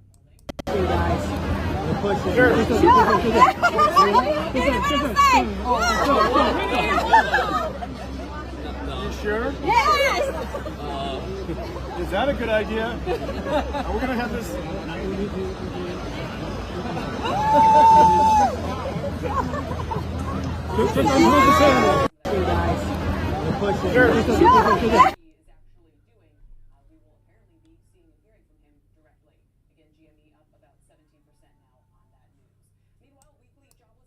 Because it was part of my life, I'd like to say something about D-Day. I don't know how to say it any differently than I did in a book I wrote called My War. If you are young and not really clear what D-Day was, let me tell you, it was a day unlike any other. There have only been a handful of days since the beginning of time on which the direction the world was taking has been changed for the better in one 24-hour period by an act of man. June 6, 1944 was one of them. What the Americans, the British, and the Canadians were trying to do was get back a whole continent that had been taken from its rightful owners by Adolf Hitler's German army. It was one of the most monumentally unselfish things one group of people ever did for another. We all have days of our lives that stand out from the blur of days that have gone by, and the day I came ashore on Utah Beach, 4 days after the initial invasion, is one of mine. As we approached the French coast, there were small clouds of smoke and sudden eruptions as German artillery blindly lobbed shells over the hills behind the beach. They were hoping to hit U.S. troops or some of the massive amount of equipment piled up on the shore there. Row on row of dead American soldiers were laid out on the beach just above the high tide mark where it turned into weedy clumps of grass. They were covered with olive drab blankets, just their feet sticking out at the bottom, their GI boots sticking out. I remember their boots, all the same on boys all so different. No one can tell the whole story of D-Day because no one knows it. Each of the 60,000 men who waded ashore that day knew a little part of the story too well. To them, the continent that had been taking has been changed for the better in one 24-hour period by an act of man. June 6, 1944 was one of them. I think I might go after Orange. What the Americans, the British, and the Canadians were trying to do was get back a whole continent that had been taken from its rightful owners by Adolf Hitler's German army. It was one of the most monumentally unselfish things one group of people ever did for another. We all have days of our lives that stand out from the blur of days that have gone by, and the day I came ashore on Utah Beach, 4 days after the initial invasion, is one of mine. As we approached the French coast, there were small clouds of smoke and sudden eruptions as German artillery blindly lobbed shells over the hills behind the beach. They were hoping to hit U.S. troops or some of the massive amount of equipment piled up on the shore there. Row on row of dead American soldiers were laid out on the beach just above the high tide mark where it turned into weedy clumps of grass. They were covered with olive drab blankets, just their feet sticking out at the bottom, their GI boots sticking out. I remember their boots, all the same on boys all so different.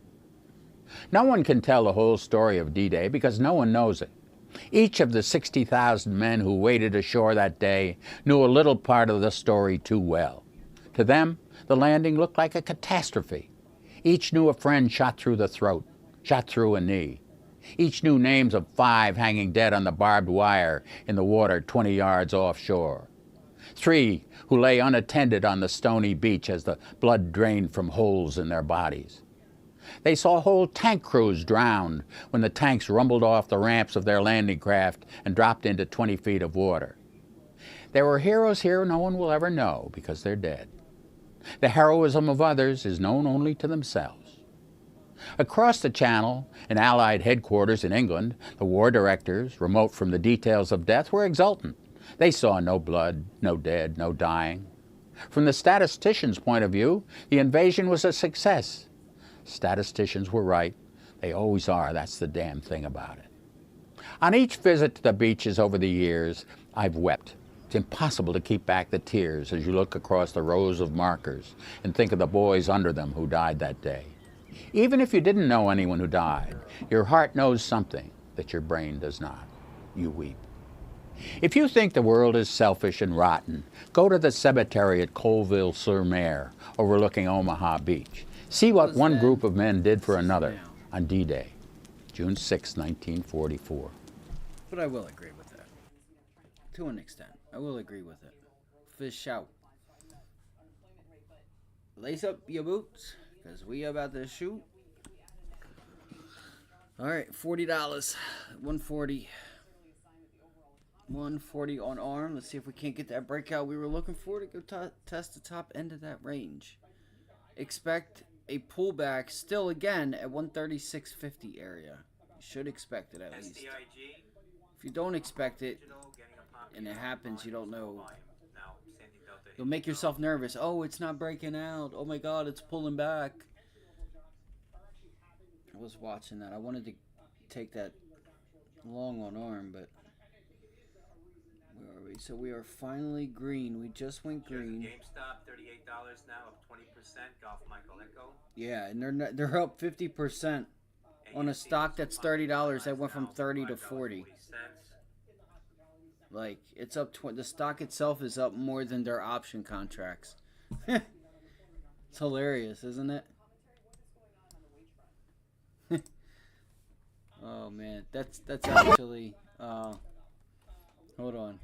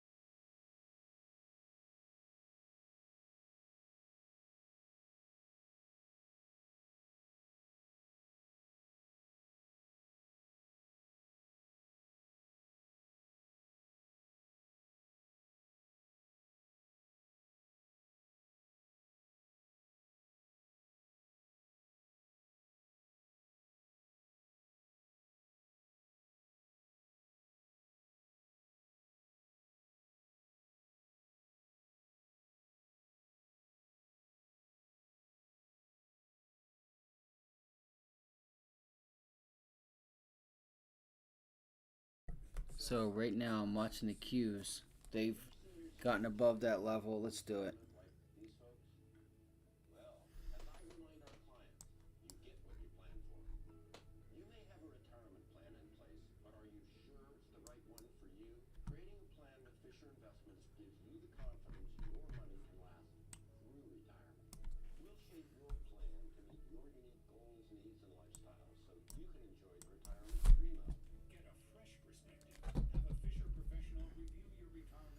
Yeah, I'm looking at 140. At least that's what I'm going for.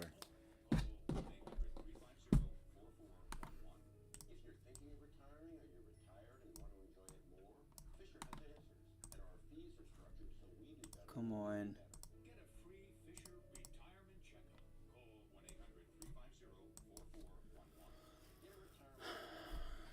I guess we're not going to get that pullback. It is running out of steam, so I'm going to give it just a few minutes to see if we can get ourselves a pullback.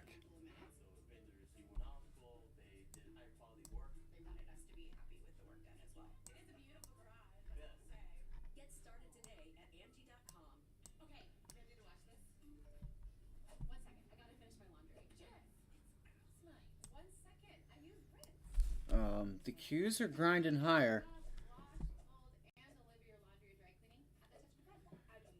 Let's see here.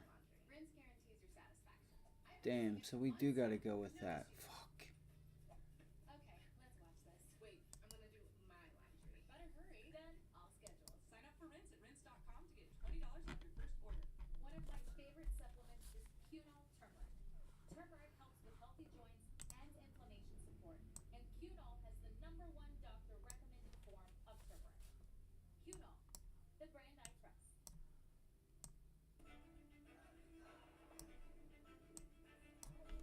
Alright, NVIDIA reclaimed AMD. Come on, guys. Let's get this pullback and let's hit it. Come on, man.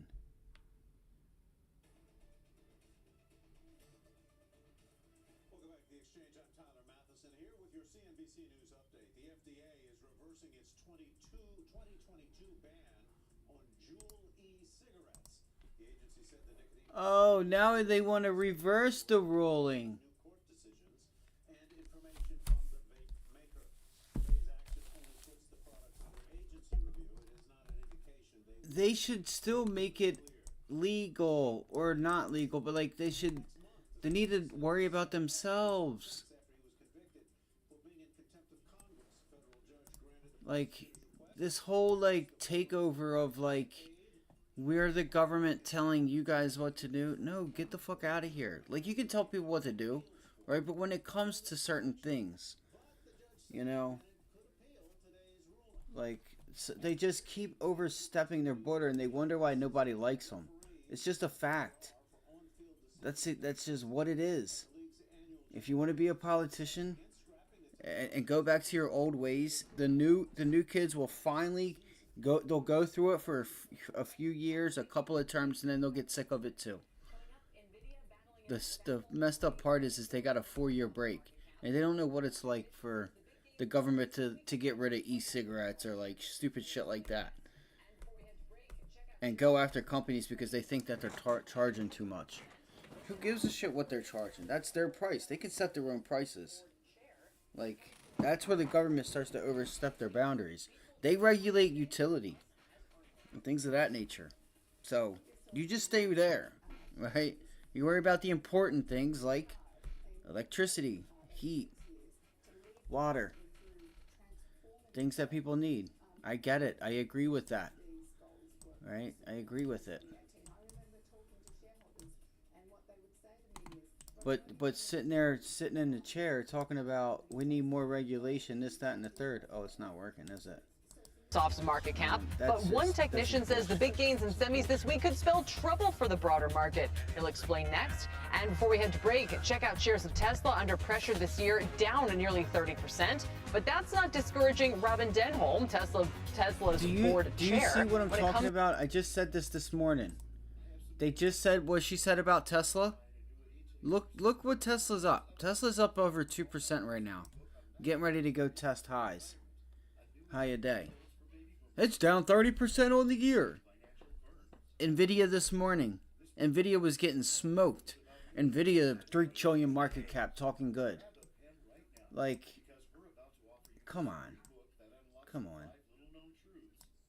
Like, I don't know why they do. It's just like, it bugs me. I don't know why it bugs me. It just does. It shouldn't bug me, but it does. Because they shouldn't be saying, oh, 3 trillion market cap and putting behind, like, the sentiment they're giving is that, oh, it's up and, you know, like, bullish, this, that, and the third, when obviously the CEO just came out and started selling shares.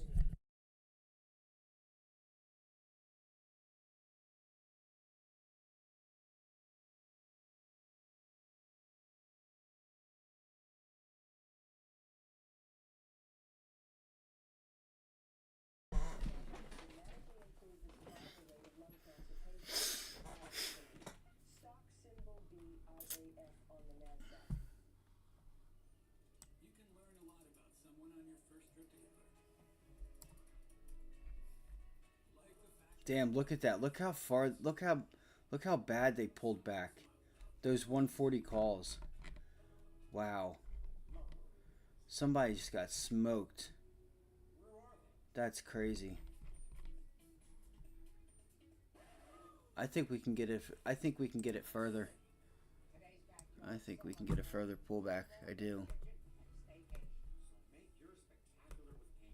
Our unique armor tech process keeps colors rich and they'll stay beautiful for years to come. You'll never want to leave. Visit Mulchworks Recycling today. You came for a day of total relaxation. If you're lucky, you'll leave with a shred of dignity.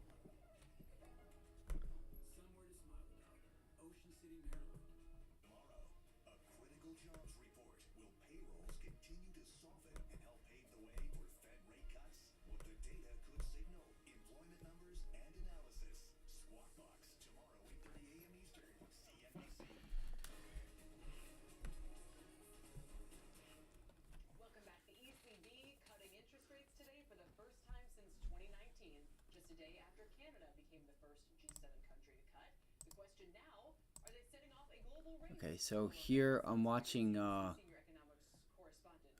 this pullback to VWAP, and that's at like 463.50. 463.50. I'm watching this area right here. This is a nice consolidation. You just have to worry about tomorrow, just because of the data that we have. So, let's see. What is this? While the U.S. started hiking before the ECB, you can see there it went higher. It's now late to the rate cutting gathering, which includes Europe, Switzerland, and Canada as well. ECB President Christine Lagarde explaining the cut by saying that underlying inflation has eased. Inflation is forecast by its staff to decline over time towards the 2% target, and real rates are more restrictive with the decline in inflation. Importantly, Lagarde described the cut not as an easing but as a removal of excess restriction.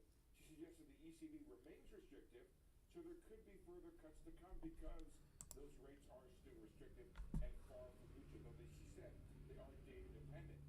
JP Morgan writing in the wake of the cuts that in September is much more likely as there will be new staff projections to take stock of the outlook. Rates in the U.S. and Europe are a little changed today because this was well priced in, and the outlook for Fed rate cuts pretty much the same, Kelly. But it's worth pointing out the ECB's reasoning for cuts that real or inflation-adjusted rates have become more restrictive applies to the U.S. as well. It remains to be seen if Fed Chair Powell takes the same invitation to the party. It's become more restrictive, they would argue, because core inflation has come down somewhat. Come down, exact. I was just looking at those numbers. I couldn't get a chart ready for you, but look at that. Let's see. We're now. There you go, guys. Put my glasses on. I'm sorry, Kelly. 258. Okay, is the inflation-adjusted rate if you use core PCE. Let's see what they're at. What are those 40 calls at now? 430. It's more than double the real rate when we're at much higher inflation rates. Yeah, that would be a significant change. And a discussion that was percolating here in the fall before our inflation rates started kind of getting sticky again. Well, if you took it, it's time to get out. I know I am. Easy peasy, lemon squeezy. That's a nice trade. Guess what? Trade like that we've been waiting for all week. Even I think we brought it up last week. It's a 300%er there. Really? No, that would be like. Boeing shares moving higher now, 191.60. Boeing Three. now up about 1%. BA. Yeah, about 3. Now here you go. It should be pushing. Should be pushing 200% or 400%. Because what were they? 120, roughly.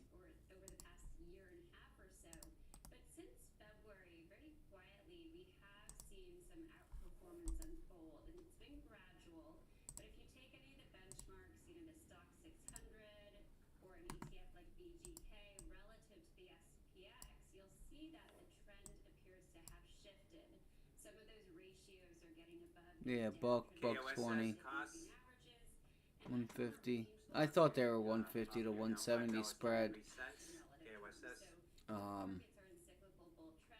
3. 150 is 3. So yeah, you're almost there now. Holy shit! All that for 200%. All right, that's interesting, and like you said, somewhat reassuring that both European and U.S. stocks appear to be in an uptrend as far as you can see it. Let's talk about bond yields, which might underpin the way we think about this. What do you see going on in the 10-year charts? Just as we were breaking higher, now it looks like we're breaking back down. You know, we've been in the belief that 10-year yields are in a So if you're just joining us, we gave you guys this trade like 20 minutes ago.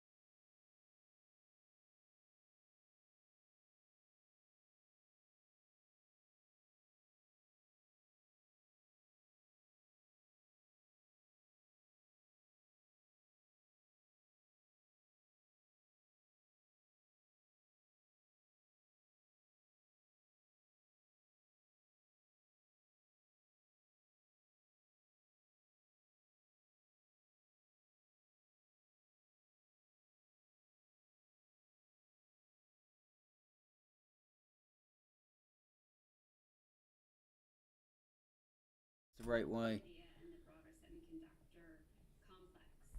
Let me see. Did I fix it or not?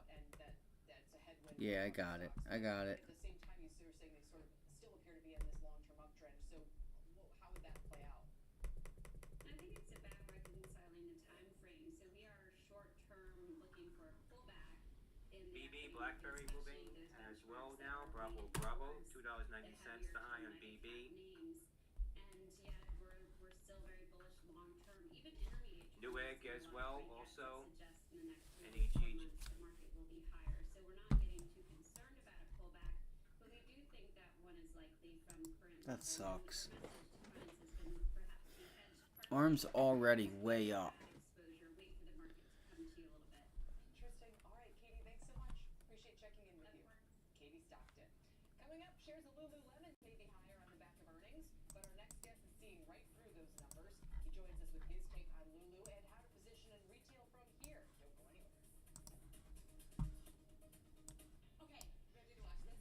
Oh, 1 second. I gotta finish my laundry. Jess, it's girls' night. 1 second. I use Rinse. What's Rinse? The company that will pick up, wash, fold, and deliver your laundry and dry cleaning at the touch of a button. I do not trust other people with my laundry. Rinse guarantees your satisfaction. I've been using it for months now with no issues. Okay, let's watch this. Wait, I'm gonna do my laundry. Better hurry. Then I'll schedule. Sign up for Rinse at rinse.com to get $20 off your first order.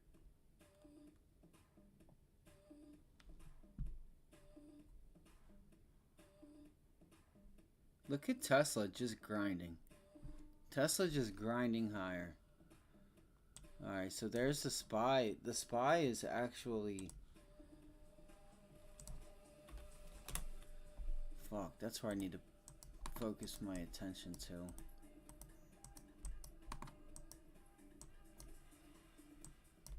Is Tesla. Alright, we got 2 hours. Maybe I try to do something with the overall index if we start seeing some volume. I'm really not sure what to do. But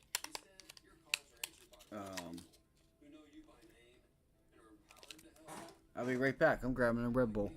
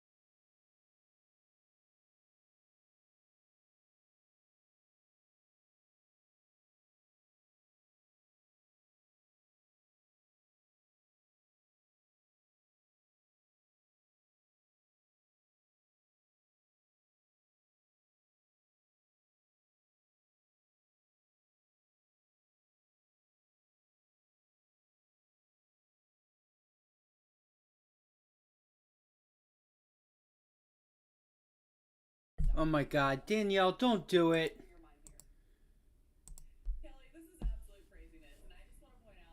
Oh my God.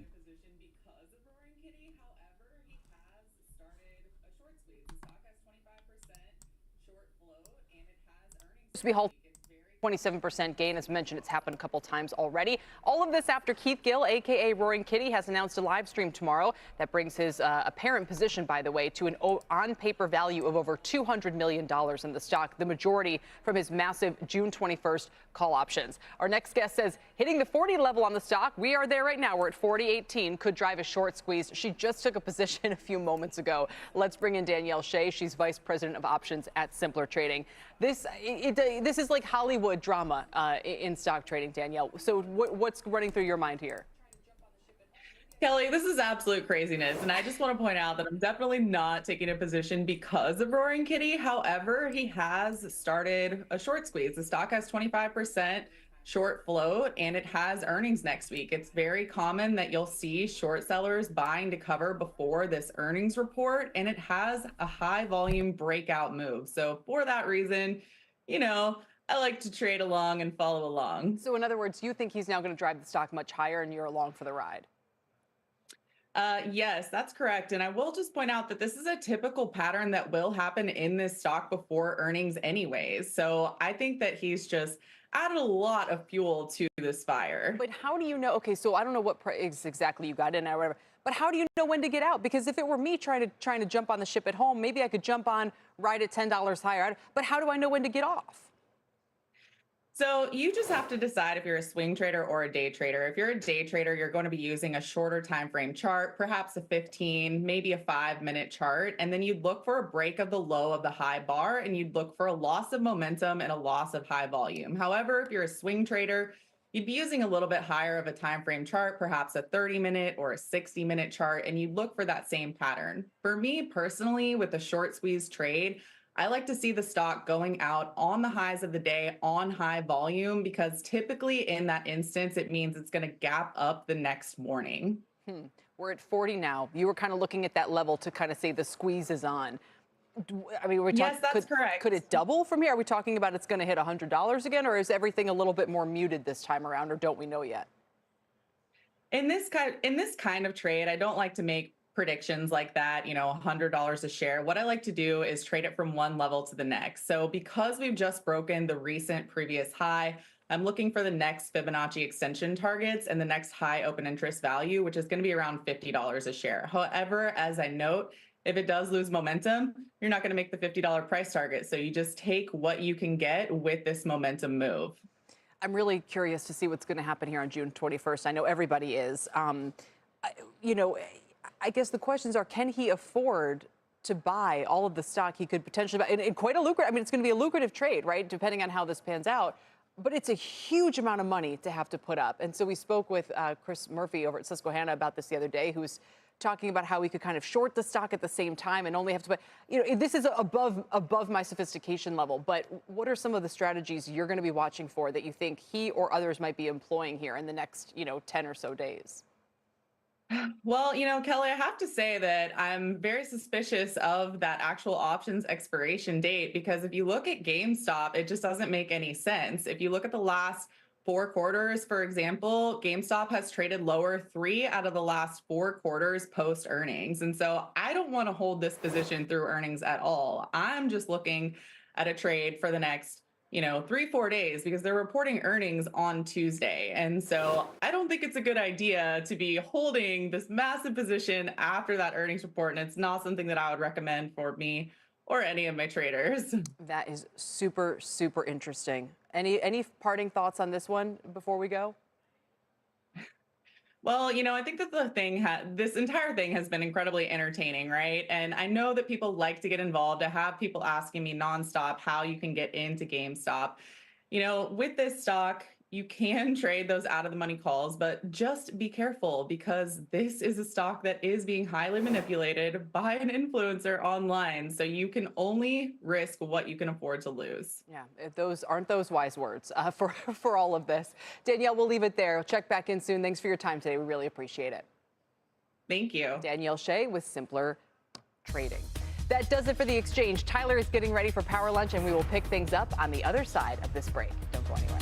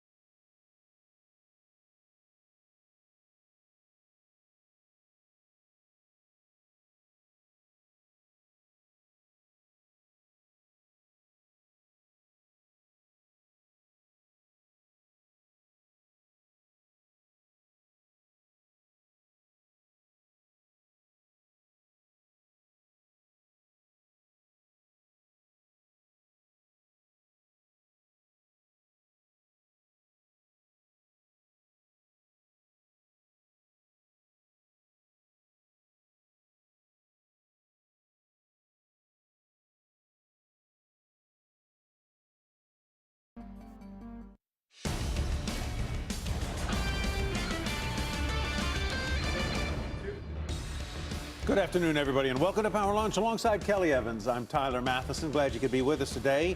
Stocks are moving, well, a little bit higher on the Dow, a little bit lower on NASDAQ and S&P, as you see there. And when I say a little bit, I do mean a little bit on the Dow. 0.09%, Kelly. And the 10-year Treasury yield below 4.3% on those global rate cuts.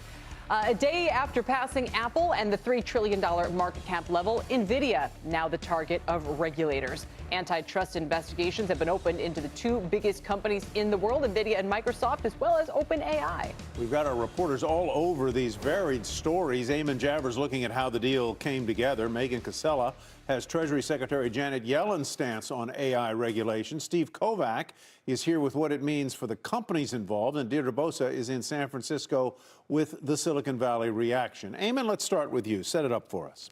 Hey there, Tyler. Multiple sources familiar confirmed to CNBC that the Department of Justice and the Federal Trade Commission are in now the final stages of a deal to divide up antitrust inquiries into NVIDIA, Microsoft, and OpenAI, several of the most dominant players in the rapidly emerging AI space. The deal was first reported by the New York Times this morning. It largely covers investigations into the behavior of the companies, I'm told, not necessarily the mergers and acquisitions by the companies. I'm also told that the Department of Justice will look at Taiwanese chipmaker TSMC in any upcoming investigation if it comes.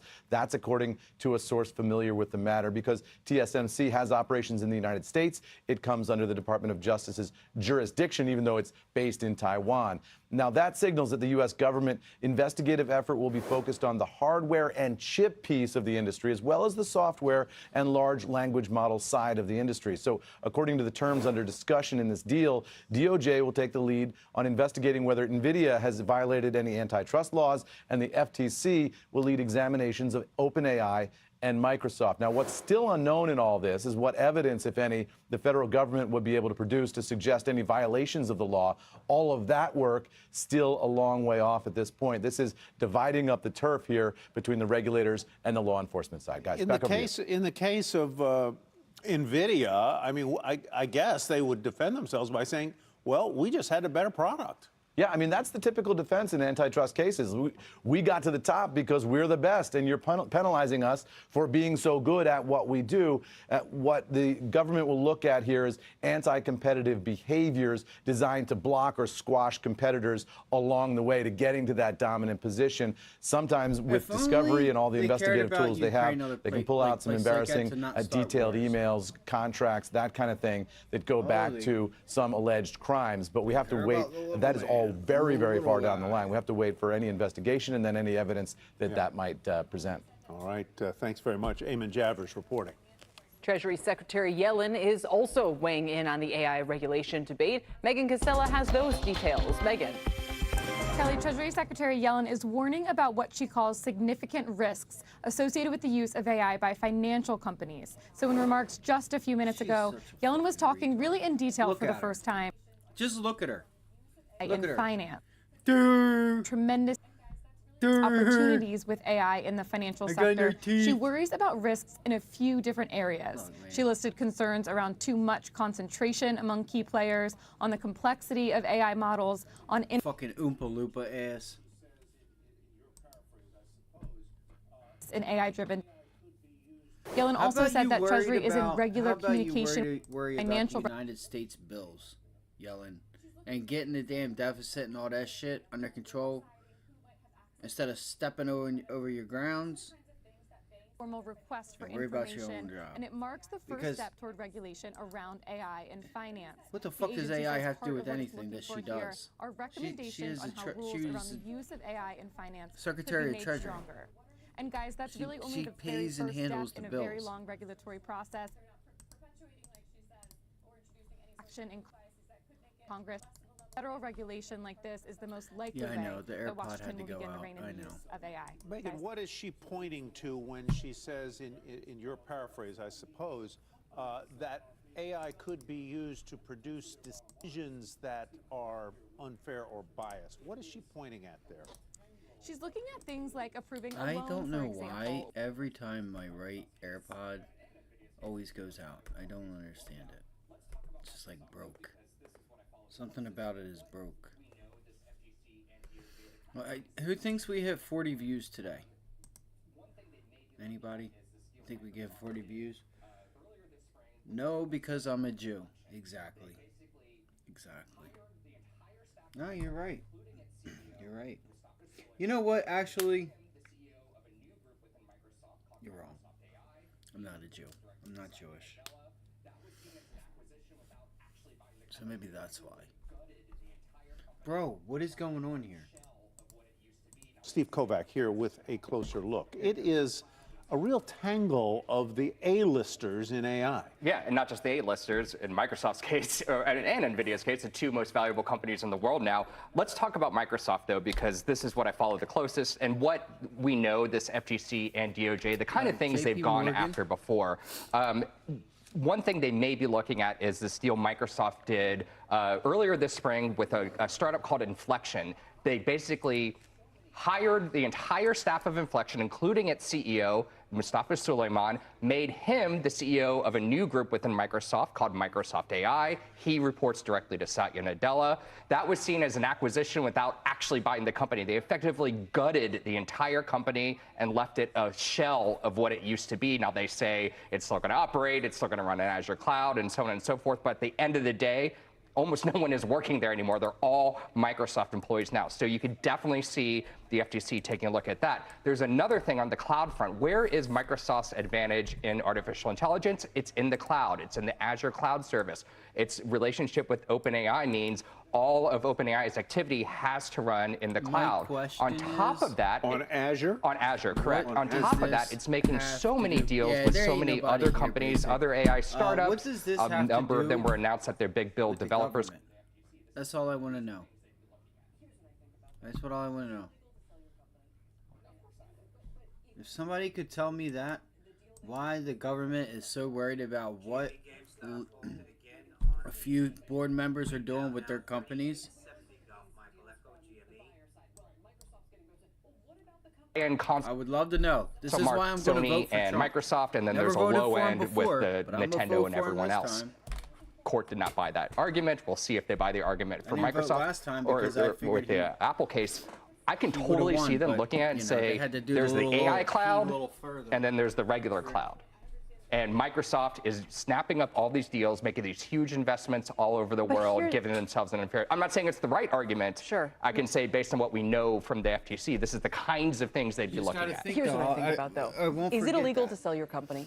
No, of course not. But if you the deal they did with the small startup, My which is called question Inflection. still is, when you had this shit curling over, and then Biden's goes up, but his keeps falling. It didn't even like go up a little bit, and his go up further. They didn't even try to raise it a little bit. So you telling me all these votes didn't have a few different Trumps in there? You lying, bro. That's what made everything seem real shady. That shit was real shady coming in right at the end. Oh, we just got a whole boxes of votes. We just got a whole 60,000 votes, 40,000 votes. Get the fuck out of here. Just But anyway, let's get back to I mean they as the target, not as Microsoft. You mean Inflection? Why can't Inflection do what they want to do? No one's pressuring. They can take the money if they want to take the money. I agree, and they would agree too. I think they had well over $1 billion valuation. So you add a multiple on top of that, and boy, a couple $1 billion Microsoft would have had to spend to buy that entire company. But they don't want to go through the whole mess, and so they're stuck in this weird point where, okay, we're just going to acquire all the talent and bring them in and do this kind of fake acquisition. Now, Microsoft tells me they believe they're in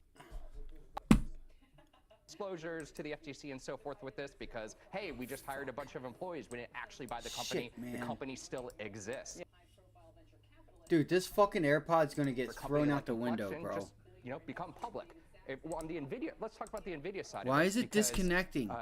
NVIDIA tried to buy ARM, if you remember, and that got knocked down. And so the FTC and DOJ can point to that deal, say, we blocked that deal. Now ARM IPO'd on its own. It was a very successful IPO. It brought this new player to the market, so on and so forth. That appears to be what see versus what you just described. They'd rather Inflection grow up on its own than get acquired by someone. But again, what? From me? For the question. Hold on. Oh my fucking God, bro. It's not going to Silicon Valley, This fucking AirPods. where a growing number of high-profile venture capitalists are throwing their support behind former President Trump. Billionaire investors David Sachs and Chamath Palihapitiya are hosting a fundraiser alongside the former president tonight in the heart of San Francisco. Deirdre Bosa is outside that event with more for today's Tech Check. Deirdre. Hey, Kelly, this is really an example of how support for Trump once vilified you here in San Francisco, but now it can glorify. I wanted to short Tesla up there. This is fucking bullshit, man. This is such fucking bullshit.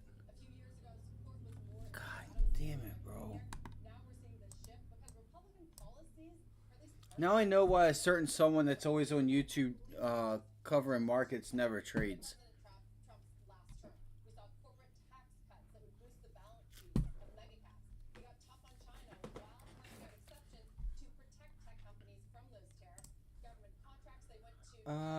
So far, man, like HTZ Hertz more off the lows now, $3.60. so these 177.50s is what I was looking at off the pullback there. Tesla just been running. So we gave you guys the GME. We said, break $32. We going to 40, baby. It's exactly what happened. That was actually a really confident trade that I had there. You know what's crazy though? If you would have bought right when we called it out right here to go long, you would have only made 200% from here. From here to here, you would have only had about 200% if you traded options. And that's the $40 calls. So you're telling me, you know what I'm saying? This is why trading this stuff isn't worth it. I am. I'll give you guys a night just to round out the rest of the day. ARM. I'm watching this pullback right here. I'm watching 136.75. All right, watching 136.75, which you would draw the box right on down to 135, 136. If that holds, you get a low volume pullback there. You have to watch NVIDIA. I want to say that out loud. All right, there goes GameStop pulling all the way back because that trade is done with. If NVIDIA, look, if NVIDIA is still underneath 1200. So if we start to get a pullback, you gotta be fucking kidding me, man. Bro, the market's pulling back. Alright, we have a lot of data tomorrow. So tomorrow's gonna be tomorrow's gonna be one of them days. I don't have to do anything, but yeah, so that's it. I'm watching ARM, I'm watching Tesla. Tesla's just pulled back a little bit there.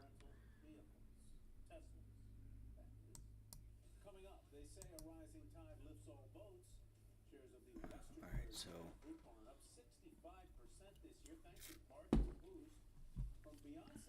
Q's, you're testing 463 right now, which is a short. Okay, it's an area you could look for a short at on the Q's. Nice break, retest, pull it back, looking for 460, 461. All right, looking for like I would like to be able to break 462 and get down to 461. The S&Ps are really pulling back. I don't know what's going on. I don't know what happened there for that to pull back like that. But I don't understand why the Qs aren't pulling back. I don't get it. I don't get it.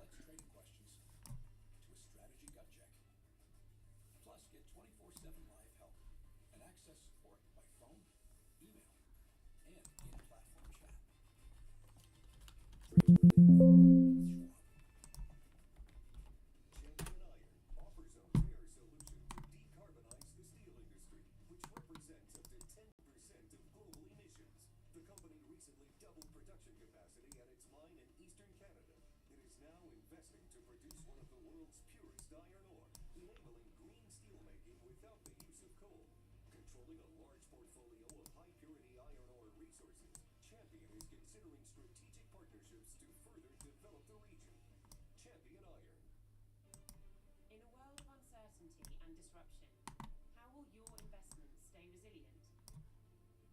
We've been navigating change for 125 years, always looking forward, anticipating risks, and trusted to manage over $1 trillion in assets worldwide. I want to see what the Dow Jones is doing. Look, the Dow's pulling back. You have some banks.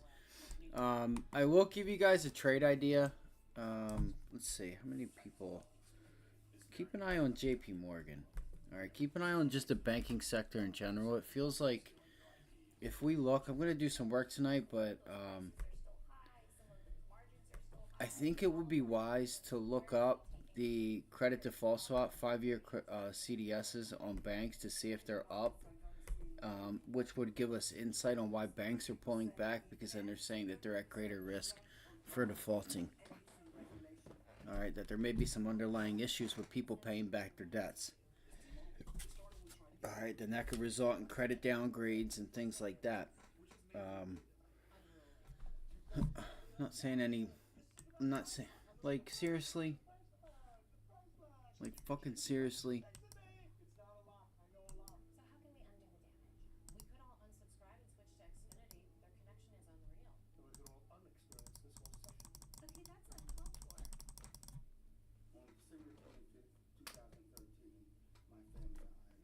I want to know what the fuck is wrong with this AirPod, bro.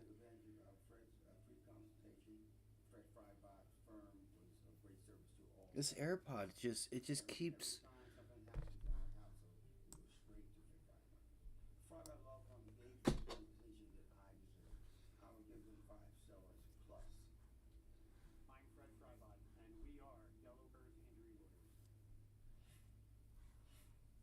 Welcome back to Power Lunch. Shares of NVIDIA pulling back just a bit after topping a $3 trillion valuation for the first time ever. NVIDIA's recent rally helped it All right, ARM.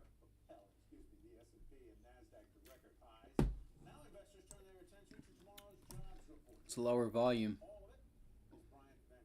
Volume was low. Let's see if we get a rejection at 137.50.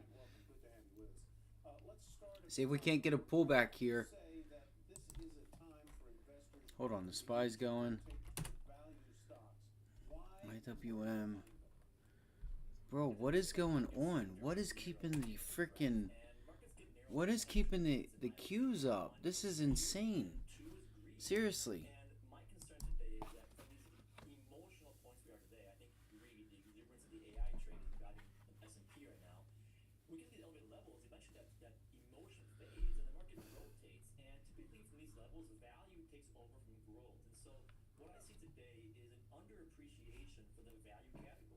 It's 2 o'clock. It's 0.4. Tesla's up 2%.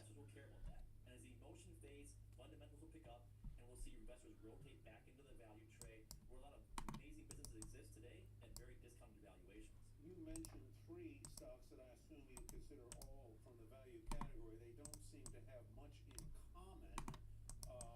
Maybe perhaps only that they are, quote, value stocks, which is to say they're not AI, they're not high tech, they're not a particularly huge capitalization company.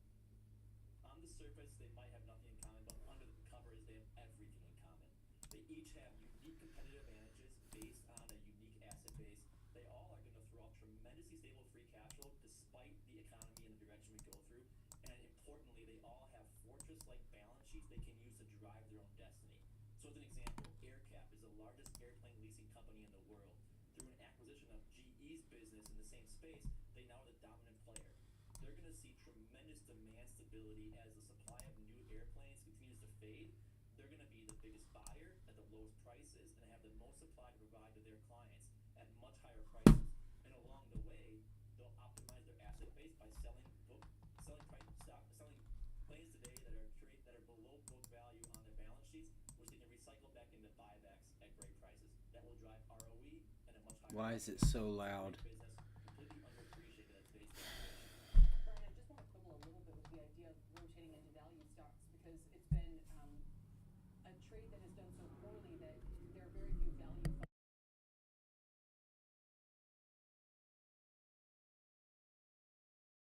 funds. GE's business now are the dominant player. They're going to see tremendous demand stability as the supply of new airplanes continues to fade. They're going to be the biggest buyer at the lowest prices and have the most supply to provide to their clients at much higher prices. And along the way, they'll optimize their asset base by selling planes today that are below book value on their balance sheets, which they can recycle back into buybacks at great prices. That will drive ROE and a much higher valuation. It's a great business, completely underappreciated at today's valuation.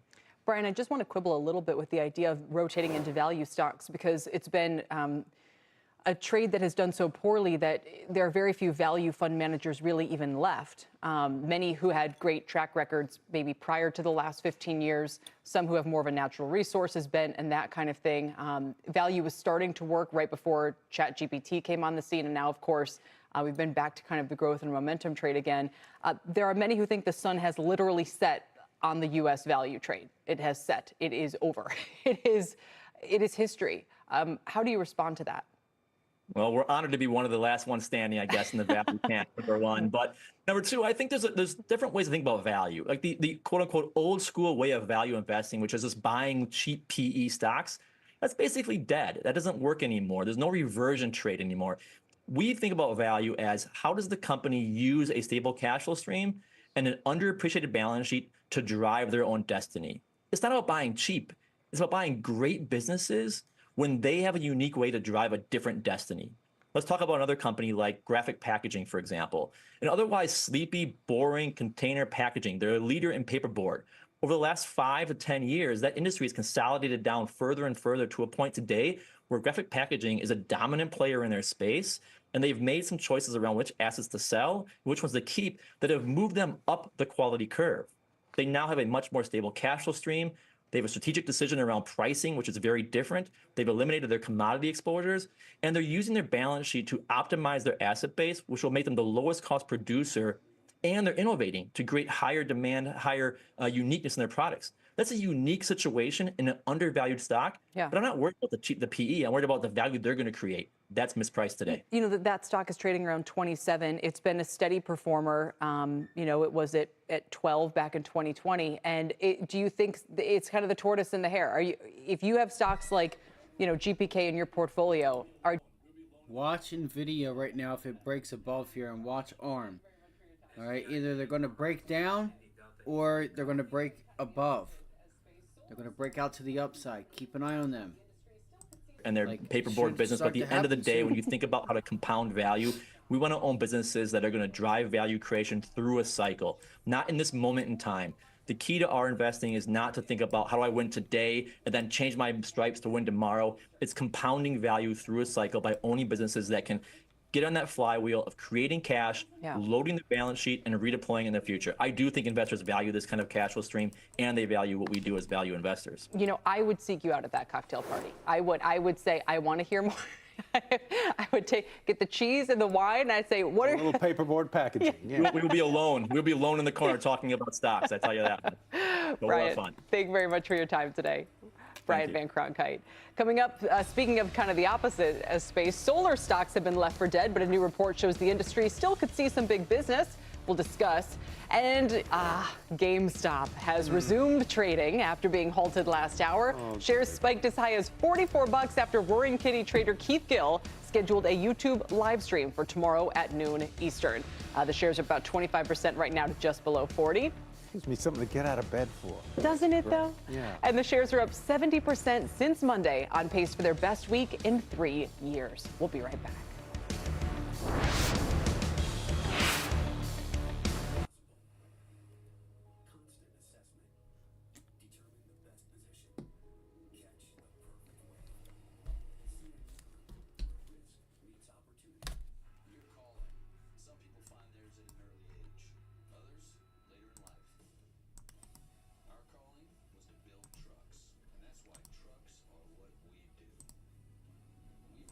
So you could have just got these a lot cheaper just a few minutes ago, guys. They were at $1. They're at 70 cents now. Yeah, I know. Tell me about it. 30 minutes. You pretty much are at 80%, man. Fuck.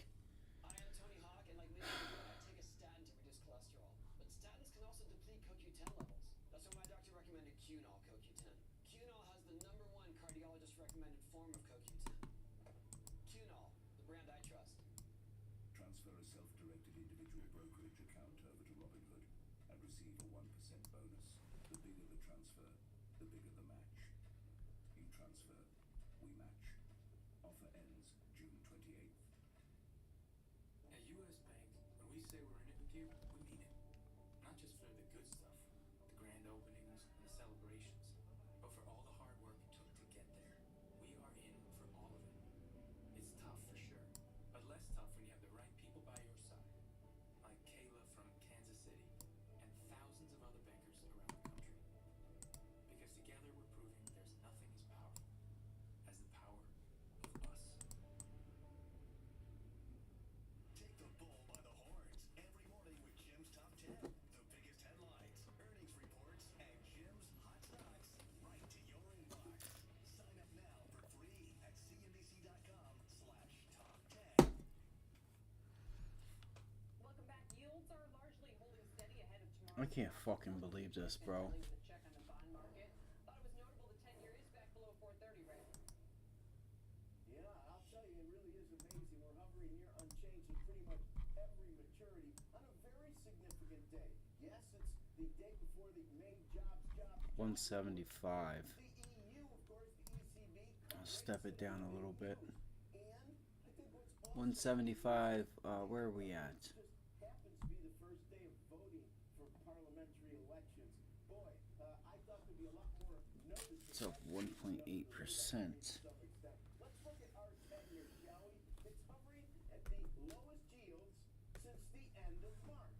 And if we look at the difference between our 10s Welcome back. Yields are largely holding steady ahead of tomorrow's jobs report. Let's get to Rick.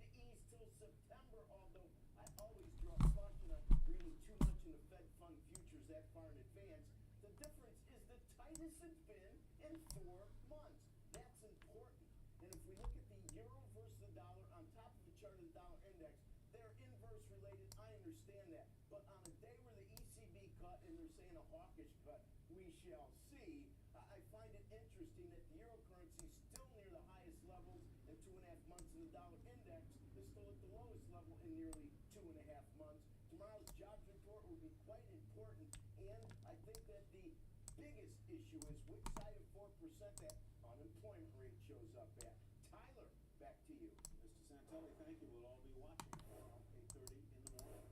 First Solar shares fractionally higher following last month's 54% rally. That is good for its second best month ever. And new numbers show that while the industry as a whole is growing at a record pace, a key part of the solar market is underperforming, and Pippa Stevens knows which one. Yeah, so we talked a lot about how these stocks are doing so poorly, how the industry has been hit hard by supply chain issues and higher rates, but projects are still being built. So a new report today from CN Wood Mackenzie showed that the U.S. added 11.8 gigawatts of solar during the first quarter. That was the best first quarter on record and the second best quarter overall. To put that in perspective, that's more than we added in all of 2018. However, while the top line is still strong, residential continues to really struggle here. They had their worst quarter in 2 years, and installations were down 25% year over year as higher rates really do weigh. Now, the report also showed that the U.S. is meaningfully increasing domestic manufacturing, and they say that once all these factories are online, it would be able to meet about 70% of our needs. However, that is I'm not even going to trade Tesla. potential that some of these projects won't actually end up being built, and for the time being, we are still very reliant on foreign imports. Imports are right around a record, and we get about 90% of our panels from I think I'm done with all this shit. And then quickly, just in the background of all of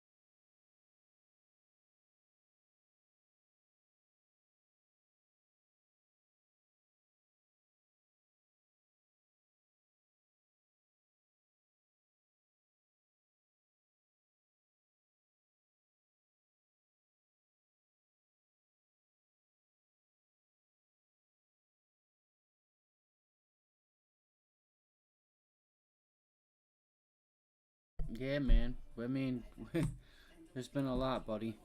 GameStop. There's been a lot. There's been a lot. Everything has worked out. Everything's been working out. Oh, shit.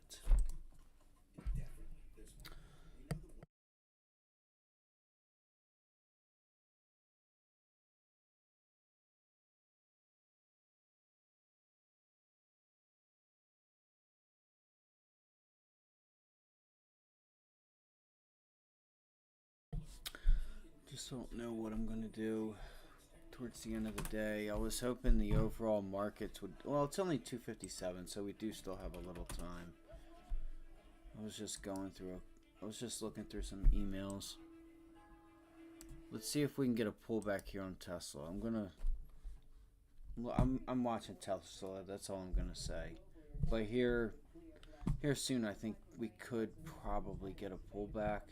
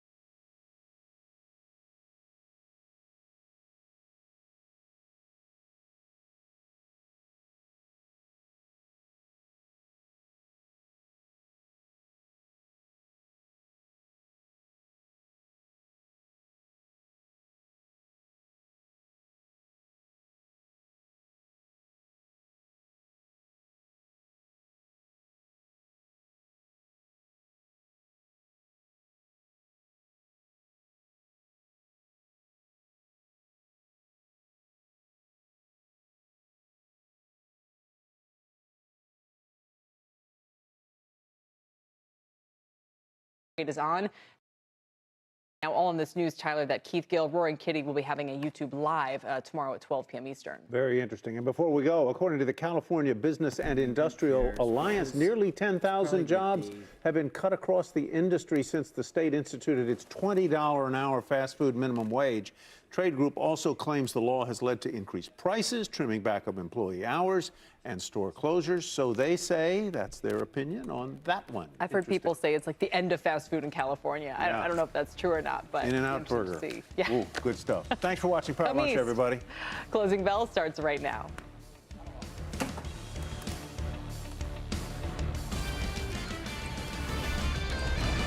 Welcome to Closing Bell. I'm Scott Wapner, live from Post 9 here at the New York Stock Exchange. This make or break hour begins with the rally's next leg. Whether it hinges more on tomorrow's all-important jobs report or NVIDIA's meteoric momentum, we'll ask our experts over this final stretch. See if we get one more little pop here on Tesla, and then we might try to take it to the downside, just for a few points, like $1 or $2. A rare respite in that stock's incredible run. It's at $1,200. We'll watch it. Several other mega cap names are green, including Meta, Amazon, Microsoft has been. It's dipped negative, though, as we enter this final hour. Lululemon, a standout following its earnings. A nice jump for a stock that's been pummeled this year. You know the story there. It's up 5% today, but it was down 40% year to date going into that print. It does take us to our talk of the tape. Trim or continue to buy in? Yep, we're talking about NVIDIA because it seems everybody else is too. The Dean evaluation called it the greatest momentum company ever built. Others suggest it's gotten a little too crazy. So who's right? Let's ask Joe Terranova, Virtus Investment Partners Chief Market Strategist, a CNBC contributor. He is at Post 9. He does have the Joe T ETF, in which NVIDIA is the top holding. Absolutely is. So what hinges more now on the rally's next leg? The jobs report tomorrow, or this continued momentum or lack thereof from NVIDIA? Well, I don't think you could dismiss the premise that tomorrow's unemployment report is going to impact the tape. I think it clearly is, and I think one of the reasons why it is because there's so much uncertainty surrounding what the market is going to react to. Does the market know what it really wants? Does it want cooling inflation, or does it want the cooling economy? I think the market is unclear in that regard. So going in, there doesn't seem to be an expectation in either direction, and I think that's going to create a push-pull dynamic. I think the market will react to the unemployment report. Now, if the market is to correct, I do think that you have to look towards the Super 6, which is led by NVIDIA, as the source of being support underneath the market. So if NVIDIA continues its momentum, the market's in good shape.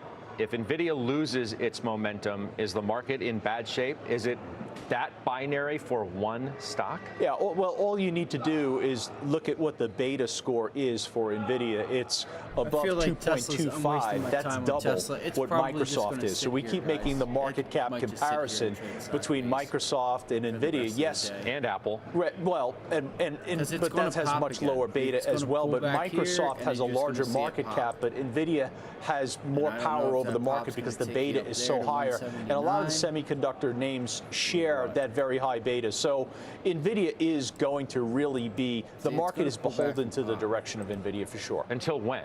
Like, is that healthy? I think to a certain, I don't see it as unhealthy because hinged to one stock? Well, okay, but is there evidence to support it? And the evidence is earnings. So let's look at the last earnings season. You have EPS growth of above 50% for the Super 6. The rest of the market, the other 494, flat EPS growth. So yeah, I mean, there's validity in the sense of you have the EPS growth. Now, the bigger question is, what's the trajectory, the expected trajectory of the EPS growth for the Super 6, in particular for a name like NVIDIA? And you're going to be seeing the deceleration over the coming quarters. You're not going to get that 50% EPS growth. Next quarter, you're probably going to get 25 to 30% EPS growth. So you're going to see the deceleration. So to your point, at some point, the rest of the market is going to have to participate here in the second half of 2024 to hold the rally. I feel like you really need tomorrow morning's number to be in a sweet spot, right? What is the market does. Well, that's where I'm going with that. It's like, it can't be too hot because then the market's going to be like, well, we're reaccelerating again, yields go up, we're back talking about that. You don't want it to be too weak in a week in which we've been talking about growth scares, rates falling, and stocks falling. So there has to be a happy medium somewhere for that number tomorrow that's going to make everybody feel like it's a Goldilocks number. I don't know what that number is. We're going to find out how the market views it tomorrow, but is that the situation that we're in? Absolutely. And, look, I don't think you're looking at the headline.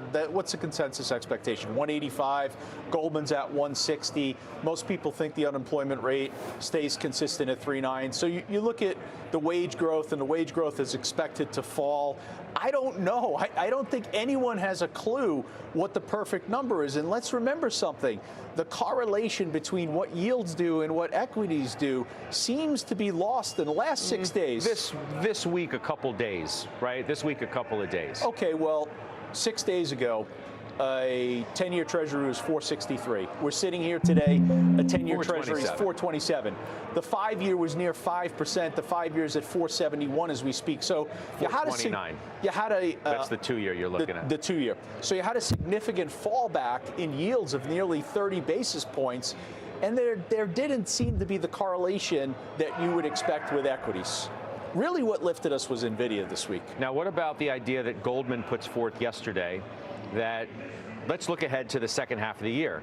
Let's look ahead to the third quarter and a, quote, wall of money that is going to come into the market, and therefore the cost of being short is really high right now, or being negative the market. You put all that together with cuts coming later in the year, you really want to be negative the market?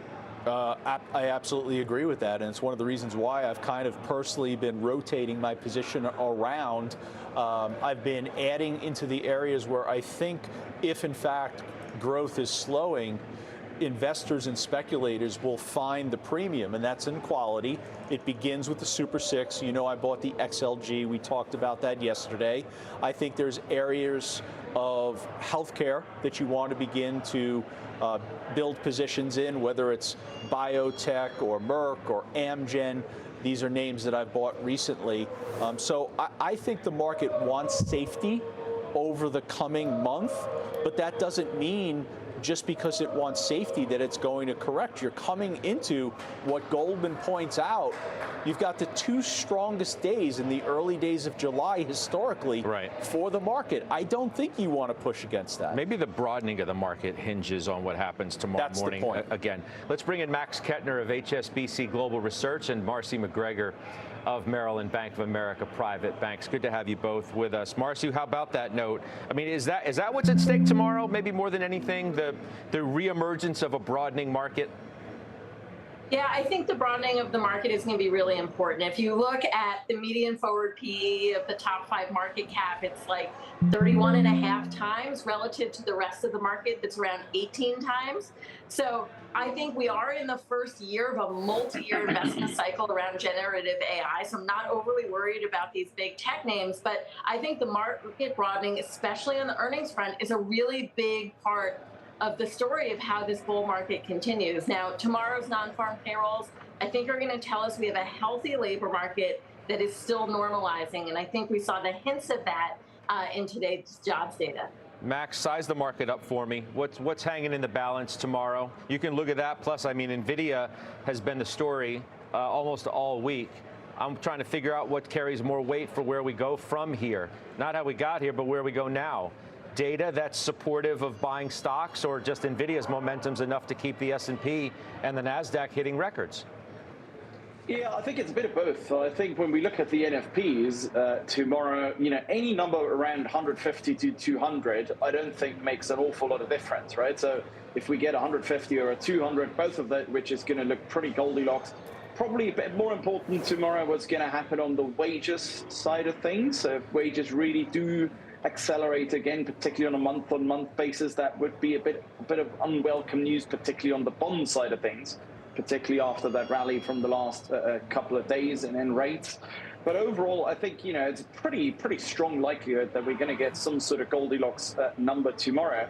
And that should help the overall market, right? It shouldn't just help NVIDIA, it should help the overall market really to participate a bit more in the next couple of days and weeks. I do think in terms of the broadening out story, when we look towards Q3 and Q4, you guys have been talking about the earnings of NVIDIA and the Super 6. I think one of the worries that I have from the third quarter onwards is that really the market and consensus are saying, look, by Q3, actually earnings growth of the Super 6 is really going to decelerate, and the other 494 are really going to take over, right? Then it's really those kind of names that actually will be finally participating in much stronger earnings growth. So the worry I have from the Q3 reporting season onwards, from October, November onwards, is perhaps growth is just fine.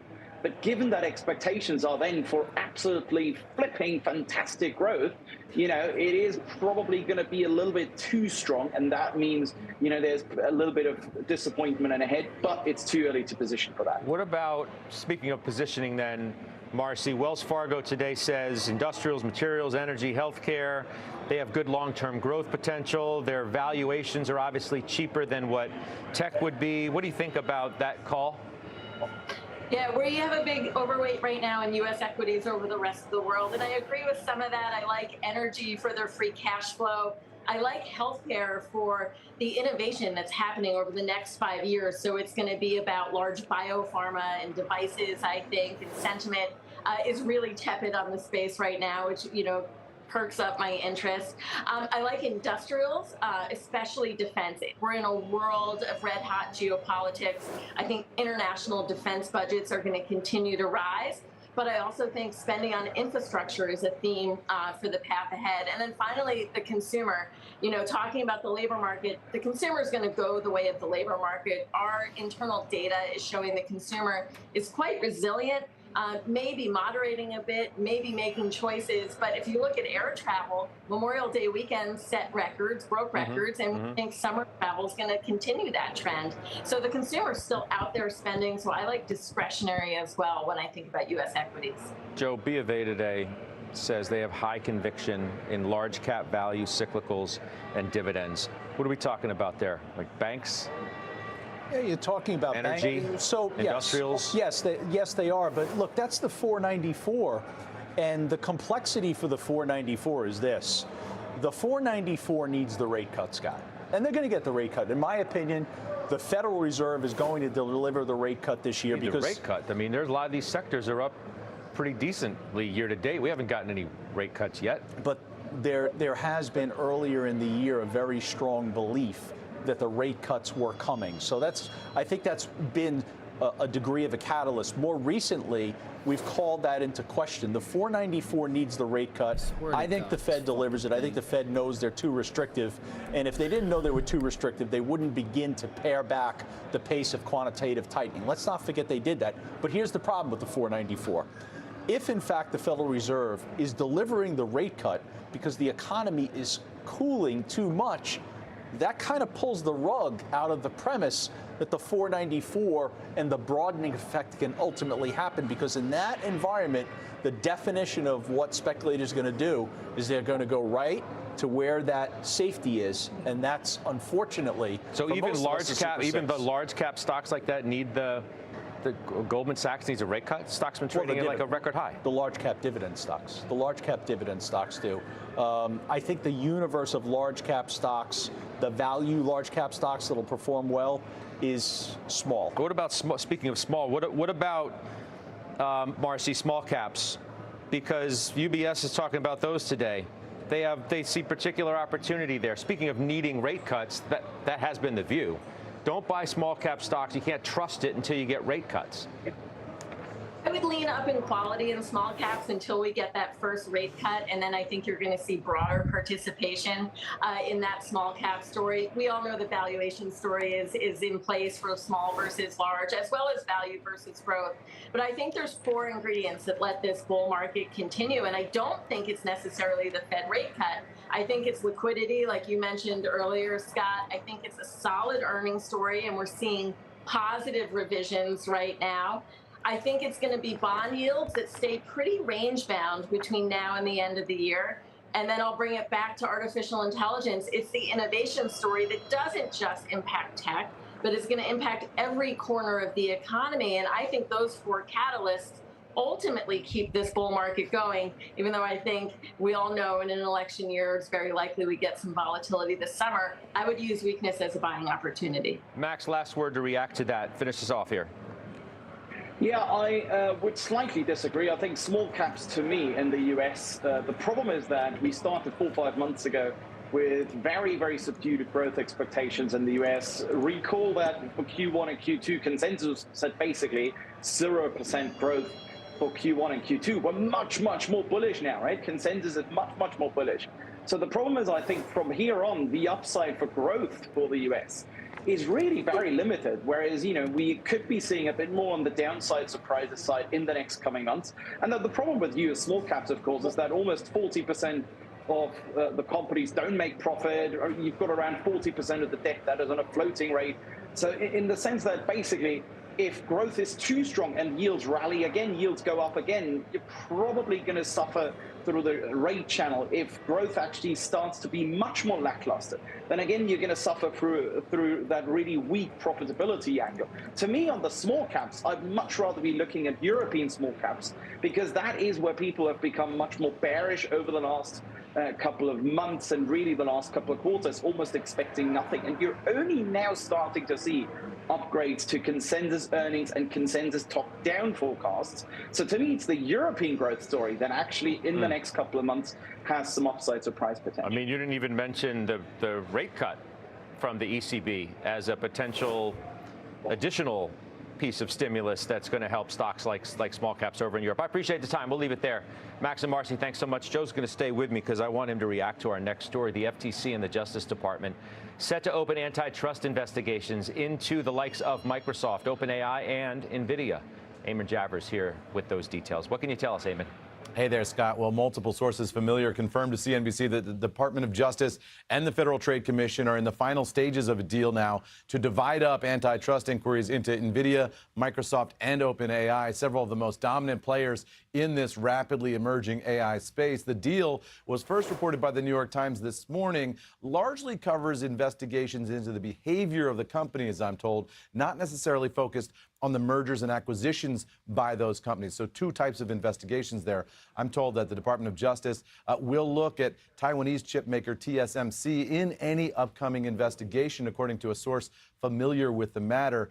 Because TSMC has operations in the United States, it comes under the Department of Justice's jurisdiction, even though it's based in Taiwan. Now, that signals that the U.S. government investigative effort will be focused on the hardware and chip piece of this industry, as well as the software and large language model side of the thing. So according to the terms under discussion, DOJ will take the lead on investigating whether NVIDIA has violated any antitrust laws, and the FTC will lead examinations of OpenAI and Microsoft. What's still unknown in all of this is what evidence, if any, the federal government would be able to produce to suggest that violations of the law have happened here. All of that still a long way off. Scott, the way to think of this is, you know, we see turf wars in Washington all the time. This appears to be an attempt to prevent a turf war between the FTC and the DOJ by sort of carving up the different turf in advance of any investigation. We'll see if that works. Seems like every piece, though, of the government perhaps wants a little piece of big tech. We'll see what they get out of it, if anything. Eamon, thank you. Eamon Javers with the latest there. So Joe Terranova is back with us. You do hold a lot of these companies within your JOT ETF. It's not like we haven't heard regulatory noise before from D.C. It hasn't really amounted to much in terms of stock performance. I'm not going decades back to the landmark Microsoft case. How are you thinking about this? So you look at, in particular, NVIDIA, and they've been very clear that they've been directing their chips to their customers who will actually be using those chips immediately. Now, does the DOJ find that potentially that violates some anti-competitive law? Potentially. What's the ramifications of that? We know it's most likely a fine. That is not a reason for anyone that is holding the stock to think about paring back the position or moving away from it, nor does it impede the growth potential for this company itself. So, we hear about these stories a lot. I understand the reasoning behind it on the part of the FTC and the DOJ. This has been something that's been speculated about for several months right now, but I really want to be clear. It's not something that motivates you to move away from the positioning. I mean, but it's moving across almost the entire mega cap space, right? We didn't even mention Apple in this latest report, but there's obviously, news within the last month. Microsoft's a part of two of these stories. It's not unsurprising. Europe has been investigating, looking into the anti-competitive dynamic of these conglomerates. I think this is a story that's going to stay with us on the other side of the election, whichever political party takes control of the White House, Senate. Well, that's the interesting part, too, is that, here we are in the beginning of June. You have an election in November. We're, opening all of this up at a time where who knows what the administration is going to look like, whether it's the same or different, come the beginning part of the year and not that long from now. Now, as a holder of these companies, that's what you begin to think about, because, look, Jensen Huang is in Taiwan this past week. We understand the importance of Taiwan. That is where the large supply is coming from for the parts that are needed to build these chips. So that's the larger question. That's the big concern that a speculator, a money manager has to have when you're looking at holding these mega cap companies, is what ultimately happens in Taiwan. We'll leave it there. Joe, thanks for sticking around. That's Joe Terranova of Virtus joining us here. To Christina Partsinevelos now for a look at the biggest names moving into the close. What do you see? Well, let's start with Salesforce getting a vote of confidence from activist investor ValueAct, despite missing revenue estimates earlier this week for the first time since 2006. Salesforce board member and co-CEO of ValueAct, that would be Mason Morfitt, increased his stake in CRM, that's the ticker Salesforce, to just under $1 billion. The move was made earlier this week, but was recently disclosed in a regulatory filing, and that's why you're seeing shares up 3%. Speaking of boosting confidence, Instacart announcing a $500 million share buyback program. That's its third buyback round since last September. A buyback, we know, can add some stability to shares that now are unlocked, or the IPO lockup period has passed, so that adds stability to those shares. Shares, though, are still only trading about $3.50 above its September $30 opening IPO price. Scott. We will see you shortly. Christina Partsenevelos, thank you for that. We're just getting started here. Up next, opening arguments in the NFL's high-stakes Sunday ticket trial, kicking off in Los Angeles today. We're going to bring you up to speed on the very latest, what's at stake, and the big names that could be taking the stand as well. Plus, investors awaiting tomorrow's critical jobs report. We talked to a top strategist coming up about what it could mean for the future of this rally. We're live at the New York Stock Exchange. You're watching Closing Bell on CNBC.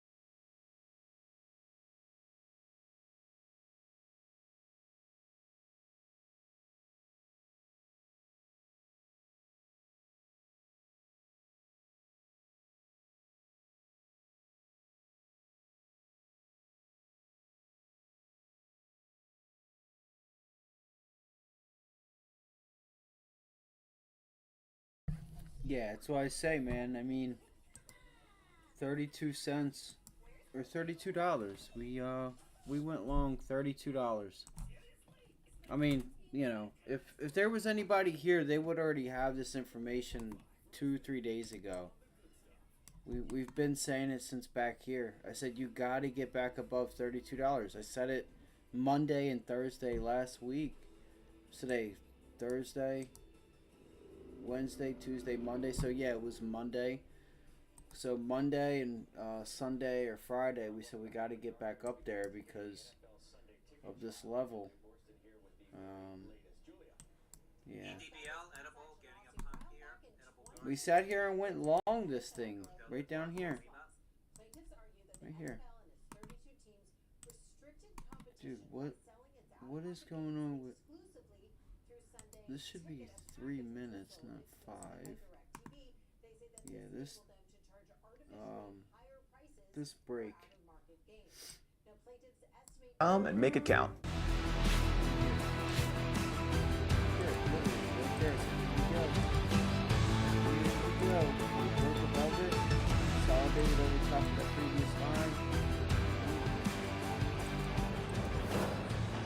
All right, welcome back. Opening arguments beginning today in the NFL Sunday ticket trial. Our Julia Borston here with the very latest. Julia.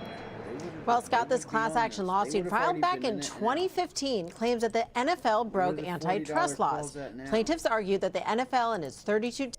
The $40 calls is what... Damn, they're at $9. That is nice. Finally, they started paying. You had to sit in that for a while. That's wild. So, we got in those at $1.50. We got in these contracts at $1.50 to $1.70 ask. $1.50 some bid and $1.70 ask.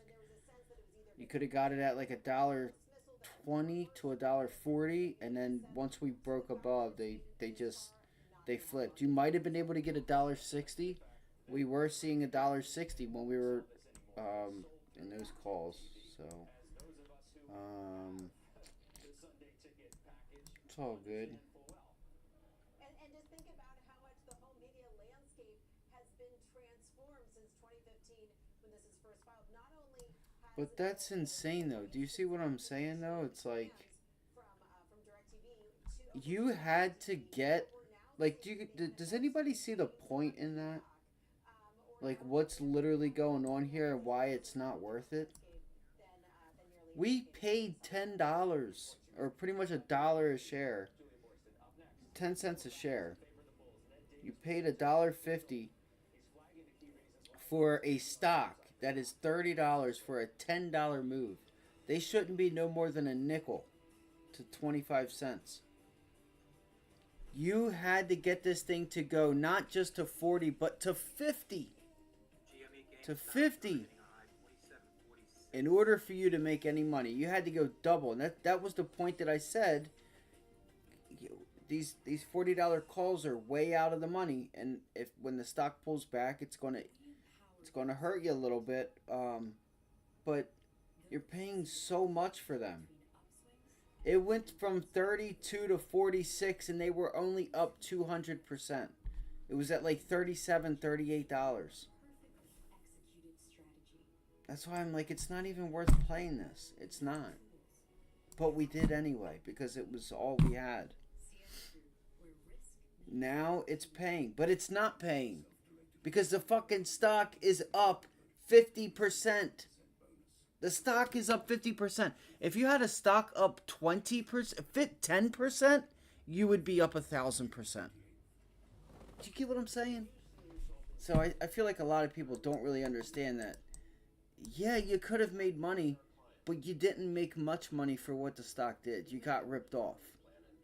You're getting ripped off. I wonder, and we also mentioned next week $40 calls as well. I brought up the $40 next week calls. That's not bad. They were $5 when we were talking about them. They were $5. Now they're 15. So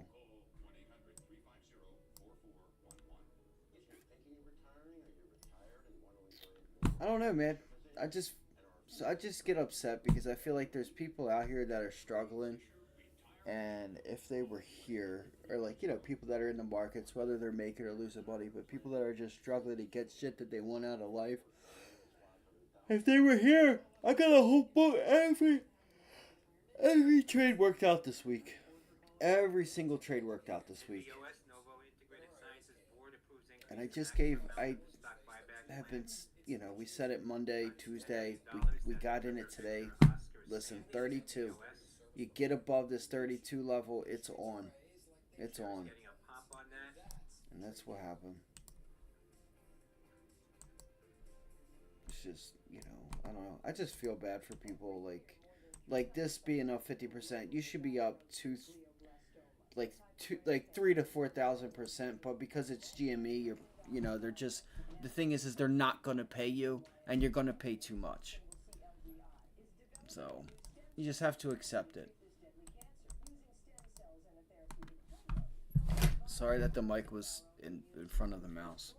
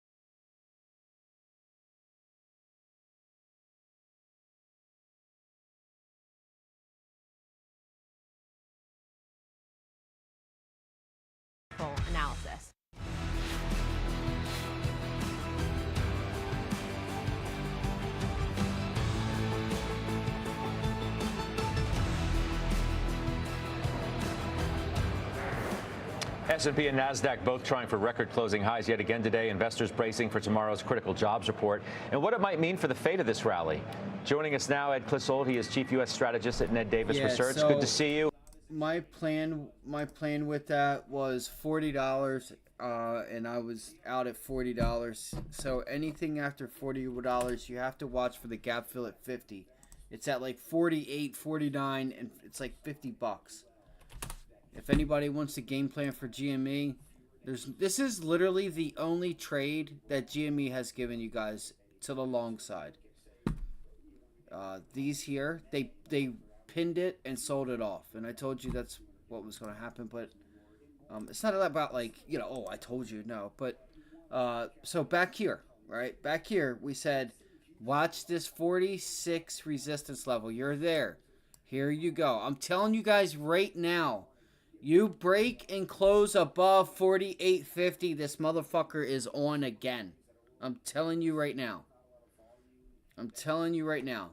You fill this gap and you close above it and hold it, this thing will give you a gap up to $60 to $80. I promise. You want to know why? Because again, to the left of you, you have nothing in the way to stop you from going higher. There is no resistance. You take back this close and this gap fill, and you can close above and hold $49 to $50. It's on. And you will see a day that you could get an extension back up to where that $80 gap fill. Once again, we said it takes time. And you still have a gap fill right up here that has not been filled. You have one right here at 70.56 to 75. And I'm telling you guys right now, mark my words. Listen, mark my fucking words. I'm telling you guys right now. You get a close above 50 and you hang out at $50 and you hold it. And you have the same, if not double the volume that you had today. I promise you this gap fill will be reached, and you have another gap here at 80 bucks. So the gap takes you to 70, it's like 70, 75, 71. So that is the plan. All right. I gave out the $40 calls at like 12:20 today. It's like 12:30, 12:20. We gave out the 40 calls. Gave you guys the 40 calls. It's fully recorded on the stream. I said that this thing's getting ready to go. Was looking at the 40 calls. Now I would be completely out because this is a major resistance level, and I would say it's also major because if it does get filled and you hold 40, if you can hold 50. This stock, I think GameStop, you see a new high in it. I would put everything I have on it that you will. As long as you have the volume. You'll take back that down day. And you should get up here to like 65. I think you get to the gap. I'm just going to be honest with you. I don't think they play around with the opening price at 65. I think you go in and fill in the gap. I think you go to that gap fill up there and it's on. But we'll see.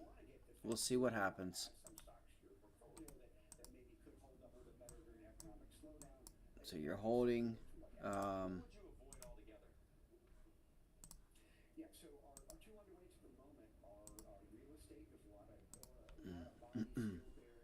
think this is going to be tough, though. I'm going to tell you guys right now. I think this will be tough. But if you do, if they do... So you could come in with, here's the thing as well with this, you could come in with the gap up tomorrow. You could. But guess what? That still puts you at this, it still puts you at this close. This is your level. For me, it's like 48.75, 48.70, 50 bucks. And I'm telling y'all, if you can just, even if you gap above it tomorrow and you do not break it tomorrow, and you have the volume somewhat like we had today, and you just sitting here, if I were you, I would expect a gap fill up at 80 bucks and get back to that closing price at like 65. I think you get through 65, and I think you're on your way to... Well, there's a gap here. I'm sorry. There's a gap here at 75. Bro, what is going on? So that's all I have. I'm out of GameStop. I'm not in it, and I won't play it until I know that GameStop holds 50, and that's it. That's how you play it. If it holds it, it gets above it, and it holds it. I haven't traded it at all here. I have not traded it at all because there hasn't been a reason to. When you gapped up this day, I said they've already taken the trade from you. The only way I'm trading this is if it gets up above. What's that? I said the only way I'm trading this is if it gets above this 48.75.50 level. You start closing here. It's on. Then I'll trade it to the long side. All right, so that's that. Right. Oh, I gave it away. All right, so what is that? 40. Hold on. What is going on? There it is, right there, guys. So there's that. There's the one gap fill right there, which is at 70 bucks. So 70, 50, 75 is the gap, and then the other gap, the last gap, is at 80 bucks. And then once you fill these two gaps, that's it. Then you have no more gaps, and that's it. So it'll be interesting. For some reason, I will not be surprised if you get a gap up above 50. And here's the thing, it could still take a little more time. We could still pull back to 30s, right? And then you get this, and then you start to get it at like September, August. I mean, but you know, see, this level is just too much. That 50 level, because I feel like they're going to do everything that they can to not hold it. Even if they gap above it tomorrow, they do not want to hold it. I'm telling y'all, I know it. I know it for a fact. I would put my life on it that they do not want this thing to gap above or just hold 50 is what I'm getting at. You can get above it, but can you hold it? Chances are if you get above it right now, it holds. You get above it right now, that son of a bitch holds, and you really start get algorithms in that whole area. Oh, they're going to start ripping this thing. You're going to see a volume of 4 to 5 million share candle, if not close to 8 million shares traded in a 3-minute chart. If you get above and hold 50. And then I would look for a nice gap up. They might even pin it at 80 bucks and then sell it off tomorrow. So this is a big level though. This is a big level. So for me, I'm not doing anything until $50 holds. So we've completed it. $32 has been completed. We said 32 bucks. If it holds, and there's a reason why. And it did it. It held it, and I said, all right, guys, it's time to go to 40. All right, I'm over it. I'm already over it. I'm over it. I'm over it. I'm over it. And it's sad because those options, you should not have a stock that's $30, move $10, and only be up 200%. Struggling to get 200%, but it's GameStop, you know, where the options are the stock is up more than the options.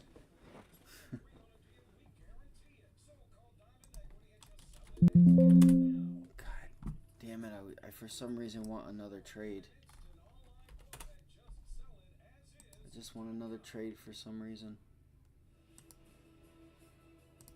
Wait. Did JP Morgan recover?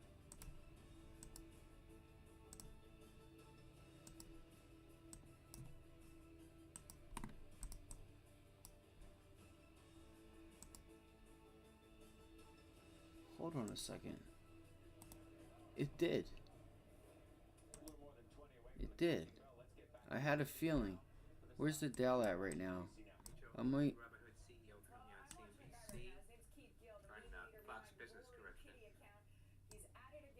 I wish these motherfuckers would stop talking about this roaring kitty motherfucker.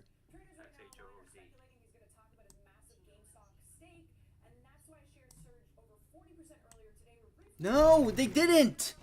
That's not why. It's because we closed above $32. It's not because of one person. We didn't even post anything today.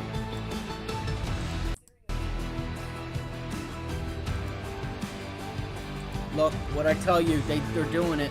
They're doing an offering. Oh no, Hertz is. Hertz. A little more than 20 away from the closing bell. Let's get back to Christina now for the stocks that she's watching. What do you see now? Well, I'm watching a guy right now. His name's Keith Gill, the meme leader behind Roaring Kitty account. He's at it again, announcing a live YouTube chat this Friday afternoon, his first live stream in almost 4 years. Traders right now online are speculating he's going to talk about his massive GameStop stake, and that's why shares surged over 40% earlier today, were briefly halted, and are now up, what, 42%?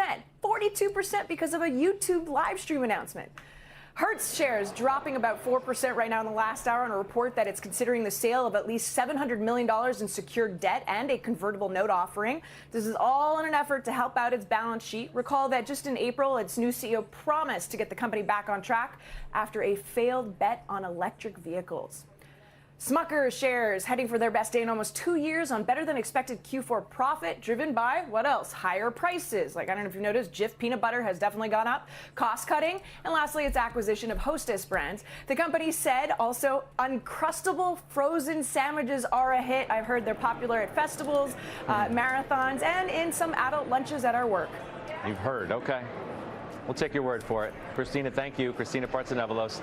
Still ahead, Lyft shares are shifting into high gear. We're going to tell you what's behind that pop. If the stock strength can be sustained, that's coming up. The bell will be right back. One of the ways that I think we can combat anti-gay sentiment is first to understand what it means to be gay. For me, at least, it has been a transformative identity because it has taught me how to love people who might not love me, which is sometimes our family. And so out of that core, what I have learned to do is how to turn poison into medicine, to not burn down those bridges and tunnels.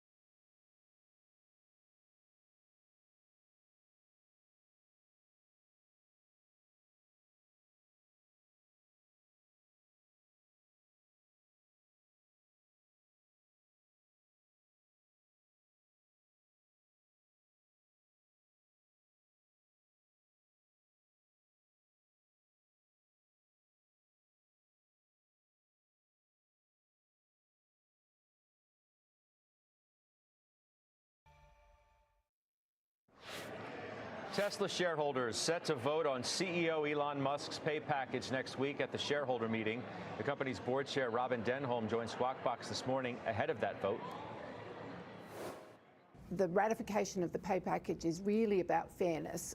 Fairness to our CEO. If you look at what's happened at the company over the last 6 years, tremendous value creation, and he's led that. Right. Obviously, the Tesla team has been instrumental in it, but if you sit back, shareholders have benefited tremendously. Over $730 billion of value creation. Employees have benefited tremendously. They're all shareholders in the company, so their stock has risen. Customers have benefited by the tremendous innovation. And the only person who hasn't been paid is actually the leader of the company, Elon. For that full interview, you can head to cnbc.com/ProPick, or you can scan the QR code on your screen to watch the rest of that. Up next, we'll get you set for earnings and OT. DocuSign at the top of the hour. Everything you need to watch for when that print hits the tape. That and much more when we take you inside the market zone next.